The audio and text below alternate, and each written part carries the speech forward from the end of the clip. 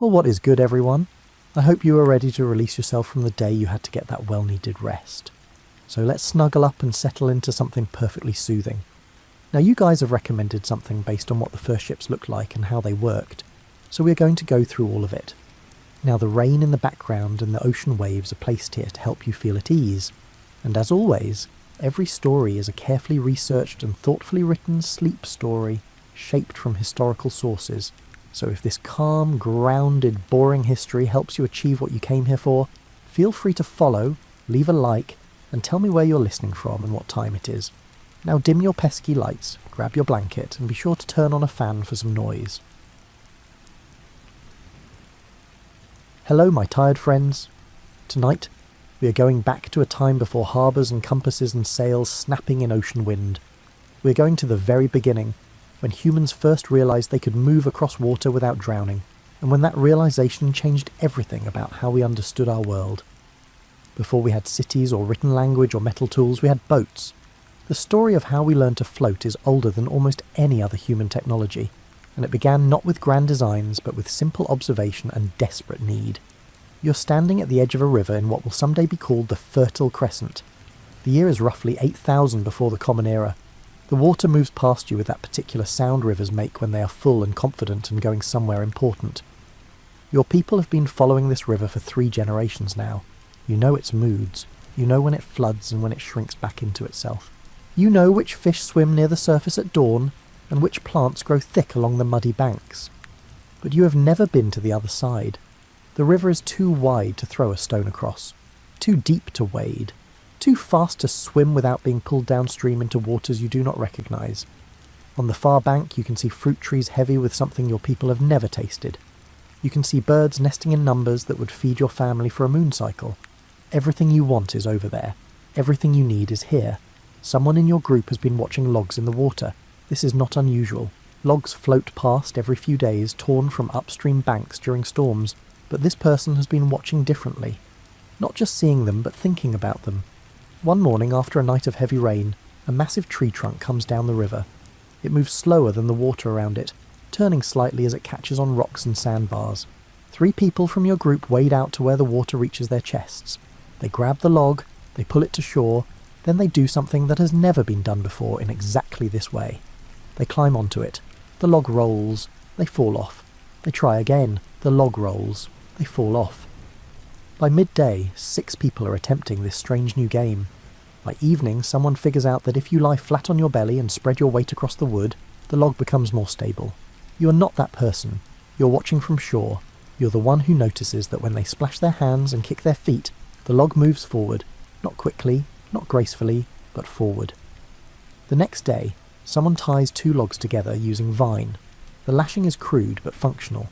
The double log does not roll. You can sit on it without falling. You can use a branch to push against the river bottom and move yourself through shallow water. Within a week, your group has created something that looks less like a log and more like a platform. 5 logs bound together side by side, wide enough that 3 adults can sit without tilting it, stable enough that someone can stand if they keep their knees bent and their weight centred. This is not a boat, not yet, but it is the great-great-grandmother of every boat that will ever exist. Archaeologists call these bundle rafts. They appear in the material record across multiple continents at roughly the same time period. The specimens found in Peru date to approximately 7,000 years before the Common Era. The examples from the Persian Gulf region might be older still. You push your raft into the current on a morning when the air smells like rain but the sky is clear. The water is cold. It seeps up through the gaps between logs and soaks into your clothing. The raft sits low, with only a hand's width between the top of the logs and the river surface. You have a long pole cut from straight wood. You push it down into the riverbed and feel the mud give way beneath the tip. You push harder. The raft moves forward 1 body length. You pull the pole up and plant it again. Push, move, pull, plant. The rhythm becomes automatic. Halfway across the river, the bottom drops away. Your pole finds no purchase. You pull it up and lay it across your lap. The current takes you downstream. You do not panic. You have expected this. You have watched the river long enough to know it will push you toward the far bank if you let it. The raft spins slowly. You see your camp from an angle you've never seen it before. You see the curve of the river valley. You see the tree line and the smoke from morning fires and the shapes of people standing at the water's edge, watching you drift away from everything familiar. Then the bottom comes back. Your pole finds mud. You push towards shore. The raft scrapes onto a sandbar with a sound like wooden breathing. You step onto land that your ancestors have never touched. You walk to the fruit trees. The fruit tastes like honey and sunlight and the future. When you return to your people with your arms full of food, they ask you the question that humans have been asking about boats ever since. They ask how far you could go. The bundle raft spreads across human cultures faster than agriculture, faster than pottery, faster than woven cloth. The design appears independently on every continent where people live near water. The Euros people on Lake Titicaca still build these rafts today using totora reeds. Their construction methods are likely identical to methods used 10,000 years ago. The logic is universal. Things that float can be tied together. Things tied together can hold weight. Weight distributed across floating things can carry people over water. This is engineering at its most fundamental. This is humans looking at a problem and solving it with whatever materials happen to be within arm's reach. But wooden reeds deteriorate. They rot in water. They come apart when lashing loosens. They work for crossing rivers, but not for travelling rivers. They work for fishing close to shore, but not for following coastlines. They work for getting across, but not for coming back. You need something better. You need something that can be shaped instead of just bundled. You need to stop tying things together and start making things whole.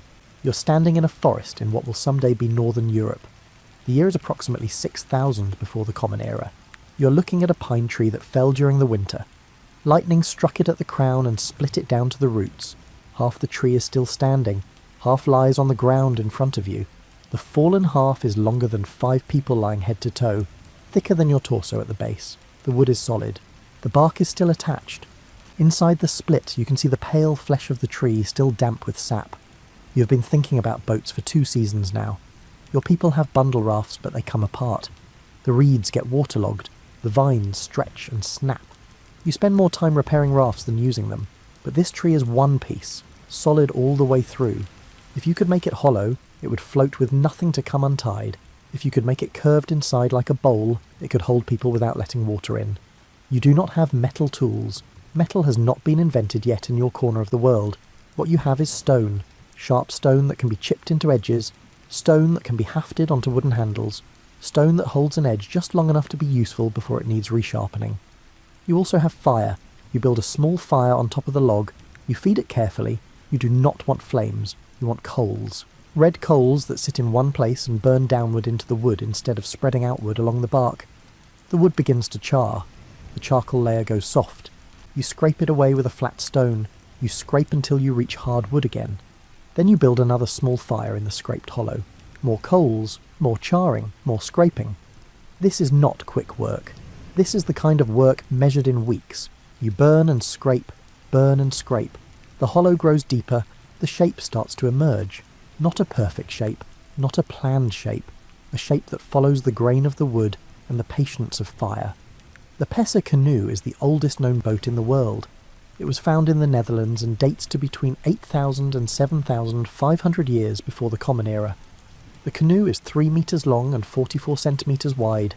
It was made from a single Scots pine log using the burn and scrape method. The wood has been preserved in peat bog conditions for nearly 10,000 years.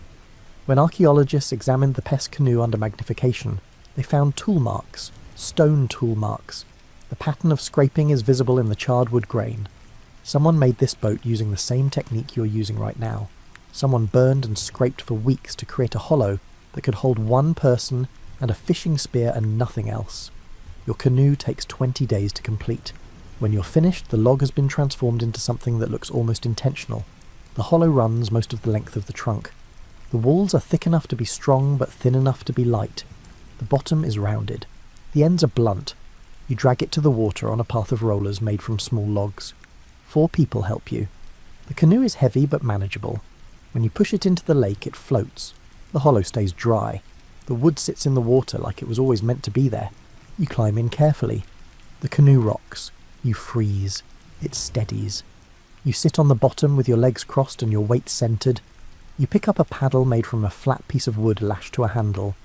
You dip one side into the water and pull. The The canoe moves forward. It does not spin. It does not drift sideways. It goes where you point it. This is different from a raft. This is controlled movement. This is intention made physical. You can go across the lake or along the shoreline or straight into the wind. You can carry more weight than yourself. You can bring home enough fish to feed your entire group. But more importantly, you can come back. The dugout canoe becomes the dominant watercraft design for the next 6,000 years. Examples appear in Africa, Asia, Europe, the Americas and Oceania. Some are small like yours, some are massive.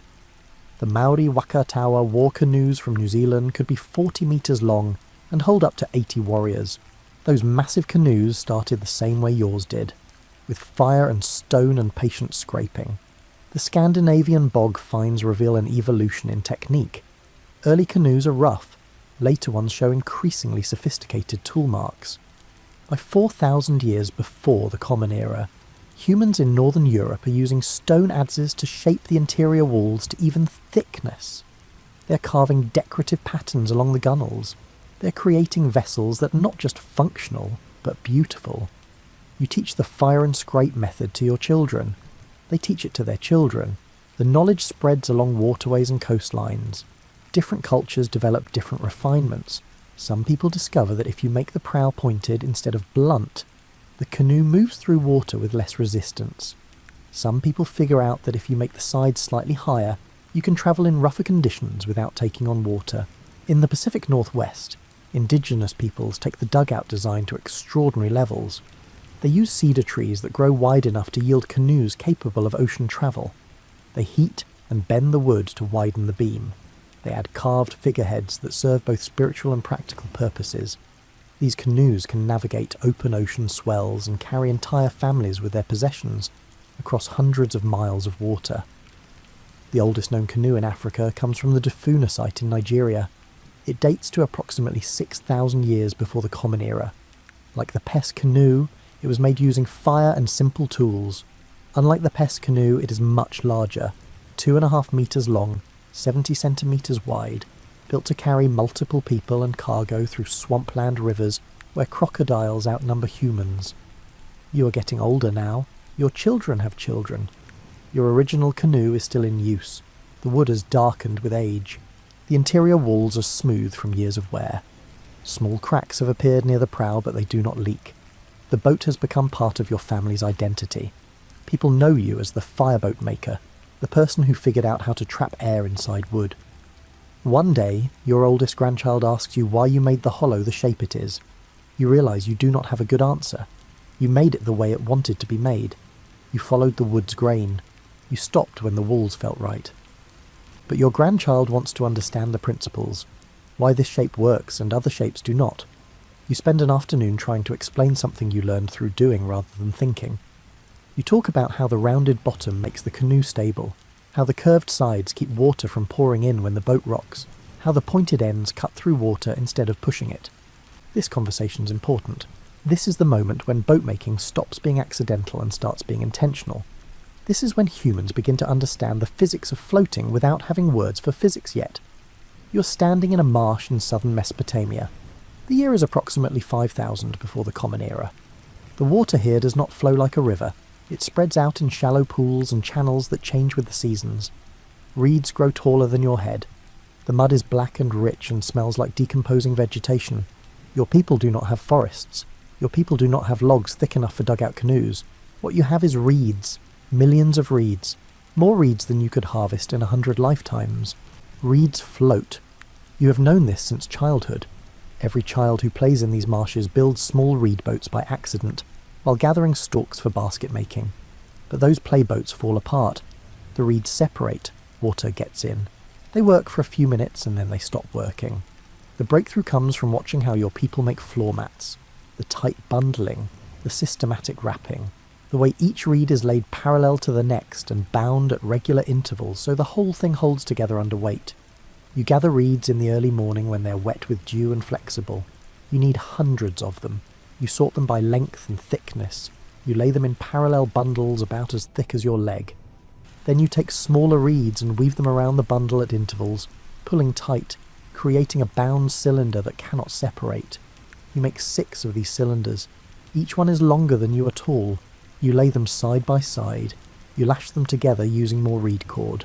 The result looks like a golden raft that curves slightly upward at both ends, because that is how the reeds naturally want to lie. The marsh Arabs of southern Iraq still build these boats today. They call them mashuvs. The design has not changed in 7,000 years. The construction method is identical. The materials are identical. These boats appear in cylinder seals and cuneiform records from Sumerian cities. They appear in Assyrian palace reliefs. They appear in the Epic of Gilgamesh, where the character Urshanabi uses a reed boat to ferry Gilgamesh across the waters of death. Your reed boat floats high on the water, much higher than a bundle raft. The bound reeds create air pockets that give buoyancy without weight.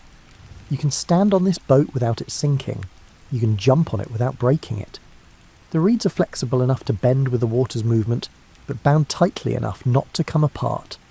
You push out into the marsh using a long pole. The bottom is soft mud.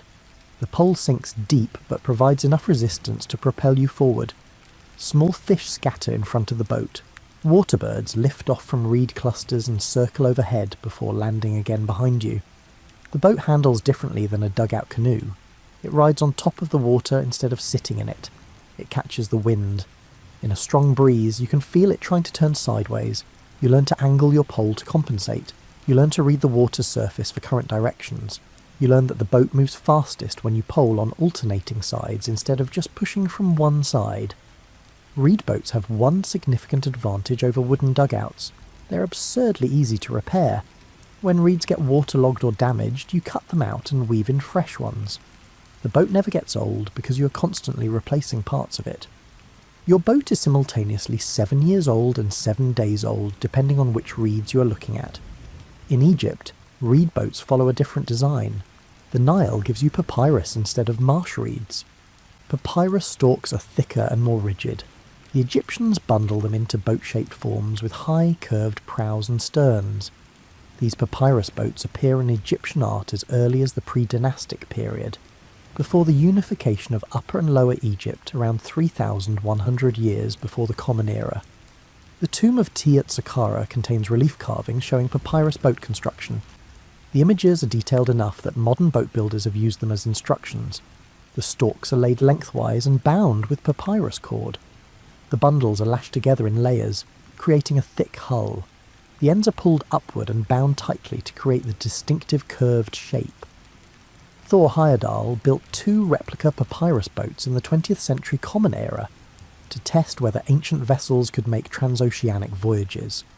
The first boat, Ra-1, partially succeeded in crossing the Atlantic before the stern came apart due to construction errors. The second boat, Ra-2, completed the crossing from Morocco to Barbados in 57 days. The design worked. The materials worked. The concept of papyrus boats being seaworthy enough for ocean travel was validated. But you're not thinking about ocean travel. You're thinking about fishing in a marsh. You're thinking about moving cargo from one seasonal camp to another. You're thinking about the way your children can learn to build these boats with minimal instruction, because the process is intuitive. Your daughter learns to make reed boats by watching you for 3 days and then building one herself. Hers is smaller than yours. She makes mistakes.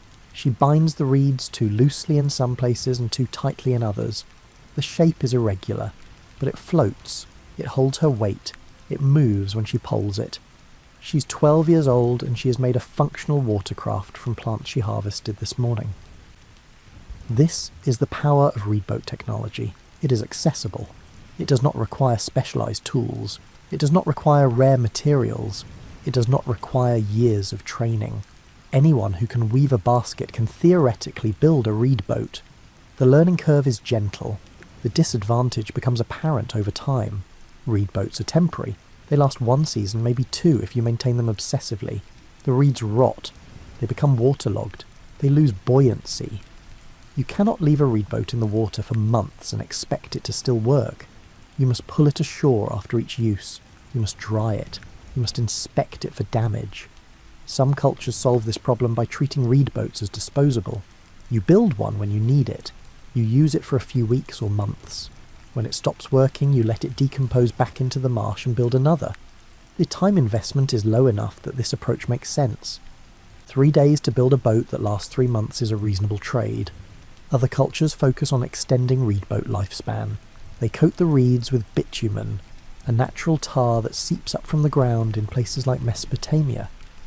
The bitumen waterproofs the reeds and slows decomposition. Archaeological sites in Iraq have found bitumen-coated reed fragments that date back 6,000 years. The bitumen preserved the reeds well enough that you can still see the weaving pattern. You try the bitumen method. You collect the tar from a seep near your village. You heat it until it becomes liquid. You paint it onto your boat's hull using a flat stick. The hot bitumen soaks into the reeds and hardens as it cools. The boat becomes darker, heavier, and much more waterproof. It still needs to be dried after use, but the reeds last twice as long before needing replacement. The smell of bitumen becomes associated with water travel in your culture. When people return from river journeys, they smell like heated tar. Children playing at boat building smear themselves with mud and pretend it is bitumen. The scent becomes nostalgic. Generations later, your descendants will smell bitumen and think of their great-grandparents who wove reeds into floating platforms. Reed boat culture produces specialised knowledge about plants. You learn which reeds are strongest, which ones have the right amount of flex, which ones resist rot better. You learn that reeds harvested in late summer are more durable than reeds harvested in early spring. You learn that larger diameter stalks are better for the outer layers, while smaller stalks are better for the inner core. This knowledge spreads along trade routes. People from different marshes compare techniques. Someone discovers that mixing different reed species in specific ratios creates boats with better properties. Someone else figures out that if you soak certain reeds in water before bundling them, they bind more tightly. The accumulated wisdom of reed boat building becomes a body of knowledge that requires years to fully learn, but even as reed boats become more sophisticated, they remain limited. They are perfect for marshes and calm rivers. They work reasonably well on lakes. They are adequate for protected coastal waters. But they are not designed for open water. They cannot handle large waves. They cannot travel long distances. They cannot carry truly heavy cargo. For those tasks, you need a different approach. You need to stop thinking about bundles and hollows. You need to start thinking about assembled structures. You need to invent planks. You're standing on the bank of the Nile in Egypt. The year is approximately 3,500 years before the Common Era. The river flows north with that steady Nile persistence that has defined Egyptian life since the first settlements. The water is brown with silt. The air smells like fish and wet mud and distant grain fields. Your people have been building boats from papyrus for generations, but papyrus boats are limited. They work for moving up and down the river, they work for fishing and transport, but they are slow. Moving cargo upstream means poling against the current for days. Your arms ache just thinking about it. Then someone notices something obvious. Something so obvious that you wonder why no one thought of it before. The wind blows south. The river flows north. These two facts have been true your entire life. You have never questioned them. They are as permanent as the sun rising in the east. But now someone is looking at those two facts and seeing possibility instead of just weather. If the wind blows south and you want to go south, you could let the wind push you instead of fighting the current with poles. You would need something for the wind to push against. Something light enough not to sink the boat, but large enough to catch enough wind to matter. The first sail is probably a woven reed mat. The same kind of mat people use for roofing and walls and sleeping platforms. Someone props it upright on a papyrus boat using 2 poles as supports. The wind catches it. The boat moves backward. This is unexpected. The person adjusts the mat angle, tries again. The boat moves sideways. More adjustment, more testing. Eventually the boat moves in the intended direction. This is one of those discoveries that seems simple in retrospect but represents a genuine cognitive breakthrough. Humans have been using wind to dry clothes and winnow grain and cool houses for thousands of years. But using wind for propulsion requires thinking about wind as a force that can be directed and controlled rather than just experienced. The earliest direct evidence of Egyptian sails comes from painted pottery and hieroglyphics dating to the Naqada period, roughly 3,500 years before the Common Era. The images show boats with single rectangular sails mounted on masts. The masts are short and positioned near the centre of the boat. The sails are wide relative to their height, creating a square shape that maximises surface area. You build your first sailed boat using a wooden dugout as the base. The dugout is more stable than a papyrus boat, and less likely to tip when the sail catches wind. You lash 2 poles together to create a mast. You weave a rectangular sail from linen strips. The weaving takes 6 days. The sail needs to be tight enough to hold its shape, but flexible enough to billow with wind. You step the mast by wedging it into a notch carved into the boat's keel. The mast is not tall. It reaches about twice your height when you're sitting. You attach the sail's top edge to a horizontal yard pole. You tie lines to the yard's end so you can raise and lower the sail. You tie additional lines to the bottom corners of the sail so you can control the angle. The first time you sail, you nearly capsize.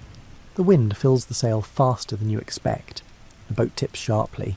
You release the control lines in panic. The sail spills wind and the boat steadies. You're breathing hard. You're also grinning. You try again. This time you're ready for the force. You lean your weight to the opposite side when the wind hits. The boat moves forward. It moves faster than you have ever moved on water. The bow cuts through ripples. Small waves splash against the hull. The wind makes a sound in the fabric like breathing. This is not paddling or poling. This is not powered by your muscles. You are sitting still and the boat is moving. The river flows north beneath you at its usual pace. But you're going south against that current at twice the river's speed. You're stealing the wind's energy and turning it into motion. The Egyptians perfect this technology over the next 1,000 years. The evidence appears in tomb paintings, boat models, and actual ship remains. The sail designs become more sophisticated. The masts get taller. The rigging gets more complex. By the time of the Old Kingdom, Egyptians are building sailing ships large enough to transport stone blocks weighing hundreds of tons. The Khufu ship, discovered in a sealed pit near the Great Pyramid, dates to approximately 2,500 years before the Common Era. The ship is 43 metres long and 6 metres wide. It was built from Lebanon cedar planks assembled with mortise and tenon joints. No nails were used. The planks were shaped and fitted so precisely that the seams were watertight without caulking. The Khufu ship had a mast socket, though the mast itself was not found. The socket's size and position indicate the ship carried a sail. The ship also had multiple rowing stations. This dual propulsion system gave sailors options. When the wind blew favourably, you sailed. When the wind died or blew from the wrong direction, you rowed. When you needed precise manoeuvring, you used both. You're learning to read wind the way you once learned to read water currents. Wind has moods. Morning wind on the Nile tends to be gentle. By midday, it strengthens. In late afternoon, it sometimes dies completely. You learn to plan journeys around these patterns. You leave at dawn using poles or paddles. By mid-morning, you raise the sail. By evening, you're lowering it again and looking for a place to beach the boat. Wind direction matters more than wind strength. A gentle wind from directly behind you is more useful than a strong wind from the side. You learn to angle the sail to catch quartering winds. You learn that if the wind is coming from slightly ahead, you can angle the boat and the sail in ways that still produce forward motion. The physics are complicated, but the practice becomes intuitive with repetition. The technical term is tacking. The Egyptians may not have had a word for it, but they understood the principle. By sailing at an angle to the wind and then switching to the opposite angle, you can make progress against the wind. It is indirect. It takes longer, but it works. Egyptian boats evolved specialised features for sailing. The hulls become narrower and longer, reducing water resistance. The bow and stern are raised to prevent waves from splashing aboard. Steering oars are mounted at the stern, giving helmsmen better control. Multiple rowers are positioned along the sides to supplement sail power when needed. The paintings in the tomb of Mena, a scribe who lived around 3,400 years ago, show both papyrus boats and wooden sailing vessels. The papyrus boats have simple rectangular sails. The wooden ships have more elaborate rigging with multiple control lines. The artistic detail is precise enough that modern boat builders can identify specific design features. The angle of the yard, the placement of stays supporting the mast, the method of furling sails when not in use. You grow old with sailing. Your hands develop calluses in new places from handling lines. Your eyes learn to spot wind on water by watching ripple patterns.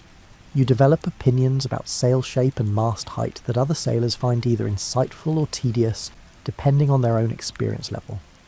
Your grandchildren take sailing for granted. They have never known a time when people could not harness wind. They have never poled a boat upstream for days until their shoulders screamed. To them, sailing is just what boats do. The innovation has become ordinary, but you remember. You remember the first time a sail pulled a boat against the current with no effort from anyone aboard. You remember thinking that humans had stolen something from the gods. Wind was supposed to be uncontrollable. Wind was supposed to be a force you endured or hid from. And now wind was something you could trap and use and direct toward your own purposes. Sailing technology spreads from Egypt to other maritime cultures.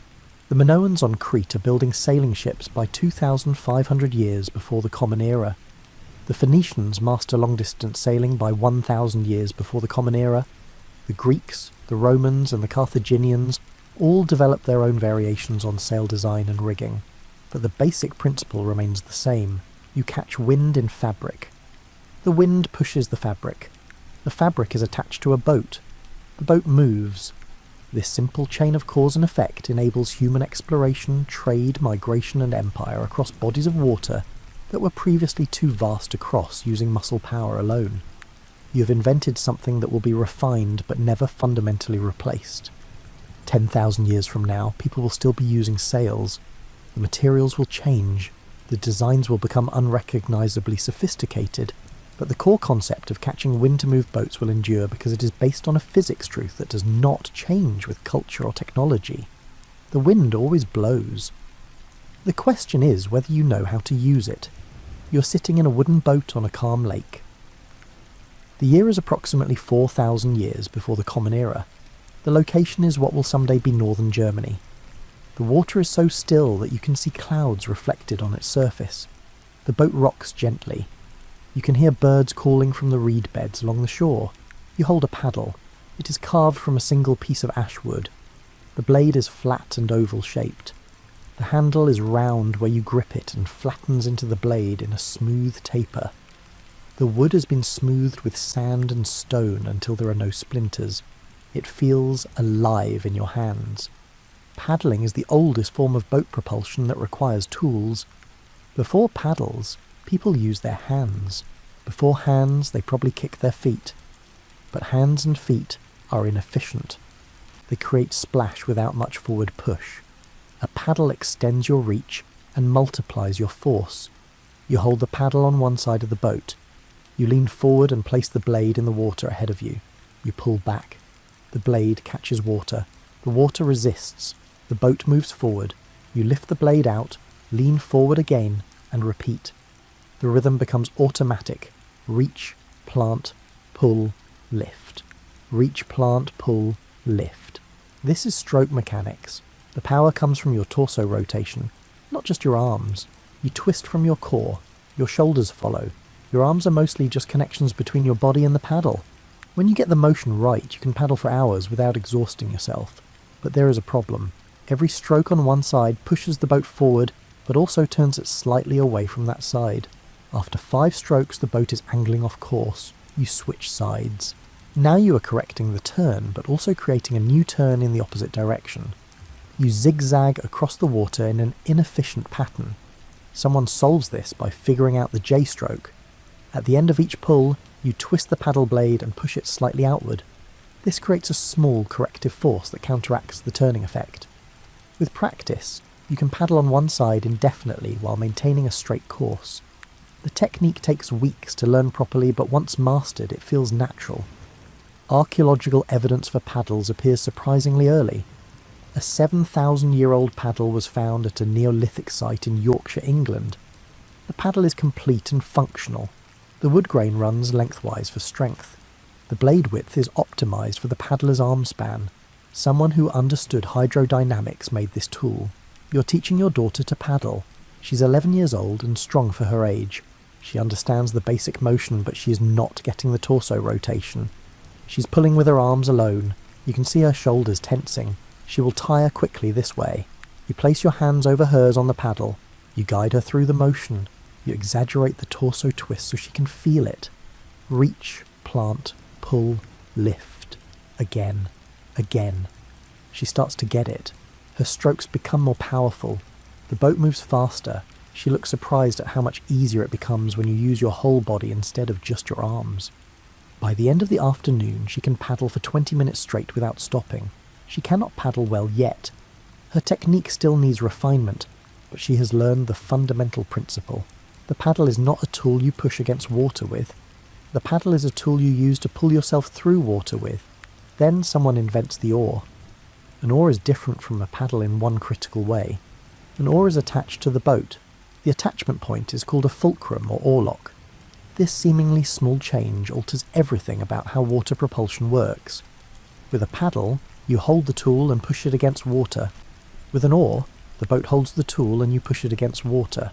The mechanical advantage changes. You can generate more force because you are pushing against a fixed point instead of just pulling through space. The earliest evidence of oars comes from Mediterranean and Near Eastern sites dating to roughly 3,000 years before the Common Era. The oars are longer than paddles. The blades are broader. The handles show wear patterns from rubbing against fulcrum points. These are not paddles that someone accidentally used as oars. These are purpose-built tools for a specific rowing technique. You try rowing for the first time on a boat designed for it. The boat has notches carved into the gunwales on both sides. Wooden pins fit into these notches. The oars rest against the pins. You sit facing backward with your back to the direction of travel. This feels wrong initially. You cannot see where you're going. You hold one oar in each hand. The handles are behind you. The blades are ahead of you on either side of the boat. You lean forward. The oar blades lift out of the water and swing forward. You pause with the blades hovering above the surface. Then you drop them in and pull. Your whole body compresses. The oars bite water. The boat surges forward. This is different from paddling. This is stronger. The force you generate is transmitted through the oars, through the fulcrum points, directly into the boat's hull. Nothing is lost to the flex of your arms or the wobble of a handheld tool. The boat responds instantly to your effort. The Yacht Spring boat, found in Denmark and dating to approximately 2,300 years before the Common Era, shows sophisticated understanding of oar mechanics. The boat has 20 oarlocks. 20 rowers could sit shoulder to shoulder and pull in unison. The oarlocks are positioned to give each rower optimal leverage. The boat's design accounts for the force vectors generated by 20 oars pulling simultaneously. Rowing requires coordination in ways that paddling does not. When you paddle, you work independently. When you row with others, you must synchronize. If you pull while the person behind you is recovering, the oars clash. If you pull out of rhythm, the boat's motion becomes jerky and inefficient. You learn to row by counting. The person at the front sets the pace. They count out loud. 1, 2, 1, 2. On 1, you lean forward. On 2, you pull. The counting continues until everyone is moving together. Eventually, the counting becomes unnecessary. You can feel the rhythm through the boat's movement and the presence of other rowers around you. The Greeks and Romans developed rowing into a military science. Triremes are warships powered by 170 rowers arranged in 3 tiers. The oars are different lengths depending on which tier the rower occupies. The timing must be precise. A single rower out of sync can foul the oars of multiple other people. The Romans trained professional rowing crews who can maintain maximum speed for extended periods. But you are not in a trireme. You're in a small fishing boat with 2 oar positions. Your son rows with you.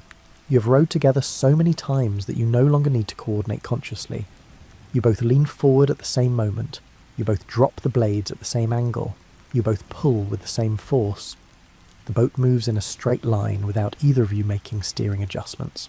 This is the difference between rowing and paddling. Paddling is individual. Rowing is collective. Paddling is intuitive. Rowing is learned. Paddling works in tight spaces and shallow water. Rowing works in open water and rough conditions where power matters more than manoeuvrability. Egyptian boats often combine both. The Khufu ship had rowing positions and a sail mast. Sailors would row when wind was unavailable and sail when wind was favourable. This hybrid approach gives maximum flexibility. You're never dependent on a single propulsion method. If the wind dies, you row. If your arms tire, you sail. If you need to navigate a narrow channel, you paddle. The mechanics of each method produce different wear patterns on the body. Paddlers develop thick muscles in their backs and shoulders. Rowers develop powerful legs and cores because proper rowing technique involves pushing with legs while pulling with arms. Sailors develop grip strength from handling lines and the ability to maintain balance on moving platforms. You have done all three for enough years that your body shows all three patterns. You're shaped by the boats you have used. Your calluses tell the story of every propulsion method you have mastered. Your right hand has paddle calluses, your left has rope burns from sail handling, your lower back has the deep muscle development that comes from years of rowing. Your grandson asks you which method is best. You tell him the question is wrong. There is no best method. There is only the method that fits the situation. You paddle in narrow rivers where the boat must change direction constantly. You row in open water where maintaining speed matters. You sail when the wind blows true and you want to arrive without exhaustion. The best boat builders understand all three methods. They design boats that can accommodate different propulsion types depending on conditions. The boat you fish from has paddle positions, oarlocks and a mast socket. It is ready for anything. It does not care which method you choose. It will move however you tell it to move. This flexibility is what allows boats to spread across every culture that has access to water. The basic design principles transfer across environments. You can paddle a dugout canoe in a jungle river or a skin kayak in Arctic waters. You can row a wooden boat in the Mediterranean or a reed boat in Peru. You can sail a papyrus boat on the Nile or a sewn plank boat in the Indian Ocean. The mechanics of moving through water are universal. The implementations are culturally specific. But the underlying physics never changes. You push against water, and water pushes back. The harder you push, the faster you move. The more efficiently you push, the farther you go before exhaustion. You're standing on a beach at dawn. The year is approximately 2,500 years before the Common Era. The location is the eastern Mediterranean coast. The sea is calm. Gulls wheel overhead, making their harsh morning calls. The smell of salt and kelp is strong. Your people have been fishing these waters for generations. You know this stretch of coast intimately. You know where the rocks are. You know which coves have the best shellfish. You know the names of every landmark visible from shore. But today you're going farther. Today you're going beyond sight of land. This is not an adventure. This is not exploration. This is economics. Fish are more plentiful in deeper water. Larger fish. Better fish. Fish that will trade for 3 times what coastal fish bring. But getting to deep water means losing sight of land. And losing sight of land means you need a way to find your way back. You have no compass. Compasses will not be invented for thousands of years. You have no charts. Nautical charts require literacy and standardized measurements that do not exist yet in your culture. What you have is observation and memory. You watch the sun rise. You note its exact position relative to the headland to the north. The sun rises in the east. This is reliable. The sun will set in the west. This is equally reliable. As long as the sun is visible, you can maintain general orientation.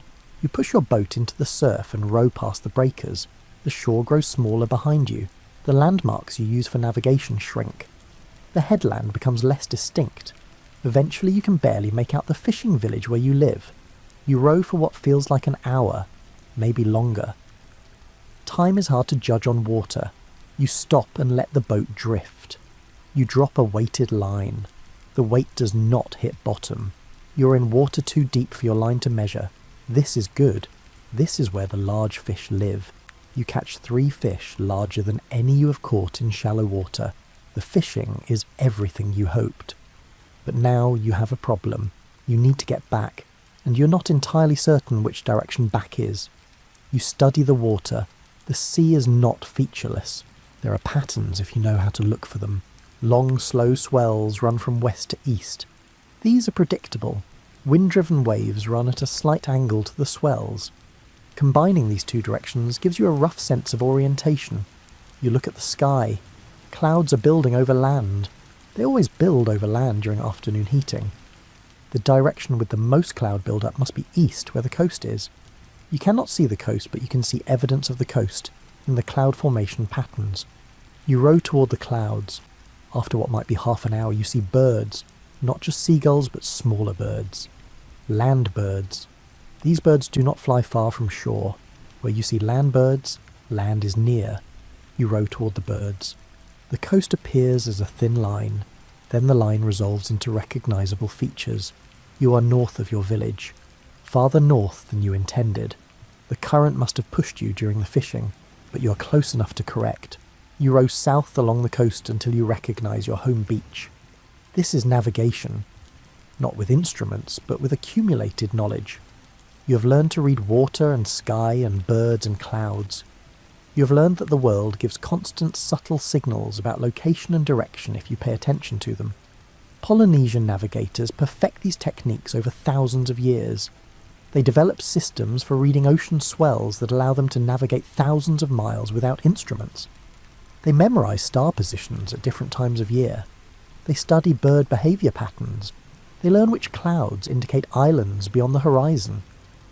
The stick charts of the Marshall Islands are physical representations of navigation knowledge. The charts are made from coconut fronds and shells. The sticks represent ocean swells. The shells represent islands. The charts are not maps in the Western sense. They are teaching tools.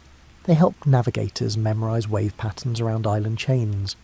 European explorers, when they first encounter Polynesian navigation, do not believe it is possible. How can someone navigate across 2,000 miles of open ocean without instruments? But Polynesian navigators do exactly that. They do it reliably. They do it in conditions that would leave European sailors completely lost.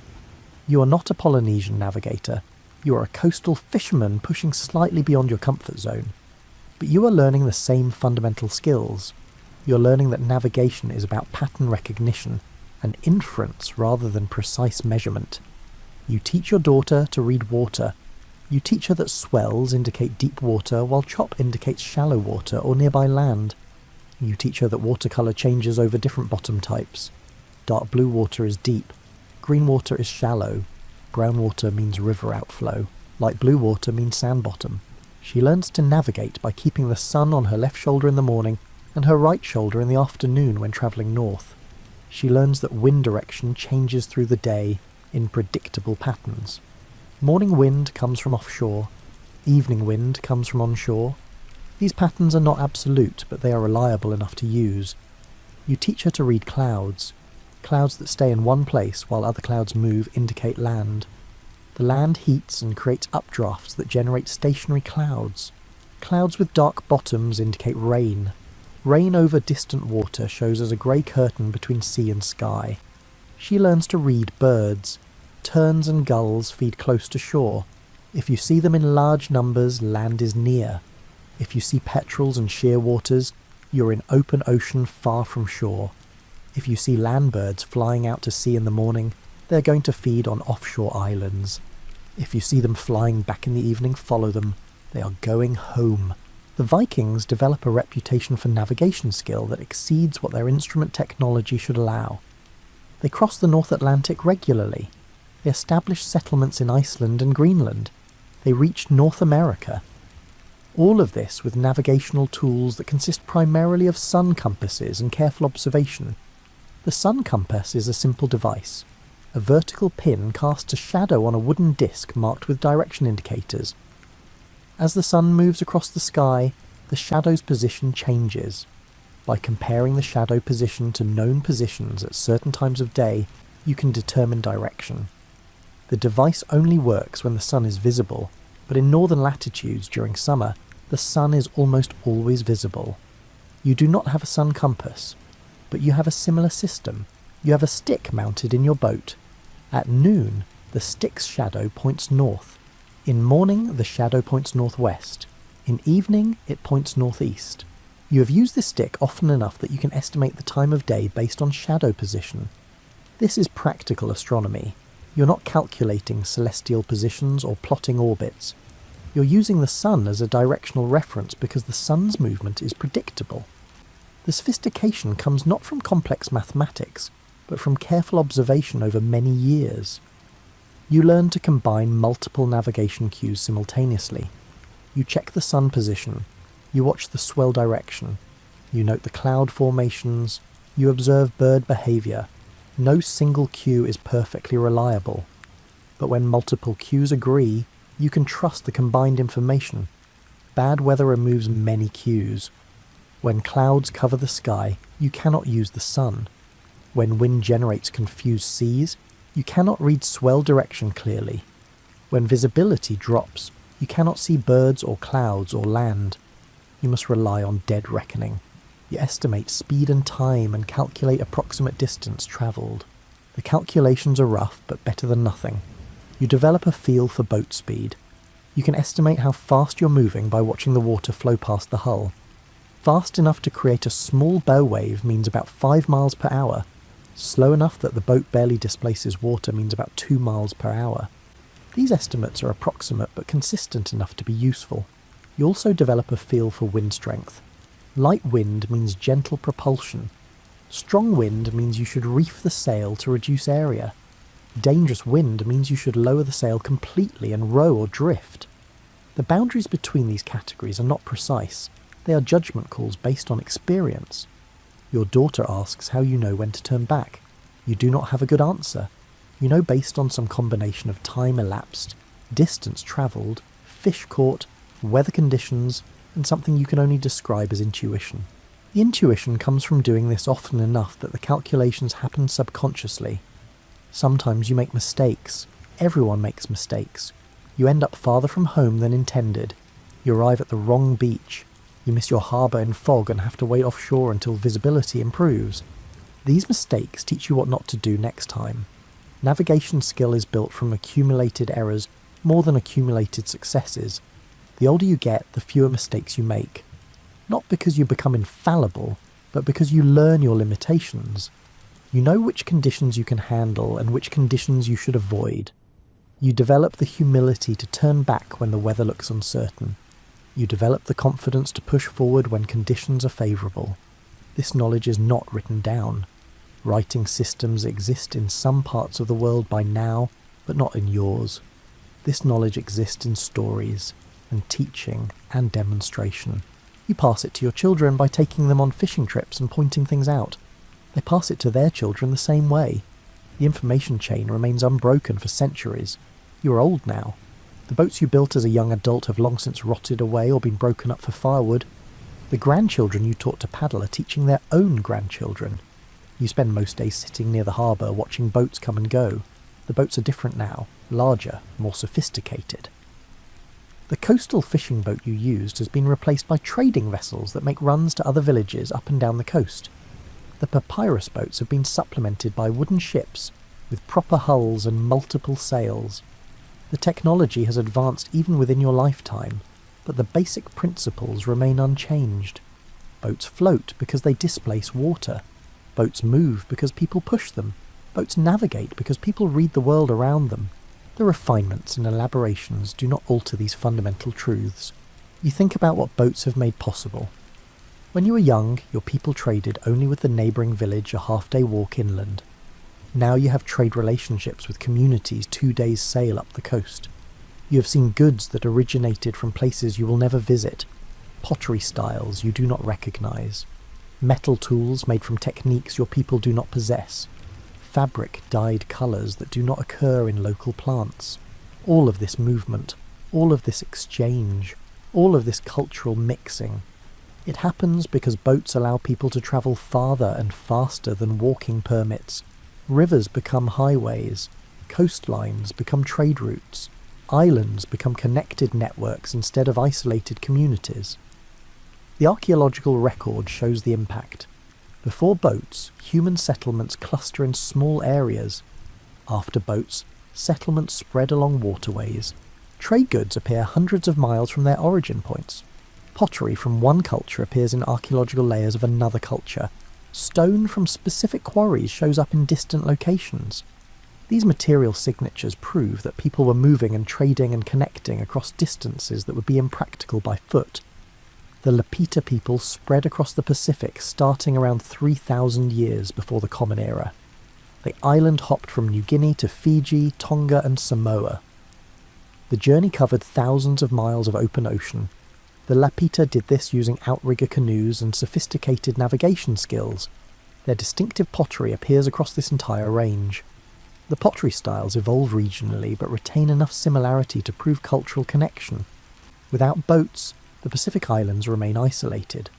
With boats, they become a dispersed civilization. The technology enables the culture refines the technology. The feedback loop drives expansion.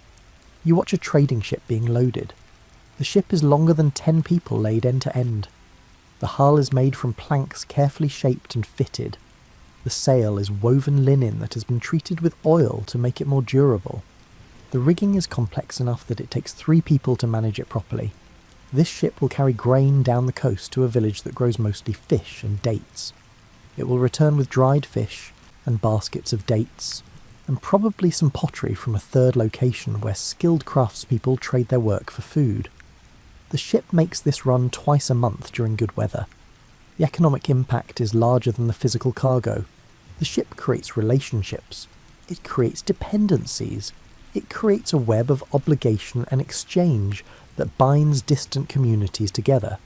Your grandson owns part of this ship. He is a merchant now. He stopped fishing years ago after realizing that moving other people's goods was more profitable than catching his own. He speaks 3 dialects. He can calculate exchange rates in his head. He knows which goods are scarce in which locations and how to profit from that scarceness. None of this would be possible without boats. The entire economic structure depends on the ability to move cargo across water. The boats are not the economy, but they enable the economy. They are the infrastructure on which everything else builds. You think about warfare too.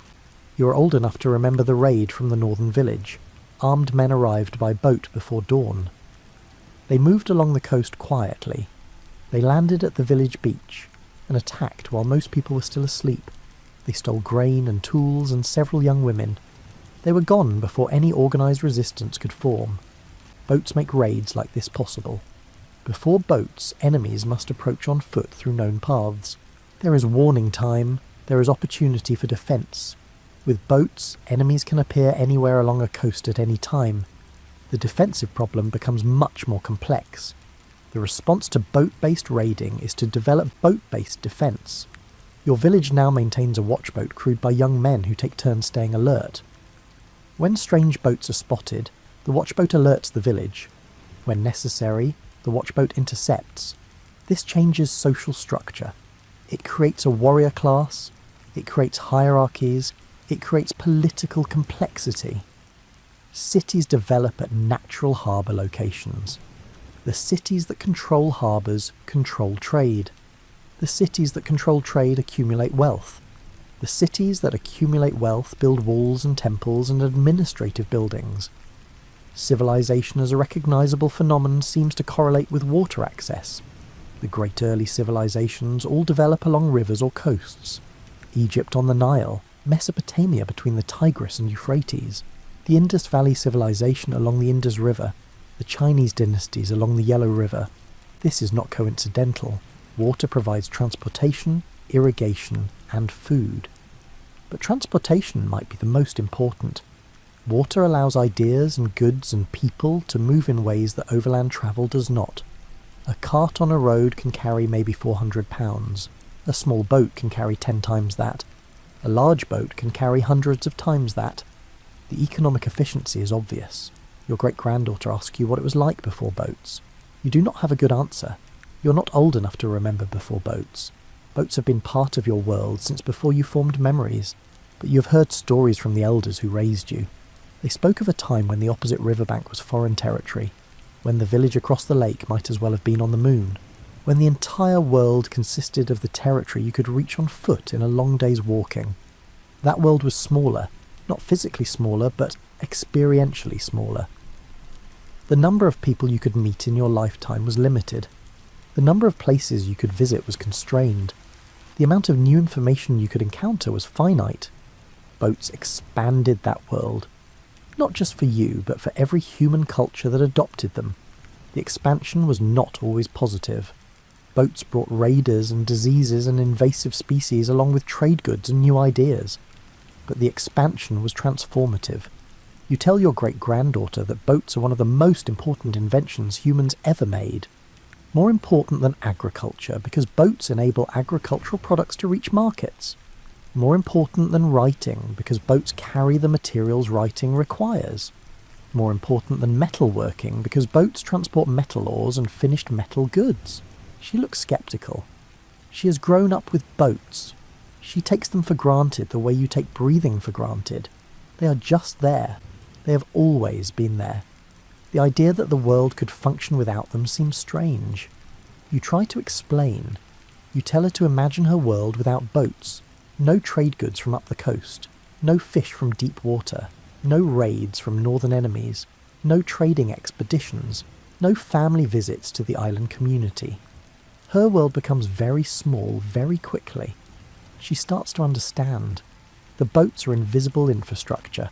They are so fundamental to how her society functions that she never consciously thinks about them. But remove them, and everything changes. This is the legacy of those first experimental rafts. Those crude log bundles that barely floated. Those early dugout canoes scraped out with fire and stone. Those reed boats woven in marshes. Those first sails catching wind. Each innovation built on the previous one. Each improvement expanded what was possible. The progression was not linear. Different cultures developed different solutions to the same problems. But the trajectory was consistent. Boats became larger, faster, more capable, more reliable. By the time of the Common Era, humans are building ships capable of crossing oceans. The Roman grain ships that supply Rome can carry 1,000 tons of cargo. The Chinese treasure ships of the 1500s Common Era are among the largest wooden ships ever built. The European age of exploration maps the entire world using progressively refined sailing ships. But all of it traces back to someone noticing that logs float. Someone thinking that floating logs could hold weight. Someone figuring out how to tie logs together. Someone discovering that hollowed wood works better than bundled logs. Someone experimenting with reeds and finding they work too. Someone seeing a mat catch wind and realizing wind could be useful. Someone attaching a blade to a stick and calling it a paddle. Someone attaching a paddle to a boat and calling it an oar. Someone combining all these elements into vessels that could cross horizons. You are not responsible for any of these innovations. You came along thousands of years too late. But you have spent your life using the technology these innovations created. You have built boats. You have sailed boats.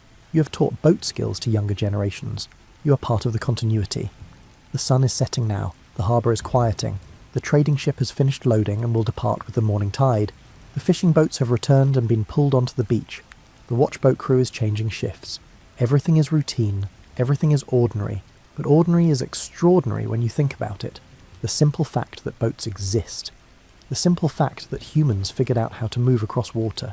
The simple fact that this technology spread and evolved and enabled civilization as we understand it. None of this was inevitable. It required observation, experimentation, innovation, teaching, and refinement across thousands of years and countless cultures. You head home as the last light fades.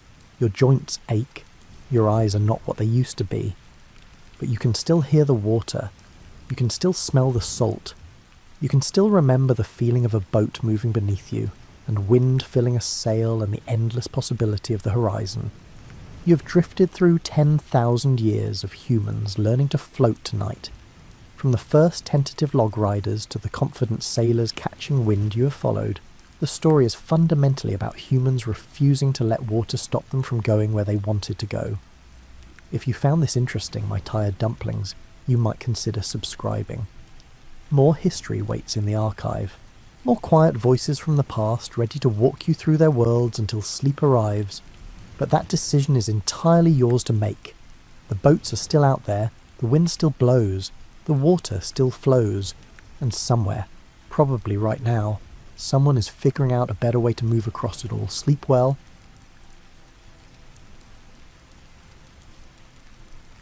The smell reaches you before anything else. Barley porridge, warming slowly in a clay pot, and underneath that the older smell of the house itself, of packed earth and wool, and the particular darkness of a room that has held a family for a long time. Somewhere outside, a rooster is complaining about the hour, and the city of Athens is just beginning to make its first sounds of the morning. You were placed into this life the way a seed is placed into soil, not by your own hand, and the soil you landed in was ordinary, which is to say it was the soil that most people in the ancient world landed in. Not noble, not destitute, just the vast, uncelebrated middle of human existence, where the work was constant and the rewards were modest, and the life, taken as a whole, was not without its satisfactions. The house you were born into is small. That is the first fact of your existence, the one that shapes everything else. It is a single structure of mud brick, plastered over on the outside with a pale clay wash that has been slowly returning to dust for as long as anyone in your family can remember. The walls are thick, which is the one luxury they offer, keeping the worst of the summer heat outside and holding whatever warmth the brazier produces on cold winter nights. The floor is beaten earth, packed so hard and for so long that it has the quality of stone underfoot, smooth and faintly cool even in August. There is one main room. This is where your family sleeps, cooks, eats, works, argues, and spends the long evenings. There may be a small courtyard attached, open to the sky, where a little light falls in the middle of the day and where your mother keeps a few clay pots of herbs and, in good years, a small fig tree in a large cracked amphora that has outlasted 2 generations. If your family is slightly better off than its neighbours, there is a second room, a storage room, where the grain jars sit and where the smell of dried things, of lentils and figs, and the sharp, dusty scent of stored barley is constant and faintly comforting the way childhood smells always are. The roof is a lattice of wooden beams covered with terracotta tiles, and when it rains, which in Attica it does mostly in winter and not nearly enough, the sound on those tiles is a particular sound that you will carry in your memory for the rest of your life. Not the sound of rain on stone, which is harder, not the sound of rain on leaves, which is softer, something in between, a sound that says the cistern is filling and the fields are drinking, and for now at least, the worry about water can rest. You arrived in this house in the way all people arrive everywhere, with no knowledge of where you were and no ability to ask. What you would have known, in the wordless way that newborns know things, was warmth or cold, hunger or fullness, held or not held. Your mother held you. That much is certain, because across all the distance of 2,500 years, and all the silences of a culture that did not write down the lives of people like your family, that much remains constant. Mothers held their children. The ancient world was not sentimental about infancy, in the way that later centuries would become. Hesiod, writing several centuries before your birth in a poem called Works and Days that reads less like poetry, and more like a very tired farmer giving very good advice, describes the life of mortals as one of labour and difficulty from the beginning, not as punishment, but as the plain condition of being human. There is something almost comforting in that framing once you sit with it. The difficulty is not a mistake. It is not something that has gone wrong. It is simply what a life is made of, and you work within it the same way you work within the season, without expecting the season to apologise for being what it is. Your family knew, in a practical rather than philosophical way, that early life was fragile. Infant mortality in ancient Athens and across the Greek world was significant enough that the first week of a child's life was treated with a kind of careful restraint. The naming ceremony, the amphidromia, didn't happen until the child had survived that first week, which tells you something about the emotional arithmetic of the time.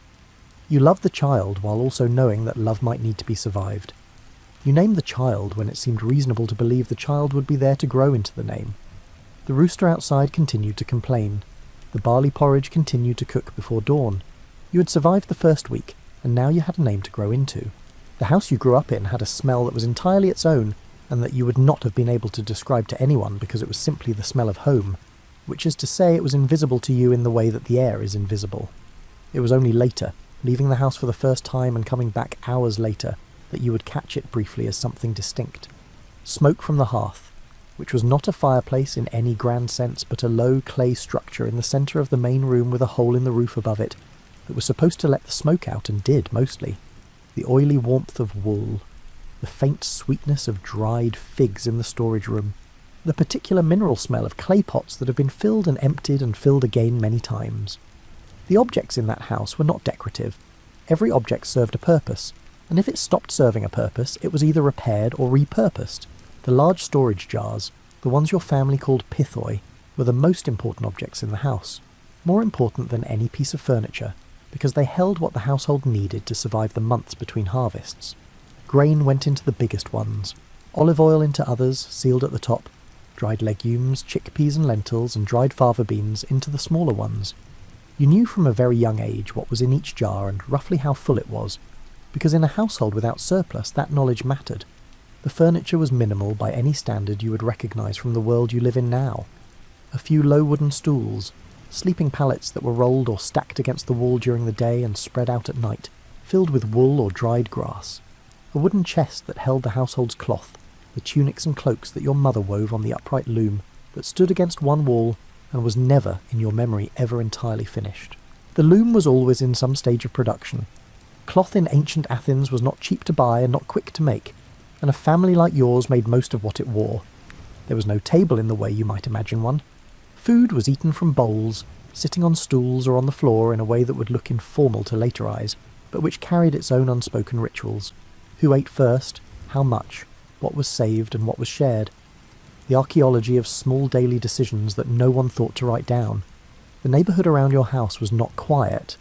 Athens in the classical period was a city of somewhere between 100,000 and 300,000 people, depending on which historian you consult and which period they are describing, and the residential districts where ordinary families lived were dense, built close together along lanes that were narrow enough for two people to pass each other, only if one of them turned sideways. The houses shared walls. You knew your neighbours not because you chose to, but because you had no option. Their arguments came through the mud brick as clearly as if they were in the room. Their cooking smells arrived before your own meals did.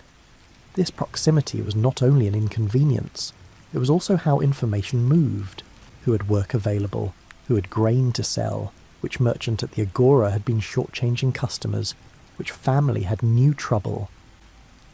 The street outside your door was a slow, constant river of this kind of information, and learning to read it was one of the earliest skills a child in your neighbourhood acquired. The sounds of the city started before light. The bakers, who worked through the night to have bread ready by morning, were the first. Then the coppersmiths, whose workshops were concentrated in certain districts, and whose hammering began early and continued long. The sound of a city waking up in the ancient world was not an alarm or a signal.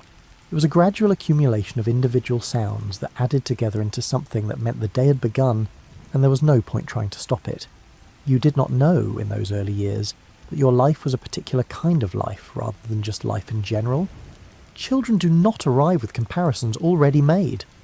The philosopher Aristotle, who had a great deal to say about the proper ordering of households and of society, spent considerably more of his time writing about the households of citizens with property than about households like yours, which is itself a kind of evidence about what the ancient world considered worth recording. The life of the ordinary working family in Athens was not the life that ended up in the written record, not because it was invisible to the people living it, but because the people with the tools and the time and the education to write things down were mostly not the people who spent their mornings at the communal well, or their afternoons repairing sandals or carrying amphorae of olive oil from the press to the market. What you had instead of a written record was a passed-down one, knowledge that moved from person to person, hand to hand, season to season, how to read the sky for weather, how to know when grain was dry enough to store without rotting, how to stretch the contents of a storage jar across more weeks than it was supposed to cover, how to keep a household running on the edge of enough without tipping over into not enough. This was the education that waited for you. Not a schoolroom, not a scroll, not a teacher who had studied in the manner of the wealthy. The education of the ordinary ancient Greek child was the education of paying attention to the people around you, and learning to do what they did before anyone had to ask you twice. That education was about to begin, and the barley porridge, which had been warming since before the city woke up, was finally ready. The first thing you notice is the legs. Everyone at the Agora has legs, obviously. But when you're small enough that the average adult's belt buckle is roughly at your eye level, legs are what the world is mostly made of. Bare legs, sandaled feet, the hem of a wool tunic swinging past, the thick calves of a man carrying an amphora on his shoulder, the quick steps of a woman moving through the crowd with a basket pressed against her hip, not browsing, going somewhere specific, because women with somewhere specific to go move differently than everyone else. You are holding your father's hand, or rather, he is holding yours, which is a different thing, because you're not holding on so much as being held, pulled gently forward through the press of bodies and noise and smell that is the Agora on a busy morning in Athens. The smell is the second thing. Fish is the loudest of the smells, sharp and insistent, coming from the section of the market where the fishmongers have their slabs of stone and their morning catch laid out in rows.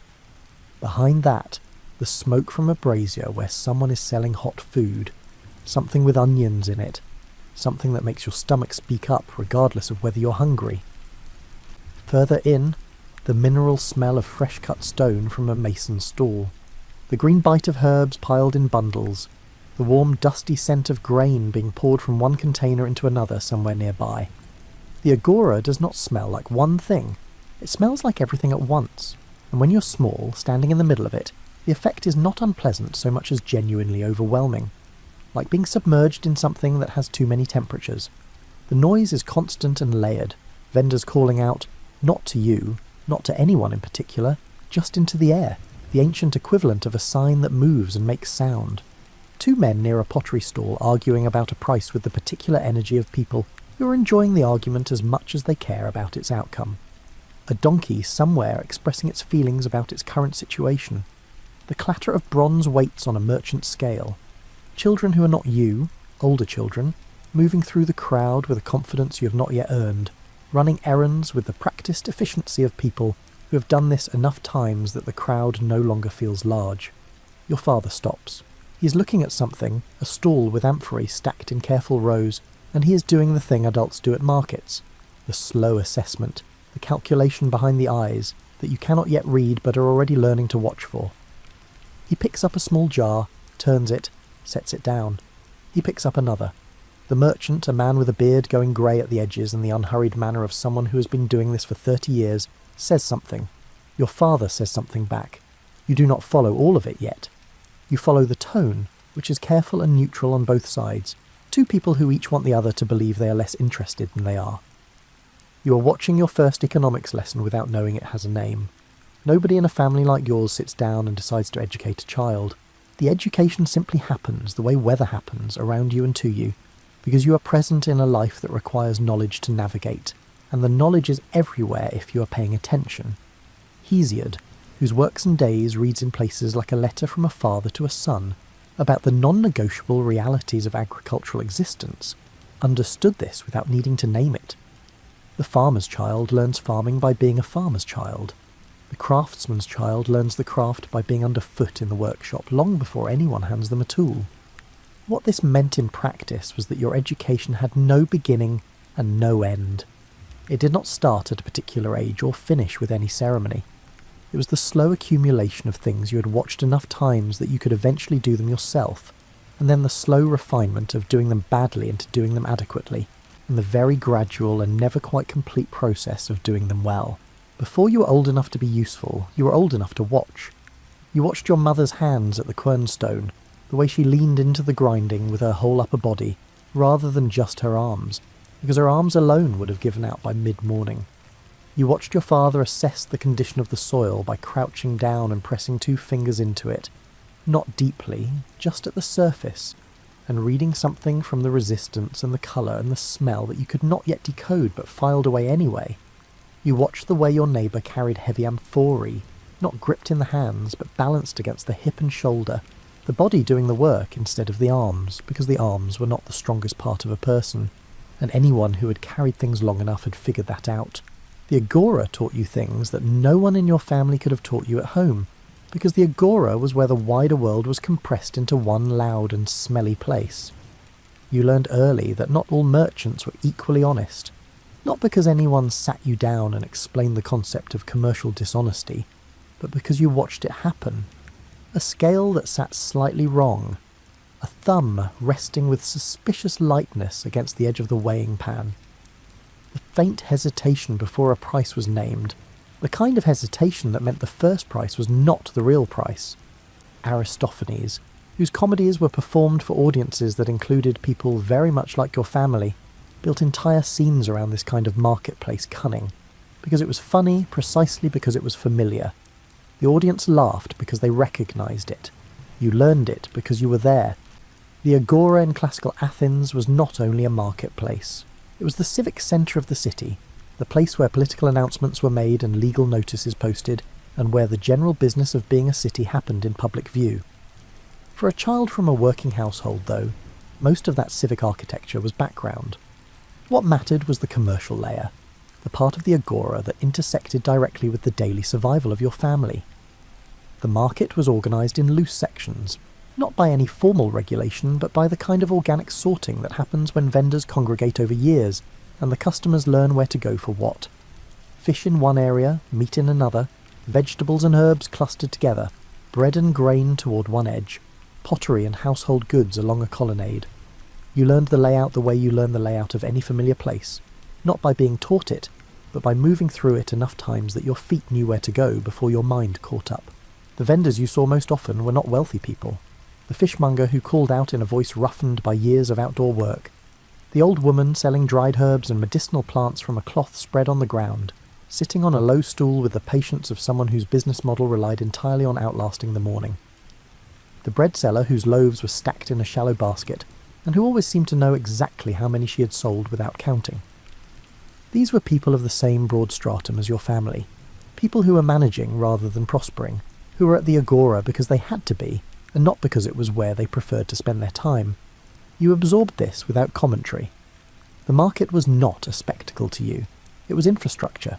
It was where the household's stored goods met the outside world, where surplus became coin, and coin became the things the household could not produce itself: salt, certain tools, the fish that your family could not catch because you did not live near the sea and could not afford to send anyone there, the occasional small luxury, a handful of dried figs from somewhere south of Attica, bought because your mother had decided that the week warranted it, and because the decision was hers to make.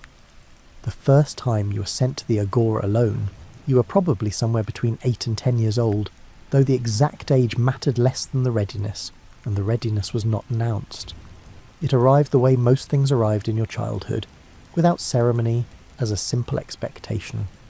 Your mother handed you a small coin and named what she needed and sent you out the door, and the fact that she did not come with you meant she had decided you were capable, which was its own kind of recognition, quiet and practical and more meaningful than praise.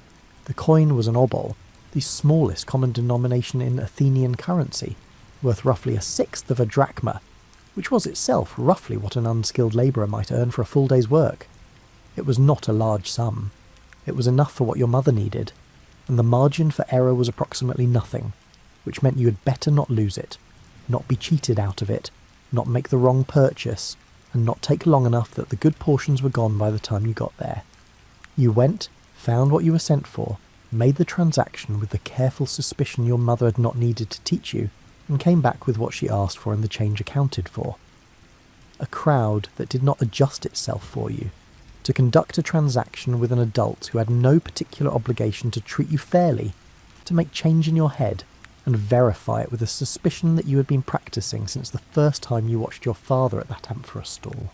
It required you to hold the coin the entire way without losing it, which meant it was in your fist the whole walk there, leaving a small circular impression in your palm that had faded by the time you got home. Your mother took what you brought her, checked it, and went back to whatever she'd been doing. This was approval. The work got heavier as you got older, in the most literal sense.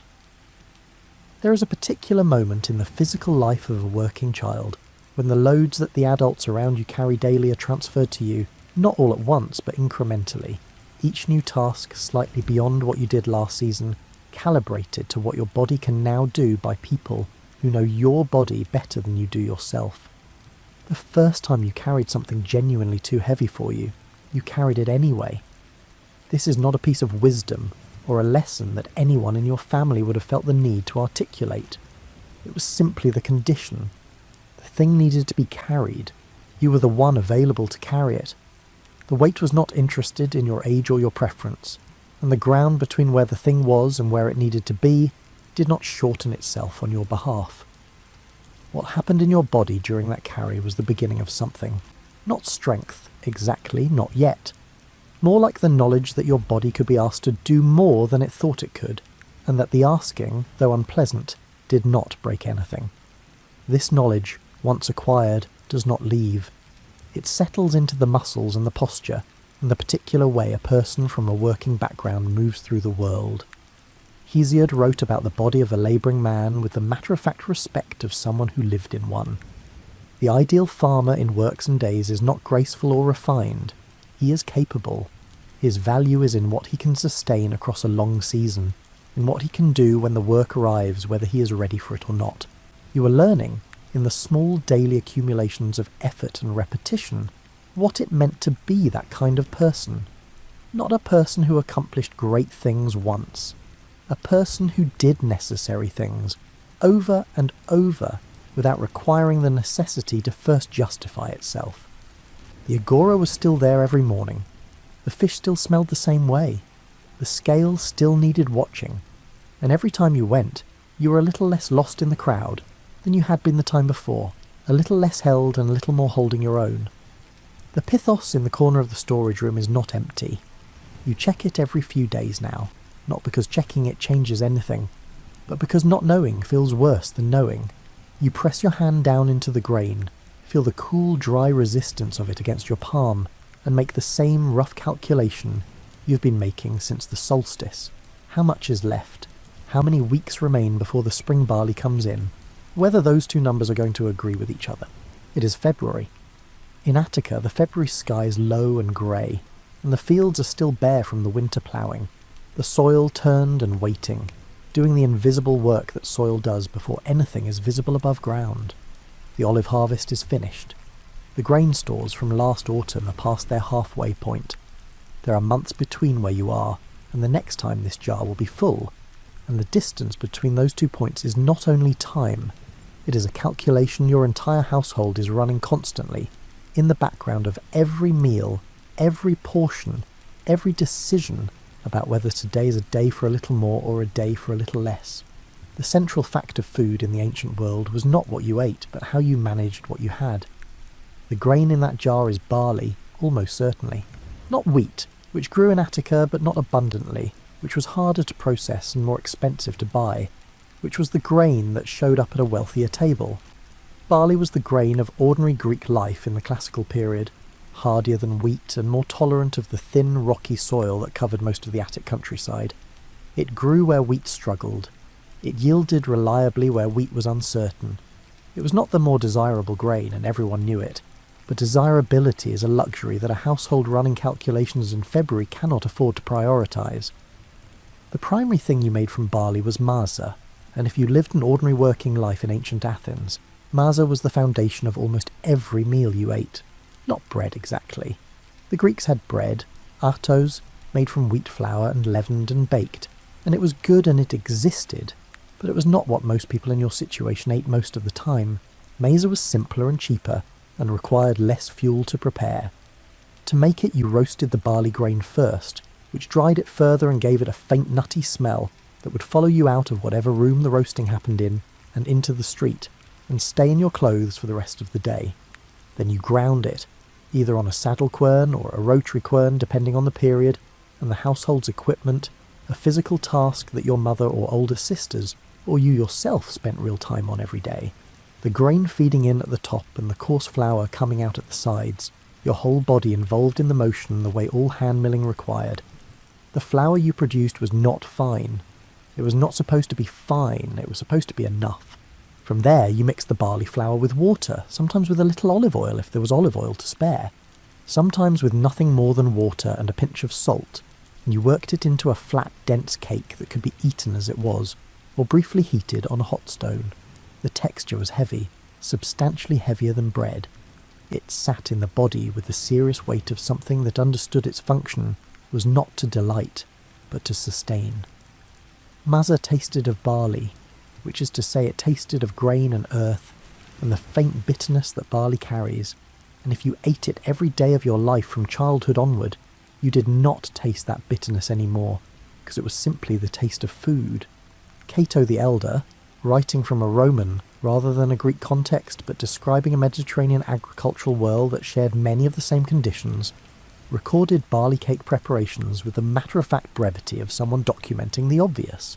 Hesiod does not describe masa directly, but his entire framing of the farming life assumes it.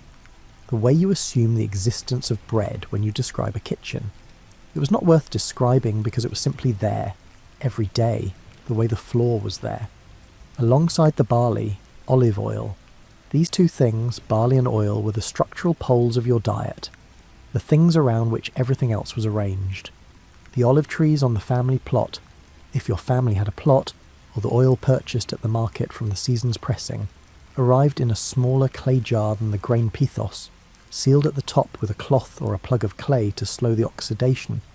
You used it carefully, not sparingly in the way that suggests rationing as a conscious choice, but sparingly in the way that suggests oil was understood to be finite, and the jar was understood to be the whole of what there was until the next pressing, or the next market day.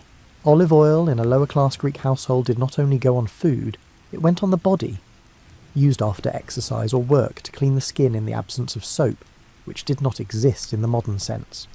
Burned in lamps for light, though the cheap oil used for lamps was lower quality than the oil used for cooking, cloudier and stronger smelling, the kind that left a faint haze in a room after an evening's burning. The same substance serving 3 distinct household functions meant that the jar's contents were always being drawn from in multiple directions, which meant the calculation of how much was left was slightly more complicated than it appeared. The olives themselves, not just the oil, were a regular presence at the table. Cured in brine or in dry salt, they were among the most reliable of the everyday accompaniments to Marza, the thing you ate alongside the barley cake that gave the meal something to taste. They were salty and dense and slightly bitter in the way that cured things are, and they kept well, which in a world without refrigeration was a quality worth more than any refinement of flavour. You ate them with your fingers from a shared bowl, the way the whole family ate everything, from shared vessels, the meal being a collective act rather than a sequence of individual portions. What else was on the table depended heavily on the time of year, on what the family had managed to store, and on what was affordable at the market on any given week. Dried figs appeared often. Figs grew throughout Attica, and were dried in the summer sun in quantity, pressed into dense blocks that lasted through the winter, and provided a sweetness that was otherwise largely absent from the daily diet. The sweetness of a dried fig is concentrated and serious. Not the airy sweetness of honey, but something darker and more insistent, the fruit's sugar intensified by the removal of the water that originally carried it. You ate them as part of a meal, or between meals, or instead of a meal if the meal was not available. Aristophanes mentions figs often enough in his comedies that you understand they were part of the texture of ordinary Athenian life, the way bread is part of the texture of ordinary life almost anywhere. Background, essential, unremarkable until they are gone. Legumes were the other pillar. Dried lentils, chickpeas, dried fava beans, stored in the smaller jars in the back of the storage room, cooked slowly with water and sometimes onion and sometimes a little oil into a thick paste or soup that was hot and filling and cheap to produce. Lentil soup in particular appears throughout ancient sources as a standard food of ordinary people, associated so consistently with modest circumstances that the word for it became shorthand for frugality in several ancient writers. You ate it without embarrassment because embarrassment requires a comparison, and the comparison was not present at your table. It was just dinner. Fish arrived when it could. Athens was close enough to the sea and to the Piraeus fishing trade that fish were available at the agora, but fresh fish spoiled quickly, and the better cuts went to people who could pay for them first. What reached a table like yours was more likely to be salted fish, dried and preserved, the ancient Mediterranean equivalent of a shelf-stable protein, intensely salty and needing to be soaked before cooking. It was not luxurious, it was useful, which was the same thing under the circumstances. Meat was occasional. At festivals, when animals were sacrificed and the meat distributed, your family ate it. At other times, if a neighbour had slaughtered a goat or a pig and was selling portions, the decision of whether to buy some was a real decision, weighed against other things the money could do. Meat was not a daily expectation.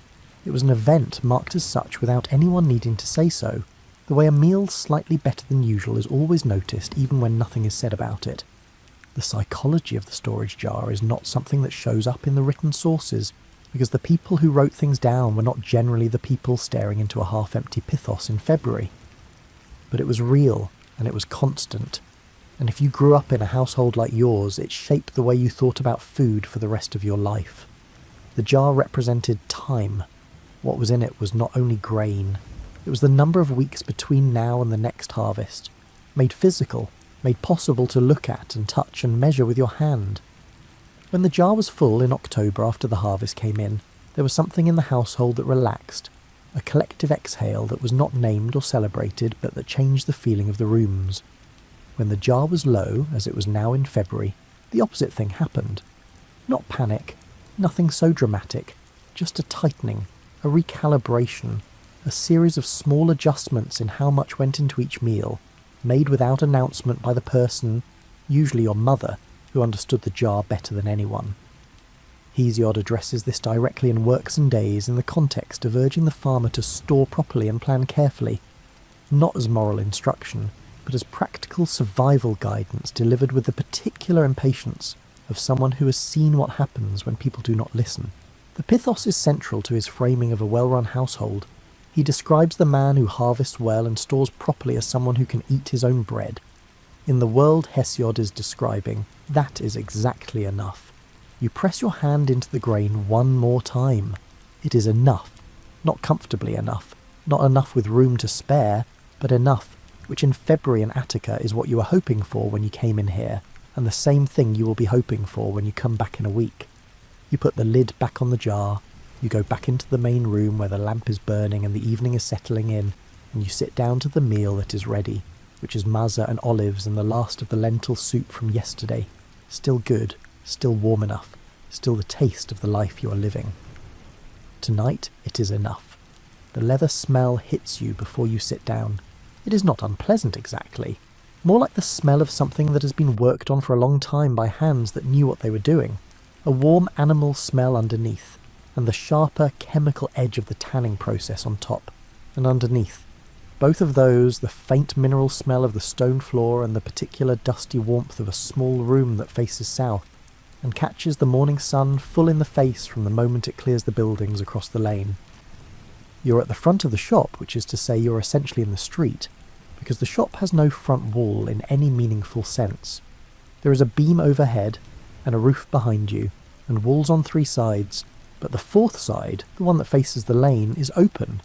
The work happens here, in this borderland between inside and outside, where the light is best and where the passing trade can see what you're doing and stop if they need what you make.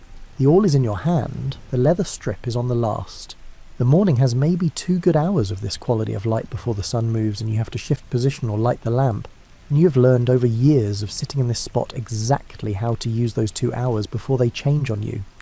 The lane outside is already moving.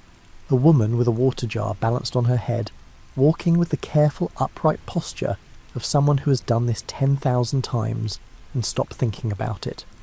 2 men arguing in the unhurried way that suggests neither of them is actually in a hurry. A boy running with the specific purposeful speed of someone carrying a message, already gone before you can see where he came from. The city moves past the open front of your shop the way a river moves past a fixed stone continuously, without acknowledgement, and you are part of it and apart from it at the same time.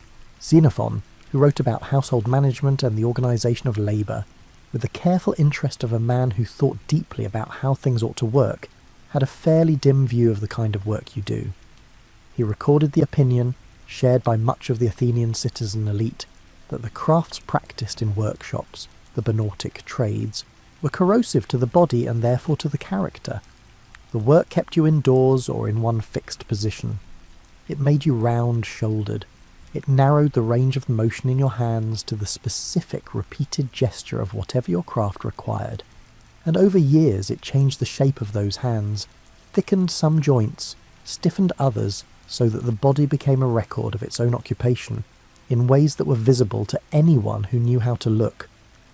You look at your hands now, mid-morning, while the leather is soaking in water to make it pliable. Xenophon was not entirely wrong. Your hands do not look like the hands of a man who spends his days in the gymnasium or the wrestling ground. The knuckle on your right index finger is larger than it should be, from years of gripping the awl. The skin on your palms is not rough in the general way of outdoor workers, but rough in specific places. The ridge at the base of each finger, the heel of the thumb, a hardness that maps exactly to the grip required by the tools of your trade. What Xenophon did not write, because it was not the kind of thing a man of his background would have thought to note, was what the work felt like from the inside. The satisfaction of a piece of leather cut cleanly along a line you drew by eye. The particular pleasure of a sole fitted well. the upper attached without puckering, the whole object functional and balanced in a way that required judgment to achieve, and that could not be faked.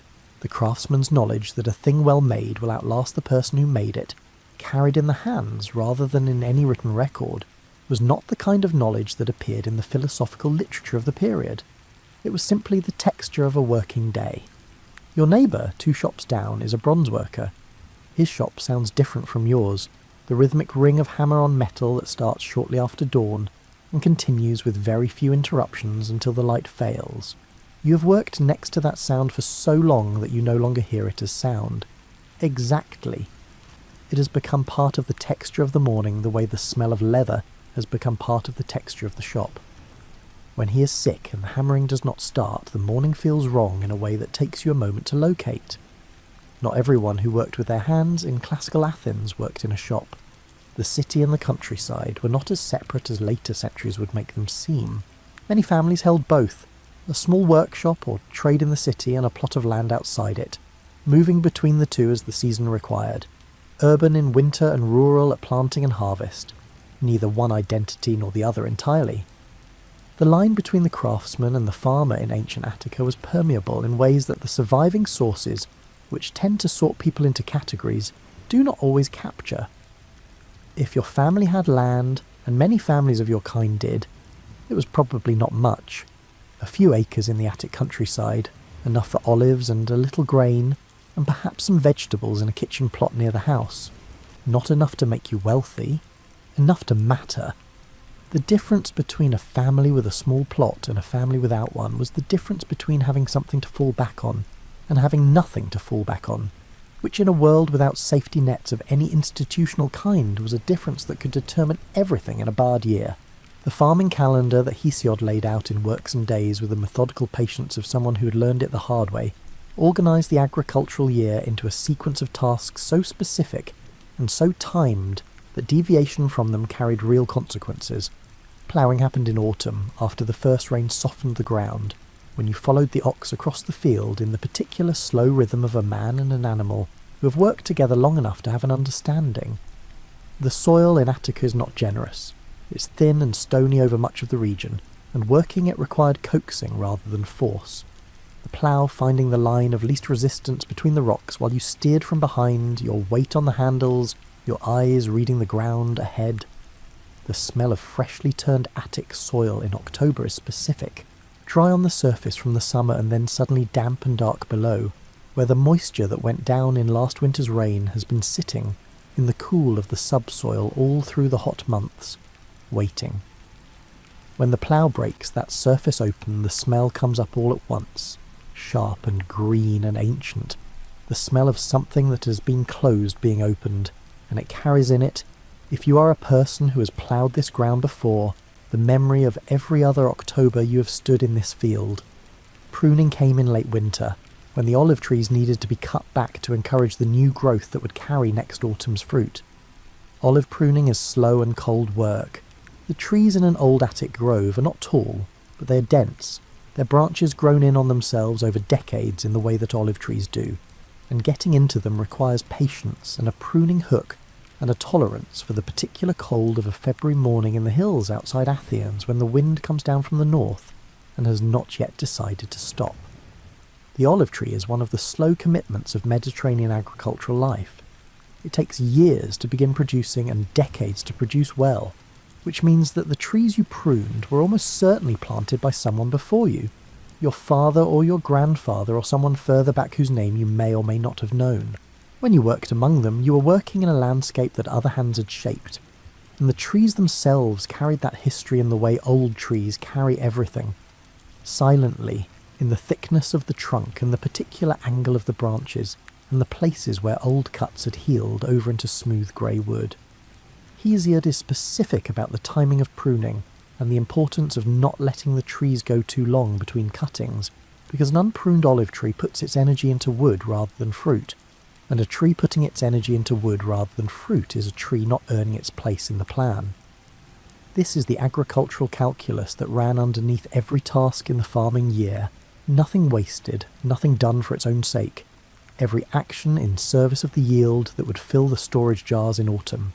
The harvest itself, when it came in October, was the one moment in the farming year that felt like a resolution. Not a celebration exactly, nothing so organised as that, but a collective release of the tension that had been building since the previous harvest. The years-long question about whether the land had done enough finally answered. You pick the olives by hand or knock them from the branches with long poles onto cloth spread beneath the trees, working from first light until the light failed, your arms aching by mid-morning and aching differently by afternoon, the soreness shifting as different muscles took over from the ones that had given up complaining. What you carried home from that harvest, and what went into the press, and what came out of the press, as oil, and how much of that oil was yours and how much went to whatever obligations the land carried, determined the shape of the coming year in ways that nothing else could adjust for.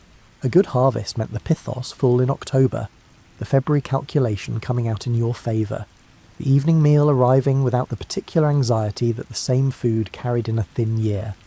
In winter you were mostly in the shop, the days too short and too cold for much outdoor work, the leather filling the hours when the fields asked nothing of you. In spring and summer and autumn the balance shifted, the land making its demands in the sequence Hesiod described, the all set aside for the pruning hook, the shop quiet while the harvest happened and resumed when the harvest was done. You moved between these versions of your working life the way you moved between the rooms of your house, without thinking of the movement as a transition. The year turned and the land turned with it, and you turned with both of them, as you always had. The leather smell hits you before you sit down. It is not unpleasant exactly, more like the smell of something that has been worked on for a long time by hands that knew what they were doing, a warm animal smell underneath, and the sharper chemical edge of the tanning process on top, and underneath both of those the faint mineral smell of the stone floor and the particular dusty warmth of a small room that faces south and catches the morning sun full in the face from the moment it clears the buildings across the lane. You are at the front of the shop, which is to say you are essentially in the street, because the shop has no front wall in any meaningful sense. There is a beam overhead and a roof behind you, and walls on three sides, but the fourth side, the one that faces the lane, is open. The work happens here, in this borderland between inside and outside, where the light is best, and where the passing trade can see what you're doing and stop if they need what you make. The awl is in your hand, the leather strip is on the last. The morning has maybe 2 good hours of this quality of light before the sun moves and you have to shift position or light the lamp, and you have learned over years of sitting in this spot exactly how to use those 2 hours before they change on you. The lane outside is already moving. A woman with a water jar balanced on her head, walking with the careful upright posture of someone who has done this 10,000 times and stopped thinking about it. 2 men arguing in the unhurried way that suggests neither of them is actually in a hurry. A boy running with the specific purposeful speed of someone carrying a message, already gone before you can see where he came from. The city moves past the open front of your shop the way a river moves past a fixed stone, continuously without acknowledgement, and you are part of it and apart from it at the same time. Xenophon, who wrote about household management and the organisation of labour, with the careful interest of a man who thought deeply about how things ought to work, had a fairly dim view of the kind of work you do. He recorded the opinion, shared by much of the Athenian citizen elite, that the craft practised in workshops, the Benotic trades, were corrosive to the body, and therefore to the character. The work kept you indoors or in one fixed position. It made you round-shouldered. It narrowed the range of motion in your hands to the specific repeated gesture of whatever your craft required, and over years it changed the shape of those hands, thickened some joints, stiffened others, so that the body became a record of its own occupation in ways that were visible to anyone who knew how to look. You look at your hands now, mid-morning, while the leather is soaking in water to make it pliable. Xenophon was not entirely wrong. Your hands do not look like the hands of a man who spends his days in the gymnasium or the wrestling ground. The knuckle on your right index finger is larger than it should be from years of gripping the awl. The skin on your palms is not rough in the general way of outdoor workers, but rough in specific places. The ridge at the base of each finger, the heel of the thumb, a hardness that maps exactly to the grip required by the tools of your trade. What Xenophon did not write, because it was not the kind of thing a man of his background would have thought to note, was what the work felt like from the inside. The satisfaction of a piece of leather cut cleanly along a line you drew by eye. The particular pleasure of a sole fitted well, the upper attached without puckering, the whole object functional and balanced in a way that required judgment to achieve and that could not be faked. The craftsman's knowledge that a thing well made will outlast the person who made it, carried in the hands rather than in any written record, was not the kind of knowledge that appeared in the philosophical literature of the period. It was simply the texture of a working day. Your neighbour 2 shops down is a bronze worker. His shop sounds different from yours, the rhythmic ring of hammer on metal that starts shortly after dawn and continues with very few interruptions until the light fails. You have worked next to that sound for so long that you no longer hear it as sound exactly. It has become part of the texture of the morning, the way the smell of leather has become part of the texture of the shop. When he is sick and the hammering does not start, the morning feels wrong in a way that takes you a moment to locate. Not everyone who worked with their hands in classical Athens worked in a shop. The city and the countryside were not as separate as later centuries would make them seem. Many families held both, a small workshop or trade in the city and a plot of land outside it, moving between the two as the season required, urban in winter and rural at planting and harvest, neither one identity nor the other entirely. The line between the craftsman and the farmer in ancient Attica was permeable in ways that the surviving sources, which tend to sort people into categories, do not always capture. If your family had land, and many families of your kind did, it was probably not much. A few acres in the Attic countryside, enough for olives and a little grain, and perhaps some vegetables in a kitchen plot near the house. Not enough to make you wealthy, enough to matter. The difference between a family with a small plot and a family without one was the difference between having something to fall back on and having nothing to fall back on, which in a world without safety nets of any institutional kind was a difference that could determine everything in a bad year. The farming calendar that Hesiod laid out in works and days with the methodical patience of someone who had learned it the hard way, organised the agricultural year into a sequence of tasks so specific and so timed that deviation from them carried real consequences. Ploughing happened in autumn, after the first rain softened the ground when you followed the ox across the field, in the particular slow rhythm of a man and an animal who have worked together long enough to have an understanding. The soil in Attica is not generous. It is thin and stony over much of the region, and working it required coaxing rather than force, the plough finding the line of least resistance between the rocks while you steered from behind, your weight on the handles, your eyes reading the ground ahead. The smell of freshly turned Attic soil in October is specific, dry on the surface from the summer and then suddenly damp and dark below, where the moisture that went down in last winter's rain has been sitting in the cool of the subsoil all through the hot months, waiting. When the plough breaks that surface open, the smell comes up all at once, sharp and green and ancient, the smell of something that has been closed being opened, and it carries in it. If you are a person who has ploughed this ground before, the memory of every other October you have stood in this field. Pruning came in late winter, when the olive trees needed to be cut back to encourage the new growth that would carry next autumn's fruit. Olive pruning is slow and cold work. The trees in an old Attic grove are not tall, but they are dense, their branches grown in on themselves over decades in the way that olive trees do, and getting into them requires patience and a pruning hook, and a tolerance for the particular cold of a February morning in the hills outside Athens when the wind comes down from the north and has not yet decided to stop. The olive tree is one of the slow commitments of Mediterranean agricultural life. It takes years to begin producing, and decades to produce well, which means that the trees you pruned were almost certainly planted by someone before you, your father or your grandfather or someone further back, whose name you may or may not have known. When you worked among them, you were working in a landscape that other hands had shaped, and the trees themselves carried that history in the way old trees carry everything silently, in the thickness of the trunk and the particular angle of the branches and the places where old cuts had healed over into smooth grey wood. Hesiod is specific about the timing of pruning and the importance of not letting the trees go too long between cuttings, because an unpruned olive tree puts its energy into wood rather than fruit, and a tree putting its energy into wood rather than fruit is a tree not earning its place in the plan. This is the agricultural calculus that ran underneath every task in the farming year. Nothing wasted, nothing done for its own sake. Every action in service of the yield that would fill the storage jars in autumn. The harvest itself, when it came in October, was the one moment in the farming year that felt like a resolution. Not a celebration exactly, nothing so organised as that, but a collective release of the tension that had been building since the previous harvest. The years-long question about whether the land had done enough finally answered. You pick the olives by hand or knock them from the branches with long poles onto cloth spread beneath the trees, working from first light until the light failed, your arms aching by mid-morning and aching differently by afternoon, the soreness shifting as different muscles took over from the ones that had given up complaining.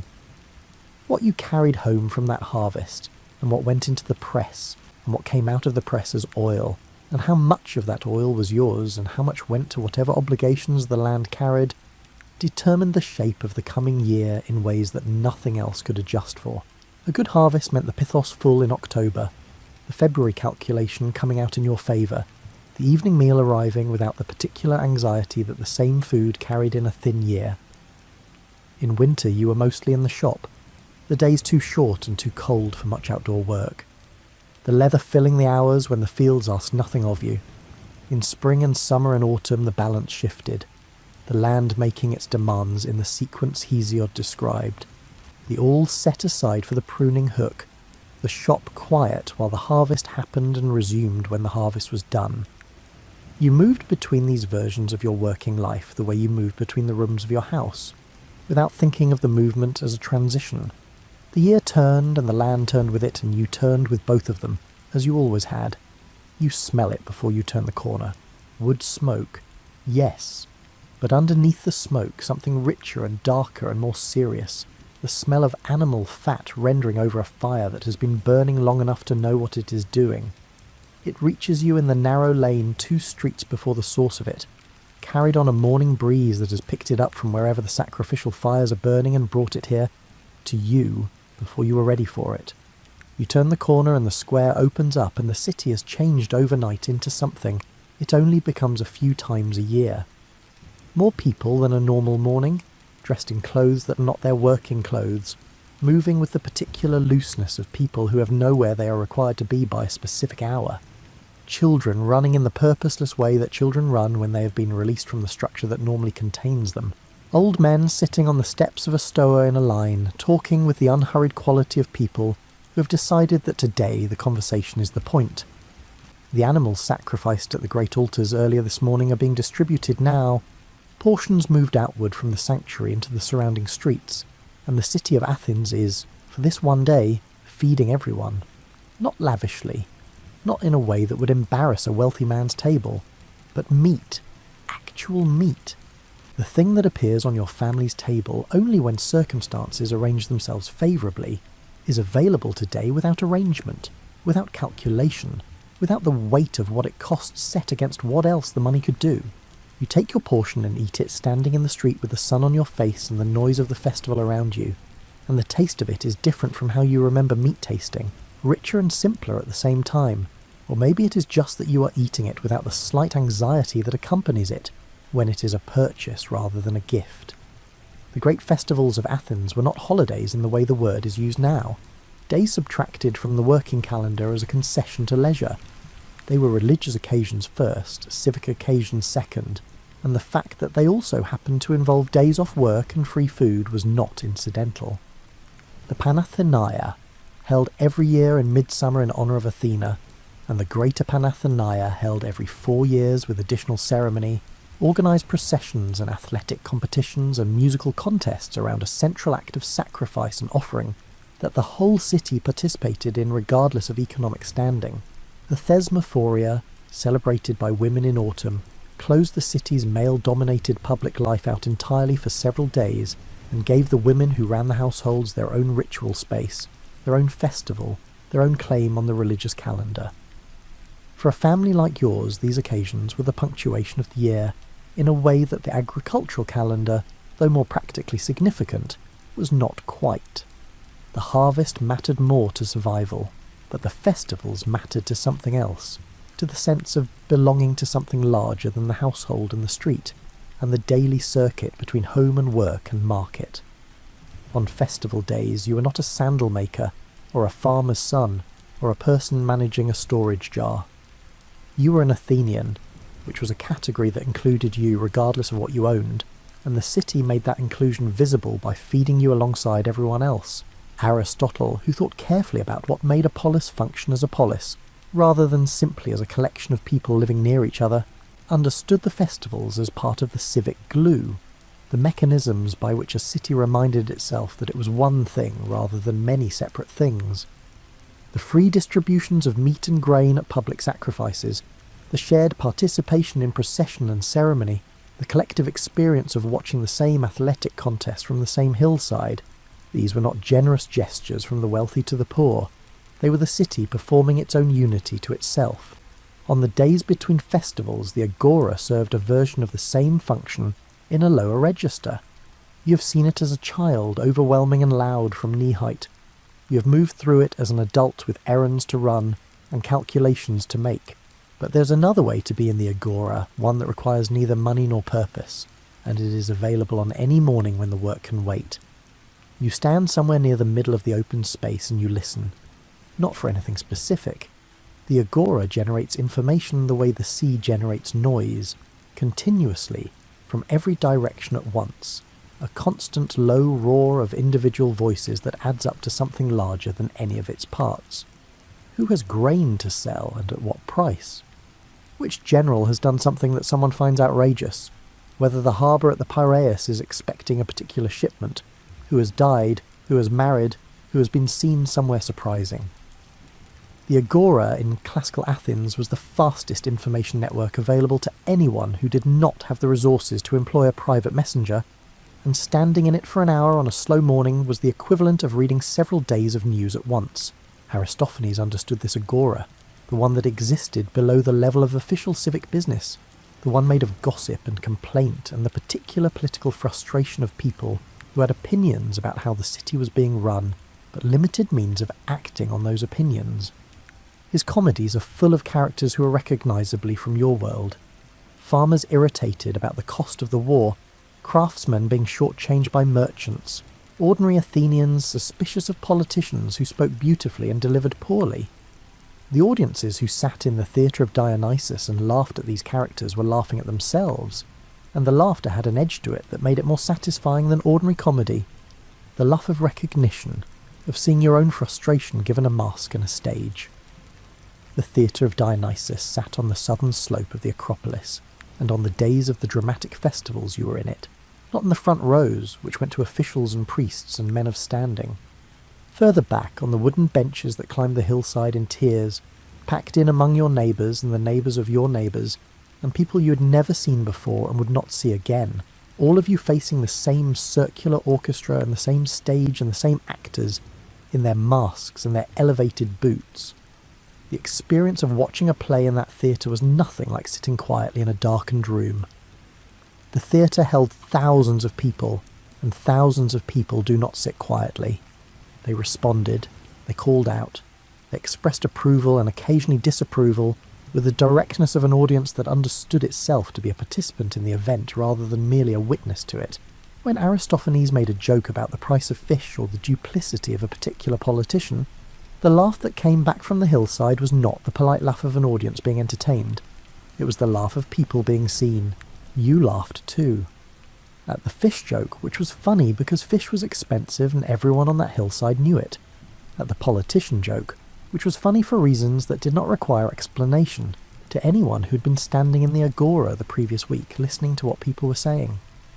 The comedy worked because it was made of the materials of your actual life, not elevated above them or transformed into something more dignified, just your life, arranged slightly differently, given a mask and a stage and permission to say the things that were true but that you did not usually say out loud. After the play, the day was still open. The sun was still in the sky. The festival was still going. You were not tired yet in the way you would be tired by evening, and the city around you was still in its loosened state, the normal rules of hurry and purpose suspended for a few more hours. Someone nearby was selling something sweet, honeyed sesame. the smell of it reaching you before you decided whether you wanted it, and you stood there in the afternoon light outside the theatre, with the laughter still somewhere in your chest, and for a little while the calculation of what was in the storage jar could wait. These were the hours that did not fill the pithos, or finish the sandal, or turn the soil, the ones that left no mark on any seasonal accounting, and yet they were, in some way, that you could not have put into words and that no one in your life would have asked you to, the hours that made the other hours bearable. The city fed you today. The play made you laugh. The afternoon held nothing it required of you. Tomorrow the work would resume its ordinary weight. The lamp would go out and the loom would start and the lane outside the shop would fill again with its moving river of legs and errands and noise. The pithos would need checking. The leather would need cutting. The calendar would turn toward the next task in Hesiod's patient sequence, the one that had been waiting while you stood in the sun and ate your meat and laughed at the fish joke with a hillside full of people who already knew the punchline. Tonight the festival fires were still burning somewhere in the direction of the Acropolis, their light faint against the darkening sky, and the city was still making the sound it made on days when it had given itself permission to be something other than serious. You walked home through streets that smelled of smoke and roasting, and the particular sweetness of a day that had asked very little and given more than expected. The joint in your right knee has its own weather system now. You know when rain is coming, not by looking at the sky, but by the particular quality of the ache that settles into the knee sometime in the hour before the clouds arrive. A deep and patient pressure that is not sharp enough to stop you, but present enough that you're never quite unaware of it. You have had this knee for 60 years or more. You have asked a great deal of it. It has kept its own record. The mornings are slower than they used to be, not because you have decided to move slowly. The decision was made for you by a body that has strong opinions about pace now, opinions it did not feel the need to express when you were younger, and the mornings simply began without negotiation. You sit at the edge of the pallet for a moment before standing. You let the night's stiffness work itself out before you ask the day's first thing of your legs. The work is different now, of a body that has learned, across 60 years or more of winters, exactly what it can and cannot be asked to do before it has had time to remember what it is for. The work is different now, not gone, because work does not go, not in a household like yours, not while there are hands that can still do something useful, but its character has changed. The heavy carrying falls to younger people, the field work at harvest, the long days behind the plough in autumn, those belong to your son now, or to whomever in the household has the back for them. What remains for you is the work that requires knowledge more than strength, the slower and more patient kinds of usefulness that a life of labour eventually produces in a person if they have been paying attention the whole time. Hesiod did not write a cheerful account of ageing. He was not that kind of writer. In Works and Days he describes the last of the 5 ages of man, the Iron Age, the one he himself inhabited and the one you inhabit now, as a time of labour and sorrow in which the good is always mixed with the difficult, and the difficult is always present. He does not dress this up. He does not suggest that the difficulty will resolve, or that the good will eventually outweigh it. He simply describes the shape of a mortal life with the patient accuracy of someone who has looked at it long enough to stop expecting it to be otherwise. There is something in that framing that settles, once you have lived long enough to receive it properly. The difficulty was not a mistake. It was not something that happened to you instead of the life you were supposed to have. It was the life. The jar running low in February, the knee that predicts rain, the mornings that require negotiation, the harvests that were not always enough, and the festivals that briefly made everything feel like more than it was. All of it was the life, the whole of it. Not the background against which the real story was happening, but the story itself. You know things now that you did not know when the work was new. You know which soil in the family plot drains quickly after rain, and which holds water too long. You know the particular angle at which the pruning hook needs to meet an olive branch to make a clean cut rather than a tearing one. You know, from decades of watching the agora's price fluctuations, roughly what grain will cost in spring based on what it cost the previous autumn, and how the harvest looked in the fields around the city. This knowledge has no place to be written down. It lives in you, and its destination, if it has one, is the person in your household who is young enough to still be learning and paying attention enough to receive it. Your grandchild is at an age where learning happens sideways, not from instruction, not from anything announced as a lesson, but from proximity, from watching a pair of older hands do something often enough that the hands eventually want to try. You have not sat the child down and explained how to read soil, or how to hold a tool, or how to move through the agora without being short-changed. You have simply done these things in the child's presence, over and over, for long enough that the watching has become its own kind of knowing. From your mother's hands at the quernstone, from your father's posture behind the plough, from the old woman at the agora who sold herbs from a cloth on the ground and knew the price of everything without writing any of it down. None of them sat you down. All of them taught you. The knowledge moved person to person, hand to hand, not recorded but carried, alive in the people who held it and passed it forward. What you're passing forward is the knowledge of how to manage well on very little. Whether the grandchild remembered what you showed them last week about the soil near the eastern edge of the plot. The street outside is the street it has always been. Different people moving through it now, many of them born after you were already old in ways you did not recognise at the time. The fishmonger's stall is tended by someone younger than the person who tended it, when you were bringing your own children to the market. The voices through the walls at night are different voices, the arguments different arguments, but the tone of them is the same tone, tired and practical and occasionally lifted by something genuinely funny that comes through the mud brick as a sound rather than a word. You have watched this street from this doorway for longer than most of the people currently moving through it have been alive. The street will keep moving after you have stopped watching it. The lamp will be lit and the loom will start and the pithos will be checked and the barley will be ground before dawn by hands that are not yours anymore, and the household will go forward the way households go forward, by the same daily acts repeated by different people in the same small rooms. The afternoon sun is on the doorway now. It reaches the threshold in a particular way at this hour, low enough to come under the overhang and fall across the packed earth of the floor just inside the door, a warm rectangle of light that moves slowly across the afternoon, and that you have watched move across 1,000 afternoons without ever finding it less worth watching. You're sitting in it, not doing anything. The work that needed doing today has been done or has been left, and either way the afternoon has arrived at the hour when it asks nothing of you, and you have arrived at the age when the hour that asks nothing of you is not a gap in the day but the thing itself. The street goes by. A woman with a water jar, walking with the careful upright posture of someone who's done this 10,000 times. Two men talking with the unhurried quality of people who are not in a hurry.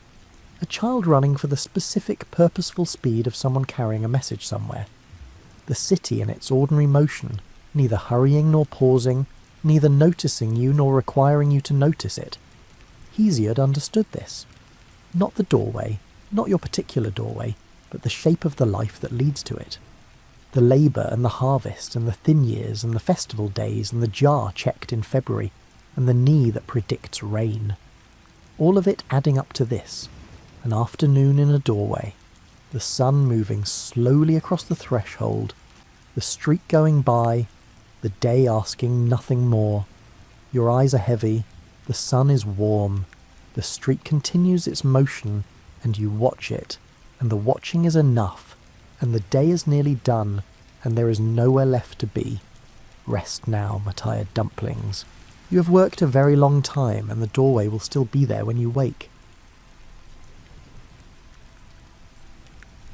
Picture England in the early 1500s, and try to forget everything you think you know about it.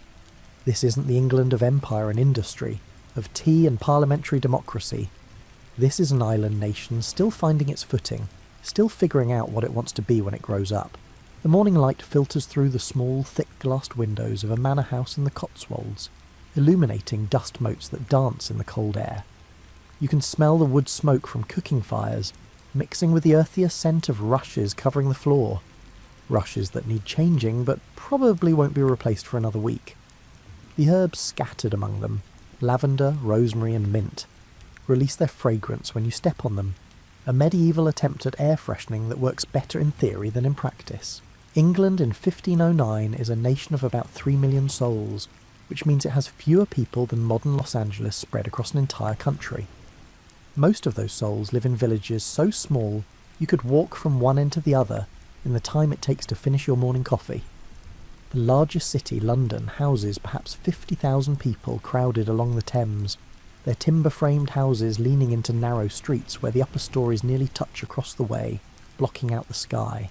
The rhythm of life follows the church bells that punctuate each day with their bronze voices. You wake to the sound of prime, the first morning prayer, and move through your day guided by terce, sext, nun, vespers, and finally complin as darkness falls. The bells aren't just timekeepers, they're the heartbeat of a society where the church isn't separate from daily life, but woven into every aspect of it, like threads in the very fabric you wear. And what fabric it is! If you're wealthy enough, you might own woolen cloth in deep reds or blues, colours that cost more than a labourer earns in months. The wool itself tells a story. England's economy runs on sheep, those placid creatures grazing on every available hillside, their fleece transformed in workshops and sold across Europe. When you wear wool in Tudor England, you're wearing the nation's primary export, its economic engine, and its claim to international relevance. The Catholic Church dominates the landscape both literally and figuratively. Parish churches anchor every community, their stone towers rising above thatched cottages like parents watching over children. Monasteries and abbeys dot the countryside. There are nearly 900 religious houses in England, home to perhaps 10,000 monks, nuns and friars. These aren't just places of prayer, they're hospitals, schools, hostels for travellers, and landlords controlling vast estates. The abbey at Glastonbury owns land in several counties. The monastery at Westminster practically is a small town unto itself. Your relationship with the church isn't optional or occasional. It's as fundamental as breathing. You're born into it literally, with baptism washing away original sin within days of birth. You marry in it, the priest's blessing transforming a private arrangement into a public sacrament. You'll die in it, receiving last rites that determine your soul's destination. In between, you attend Mass regularly, confess your sins to a priest who knows all your neighbour's business too, pay your tithes, observe the fast days, and purchase indulgences to reduce time in purgatory. The Pope in Rome, that distant figure in his Vatican palace, holds more practical power over English daily life than you might imagine. He can annul marriages, legitimise children, and grant special dispensations for everything from eating meat on Friday to marrying your cousin. He appoints bishops who become major political figures. He can excommunicate anyone from king to peasant, which in this society means cutting them off from all social connection and condemning their soul to hell. It's a threat that carries real weight when everyone you know believes it absolutely, but there are grumbles. In the taverns, those dim, smoke-filled rooms where ale flows and inhibitions loosen, you might hear men complain about how much land the church owns while paying no taxes. You might hear merchants frustrated by religious restrictions on business practices. You might even hear whispers about church corruption, though no one speaks too loudly because heresy is a burning offence, literally. The political landscape is equally complex. England has a king, Henry VII, who won his crown by killing the previous king on a battlefield, and who spent his reign consolidating power and filling the treasury. Parliament exists, but it meets irregularly when the king needs money. Local administration happens through a patchwork of nobles, bishops, sheriffs, and justices of the peace, a system that works mostly because everyone's known everyone else's families for generations. England's place in the wider European world is complicated. It's not quite the backwater some continental scholars dismiss, but it's not a major power either. Spain and France are the real players, with their larger populations, stronger economies, and more assertive kings. The Holy Roman Empire sprawls across Central Europe, a complicated patchwork that makes England's administrative system look elegantly simple. The Italian city-states control trade and banking. England makes good wool and occasionally causes trouble when its kings remember they technically claim the French throne. Technology is beginning to stir. Printing presses are starting to appear, though books remain expensive and most people can't read anyway. Navigation techniques are improving, making longer sea voyages possible. Gunpowder is changing warfare, though knights in armour still ride to battle as if nothing has changed. It's a world caught between medieval traditions and something new trying to be born. In this England of 1509, no one imagines the transformation coming. The monasteries seem eternal, the Pope's authority unquestionable, and the rhythm of Catholic life as unchanging as the seasons. If you could tell an English villager that within 30 years their local abbey would be torn down, their Latin Mass replaced with English prayer, and their spiritual connection to Rome severed forever, they would think you mad.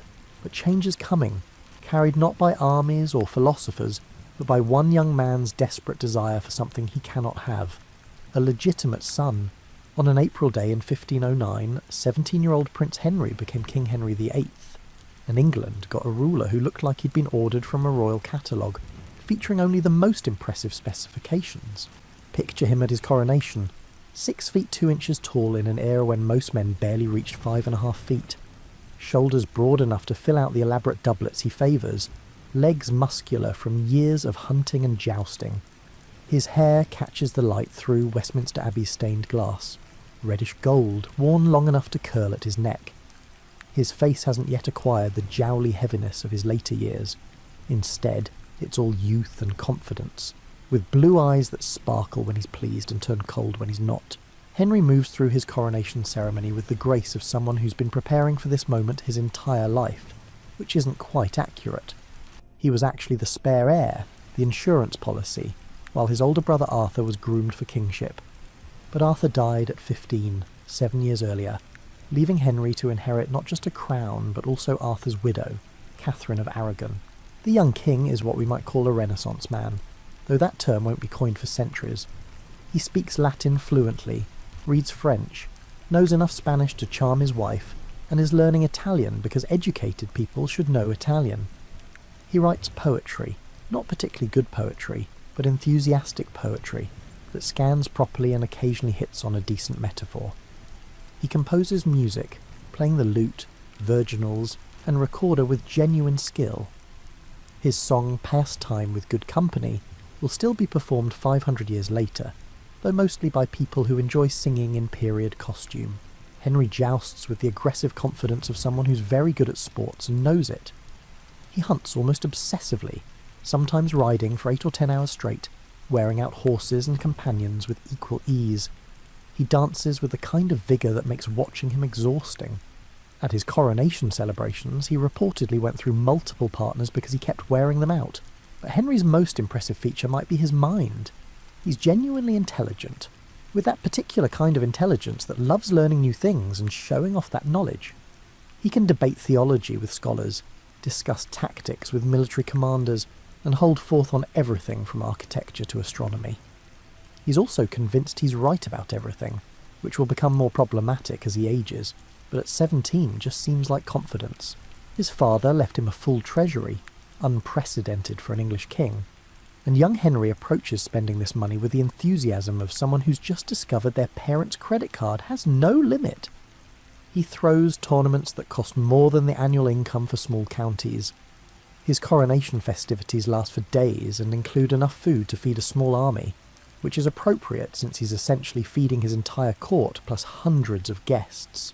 The new king's household is a world unto itself, a mobile village of hundreds of people who exist solely to maintain royal comfort and dignity.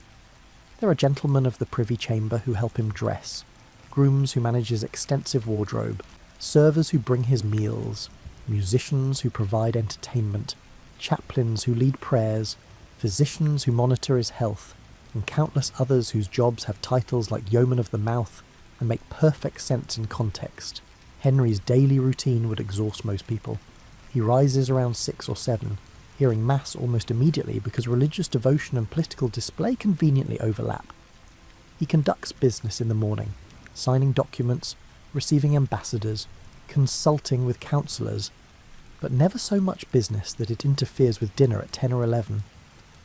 After dinner comes the real joy of his day: hunting, hawking, tennis, or jousting, depending on weather and mood. Supper arrives around 5 or 6, followed by entertainment, music, cards, dice, dancing, that can continue until midnight. His marriage to Catherine of Aragon seems initially quite successful. Catherine is 23 to Henry 17, which makes her practically an older woman in an era where most royal brides are teenagers. She's intelligent, educated, deeply religious, and genuinely seems to love her young husband. Henry appears equally devoted, calling her his true wife, and clearly enjoying her company. They're crowned together, rule together, and seem to share both affection and respect. Catherine comes from impressive stock. She's the daughter of Ferdinand and Isabella of Spain, the monarchs who completed the Reconquista and funded Columbus's voyage. Her upbringing emphasised education and piety in equal measure.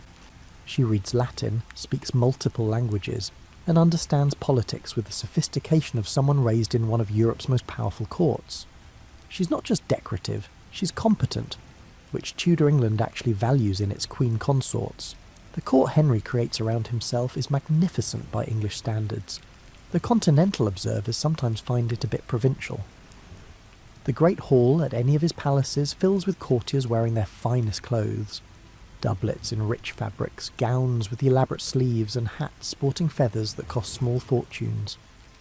The tables groan under roasted meats, pies, elaborate sugar sculptures, and wine from France and Spain. Musicians play from galleries while jesters and acrobats provide entertainment between courses. But beneath the magnificence, Henry's court is also a place of careful calculation. Every favour granted creates obligation. Every position filled affects the balance of power between competing noble families. Every smile or frown from the king can make or break careers. The men and women surrounding Henry are playing a complex game where the rules aren't written down but everyone knows them, and the penalty for mistakes can be severe. Henry's approach to kingship in these early years is energetic but not particularly focused. He wants to be a great king, certainly, but his understanding of greatness comes partly from medieval romance, and partly from his father's example. Great kings go to war, so Henry will go to war. Great kings are learned, so Henry will be learned. Great kings are pious, so Henry will be pious. It's kingship as performance, and Henry is a natural performer. His counsellors, particularly the brilliant Thomas Wolsey, who rises rapidly to become Lord Chancellor and Cardinal, handle most actual governance. Wolsey is everything Henry isn't. Low-born, detail-oriented, and willing to do the boring administrative work that keeps a kingdom functioning. He's also ambitious, clever, and completely devoted to managing Henry's affairs in ways that keep his royal master happy while accumulating power for himself. The relationship between Henry and Wolsey works because it satisfies both men's needs. Henry gets to play king, fighting wars, hosting tournaments, impressing foreign ambassadors, while Wolsey runs the country.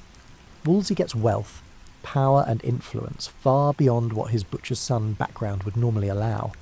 It's a partnership that will last for 2 decades and accomplish remarkable things until the moment it doesn't. In these early years, Henry occasionally mentions his desire for a son. Catherine becomes pregnant multiple times, but the babies don't survive. A stillborn daughter, a son who lives only weeks, and more heartbreak. This is common in the 16th century, when infant mortality claims at least a third of all babies, but it's particularly significant when you're trying to secure a dynasty. Still, Henry and Catherine are young. There's time. Everyone says there's time. Henry's England in these early years hums with optimism. The king is young, energetic, and generous. The treasury is full. The wars with France, while expensive and not particularly successful, at least make England feel important on the European stage. The monasteries continue their centuries-old routines. The parish churches anchor their communities. The Pope's authority remains unquestioned. Everything seems stable, permanent, and part of a natural order that will continue indefinitely. No one yet imagines that this golden young king, so devoted to his Spanish Catholic wife, will become the man who breaks England away from Rome. No one suspects that his desperate desire for a son will reshape English religion, politics, and daily life. The revolution is coming, but it approaches quietly, disguised as personal frustration rather than ideological conviction. As the 1520s unfold, you might notice subtle changes in how England's king speaks about authority and power. It's nothing dramatic at first, just a young man in his 30s growing more confident about his own judgment and less interested in deferring to others, even others wearing papal tiaras. Henry's theological education is impressive for a king. Most monarchs content themselves with attending mass and letting clergy handle the complicated stuff, but Henry actually reads theology. His library contains volumes by church fathers like Augustine and Jerome, medieval scholars like Thomas Aquinas, and contemporary humanists. He doesn't just read them, he makes notes in the margins, arguing with long-dead theologians as if they're sitting across from him at dinner. In 1521, Henry writes a book defending the 7 sacraments against Martin Luther's attacks. Yes, writes, not commissions, not takes credit for, but actually writes, complete with crossed-out sections and revisions that scholars will examine centuries later.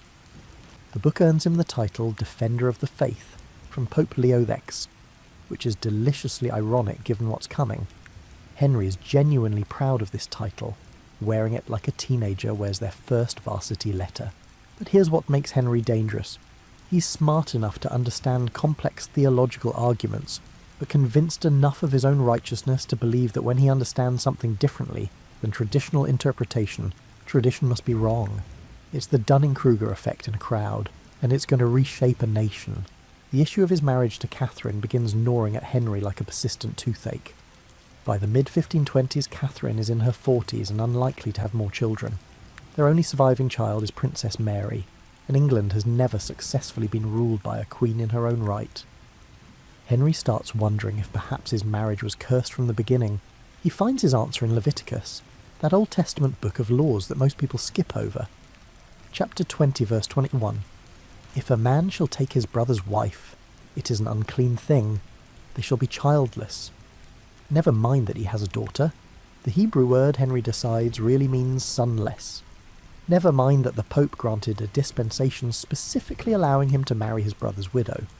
Henry has convinced himself that God is punishing him for violating divine law.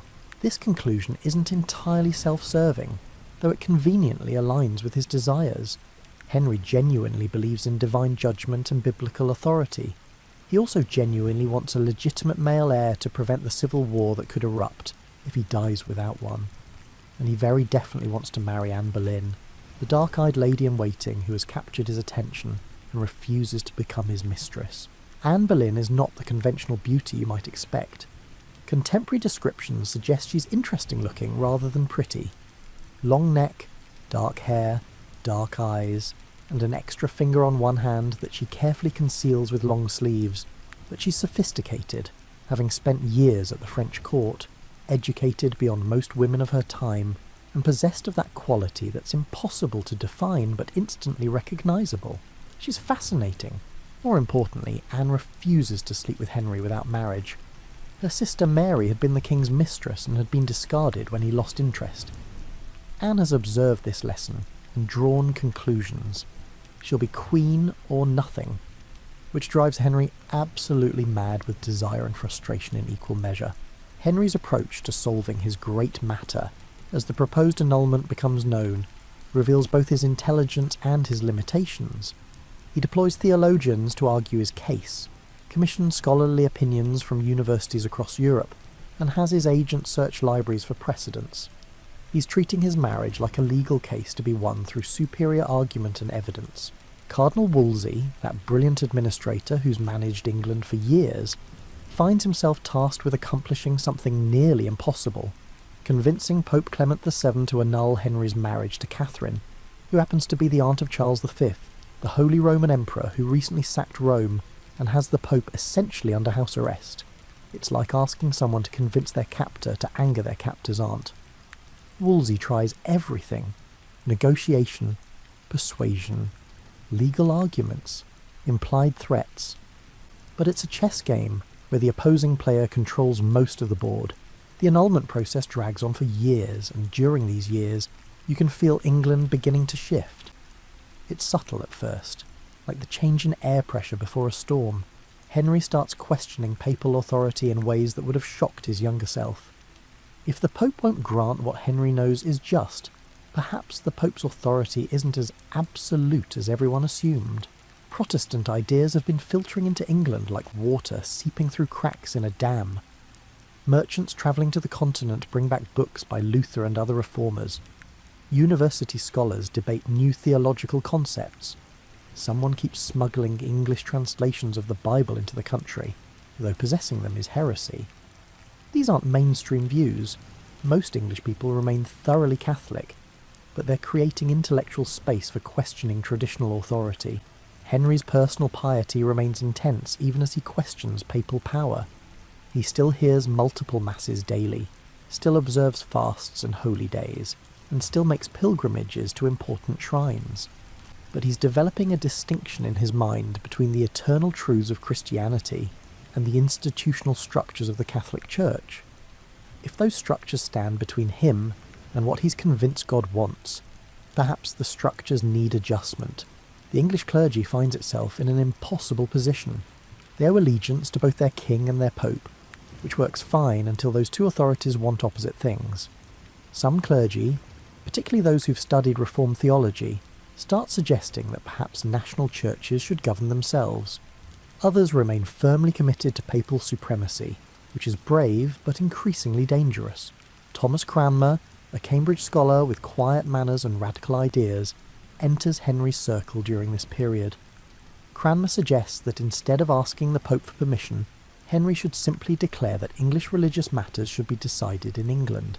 It's a revolutionary idea wrapped in reasonable-sounding language, and Henry loves it. Here's someone telling him that he's not rebelling against proper authority. He's claiming authority that was rightfully his all along. The break with Rome, when it comes, won't happen in a single dramatic moment. Instead, it will unfold across several years through a series of parliamentary acts and royal declarations, each one taking another step away from papal authority while claiming to restore ancient English liberties. It's revolution disguised as restoration, radical change presented as a return to proper order. But before the formal break, you can feel English society recalibrating. Conversations in taverns include speculation about the king's marriage. Sermons from pulpits begin carefully exploring questions about religious authority. Nobles calculate which side they should support. Families divided by religious conviction navigate increasingly awkward dinners. The foundations are shifting, though the building still looks solid from outside. Henry himself becomes more unpredictable during these years of frustration. He's in his 30s now, no longer the golden youth of his coronation. His leg, injured in a jousting accident, troubles him increasingly. His temper, always quick, becomes quicker. He's used to getting what he wants, and the continued resistance to his annulment offends him both politically and personally. He's the king. Shouldn't that mean something? The thing about Henry that makes him particularly dangerous as a religious revolutionary is that he doesn't think of himself as revolutionary. In his mind, he's defending proper order against papal overreach. He's claiming rights that English kings always possessed but previous generations failed to exercise. He's not breaking with Catholic doctrine. He's breaking with papal authority over England, which in his increasingly firm conviction are entirely different things. The transformation of England's religious life doesn't happen with trumpets and proclamations announcing that everything has changed. Instead, it arrives quietly, almost apologetically, disguised as administrative reform and legal clarification. In 1531, Henry has Parliament declare him Supreme Head of the Church of England, with the careful qualifier as far as the law of Christ allows, which is just vague enough to let everyone interpret it however they need to. Clergy who find this uncomfortable can focus on the qualifier. Reformers can focus on the main clause. Henry can present it as simple recognition of existing reality. The Act of Supremacy in 1534 removes the qualifier and makes it official. The king, not the Pope, is the supreme head of the Church in England. If you're a parish priest reading this proclamation to your congregation, you might notice the awkward silence that follows. Your parishioners aren't sure how to react. Nothing looks different. Same church building, same vestments, same Latin Mass. But somehow everything has changed. Thomas Cromwell, who has become Henry's chief minister after Wolsey's fall, approaches the transformation of England with the efficiency of a modern corporate restructurer. Where Wolsey was a cardinal first and an administrator second, Cromwell is purely practical, a blacksmith's son who understands that power comes not from noble birth or church office, but from controlling information and process. Cromwell sends commissioners across England to inventory church property, a process called the Valor Ecclesiasticus. Imagine teams of men with paper and pens visiting your local monastery, counting every candlestick, measuring every acre of land, and calculating every pound of income. They're creating a database of ecclesiastical wealth, though nobody uses that term yet. The monks and nuns watch this inventory process with growing unease, sensing that you don't count things this carefully unless you're planning to take them. The dissolution of the monasteries begins in 1536 with the smaller houses, those with annual incomes under $200.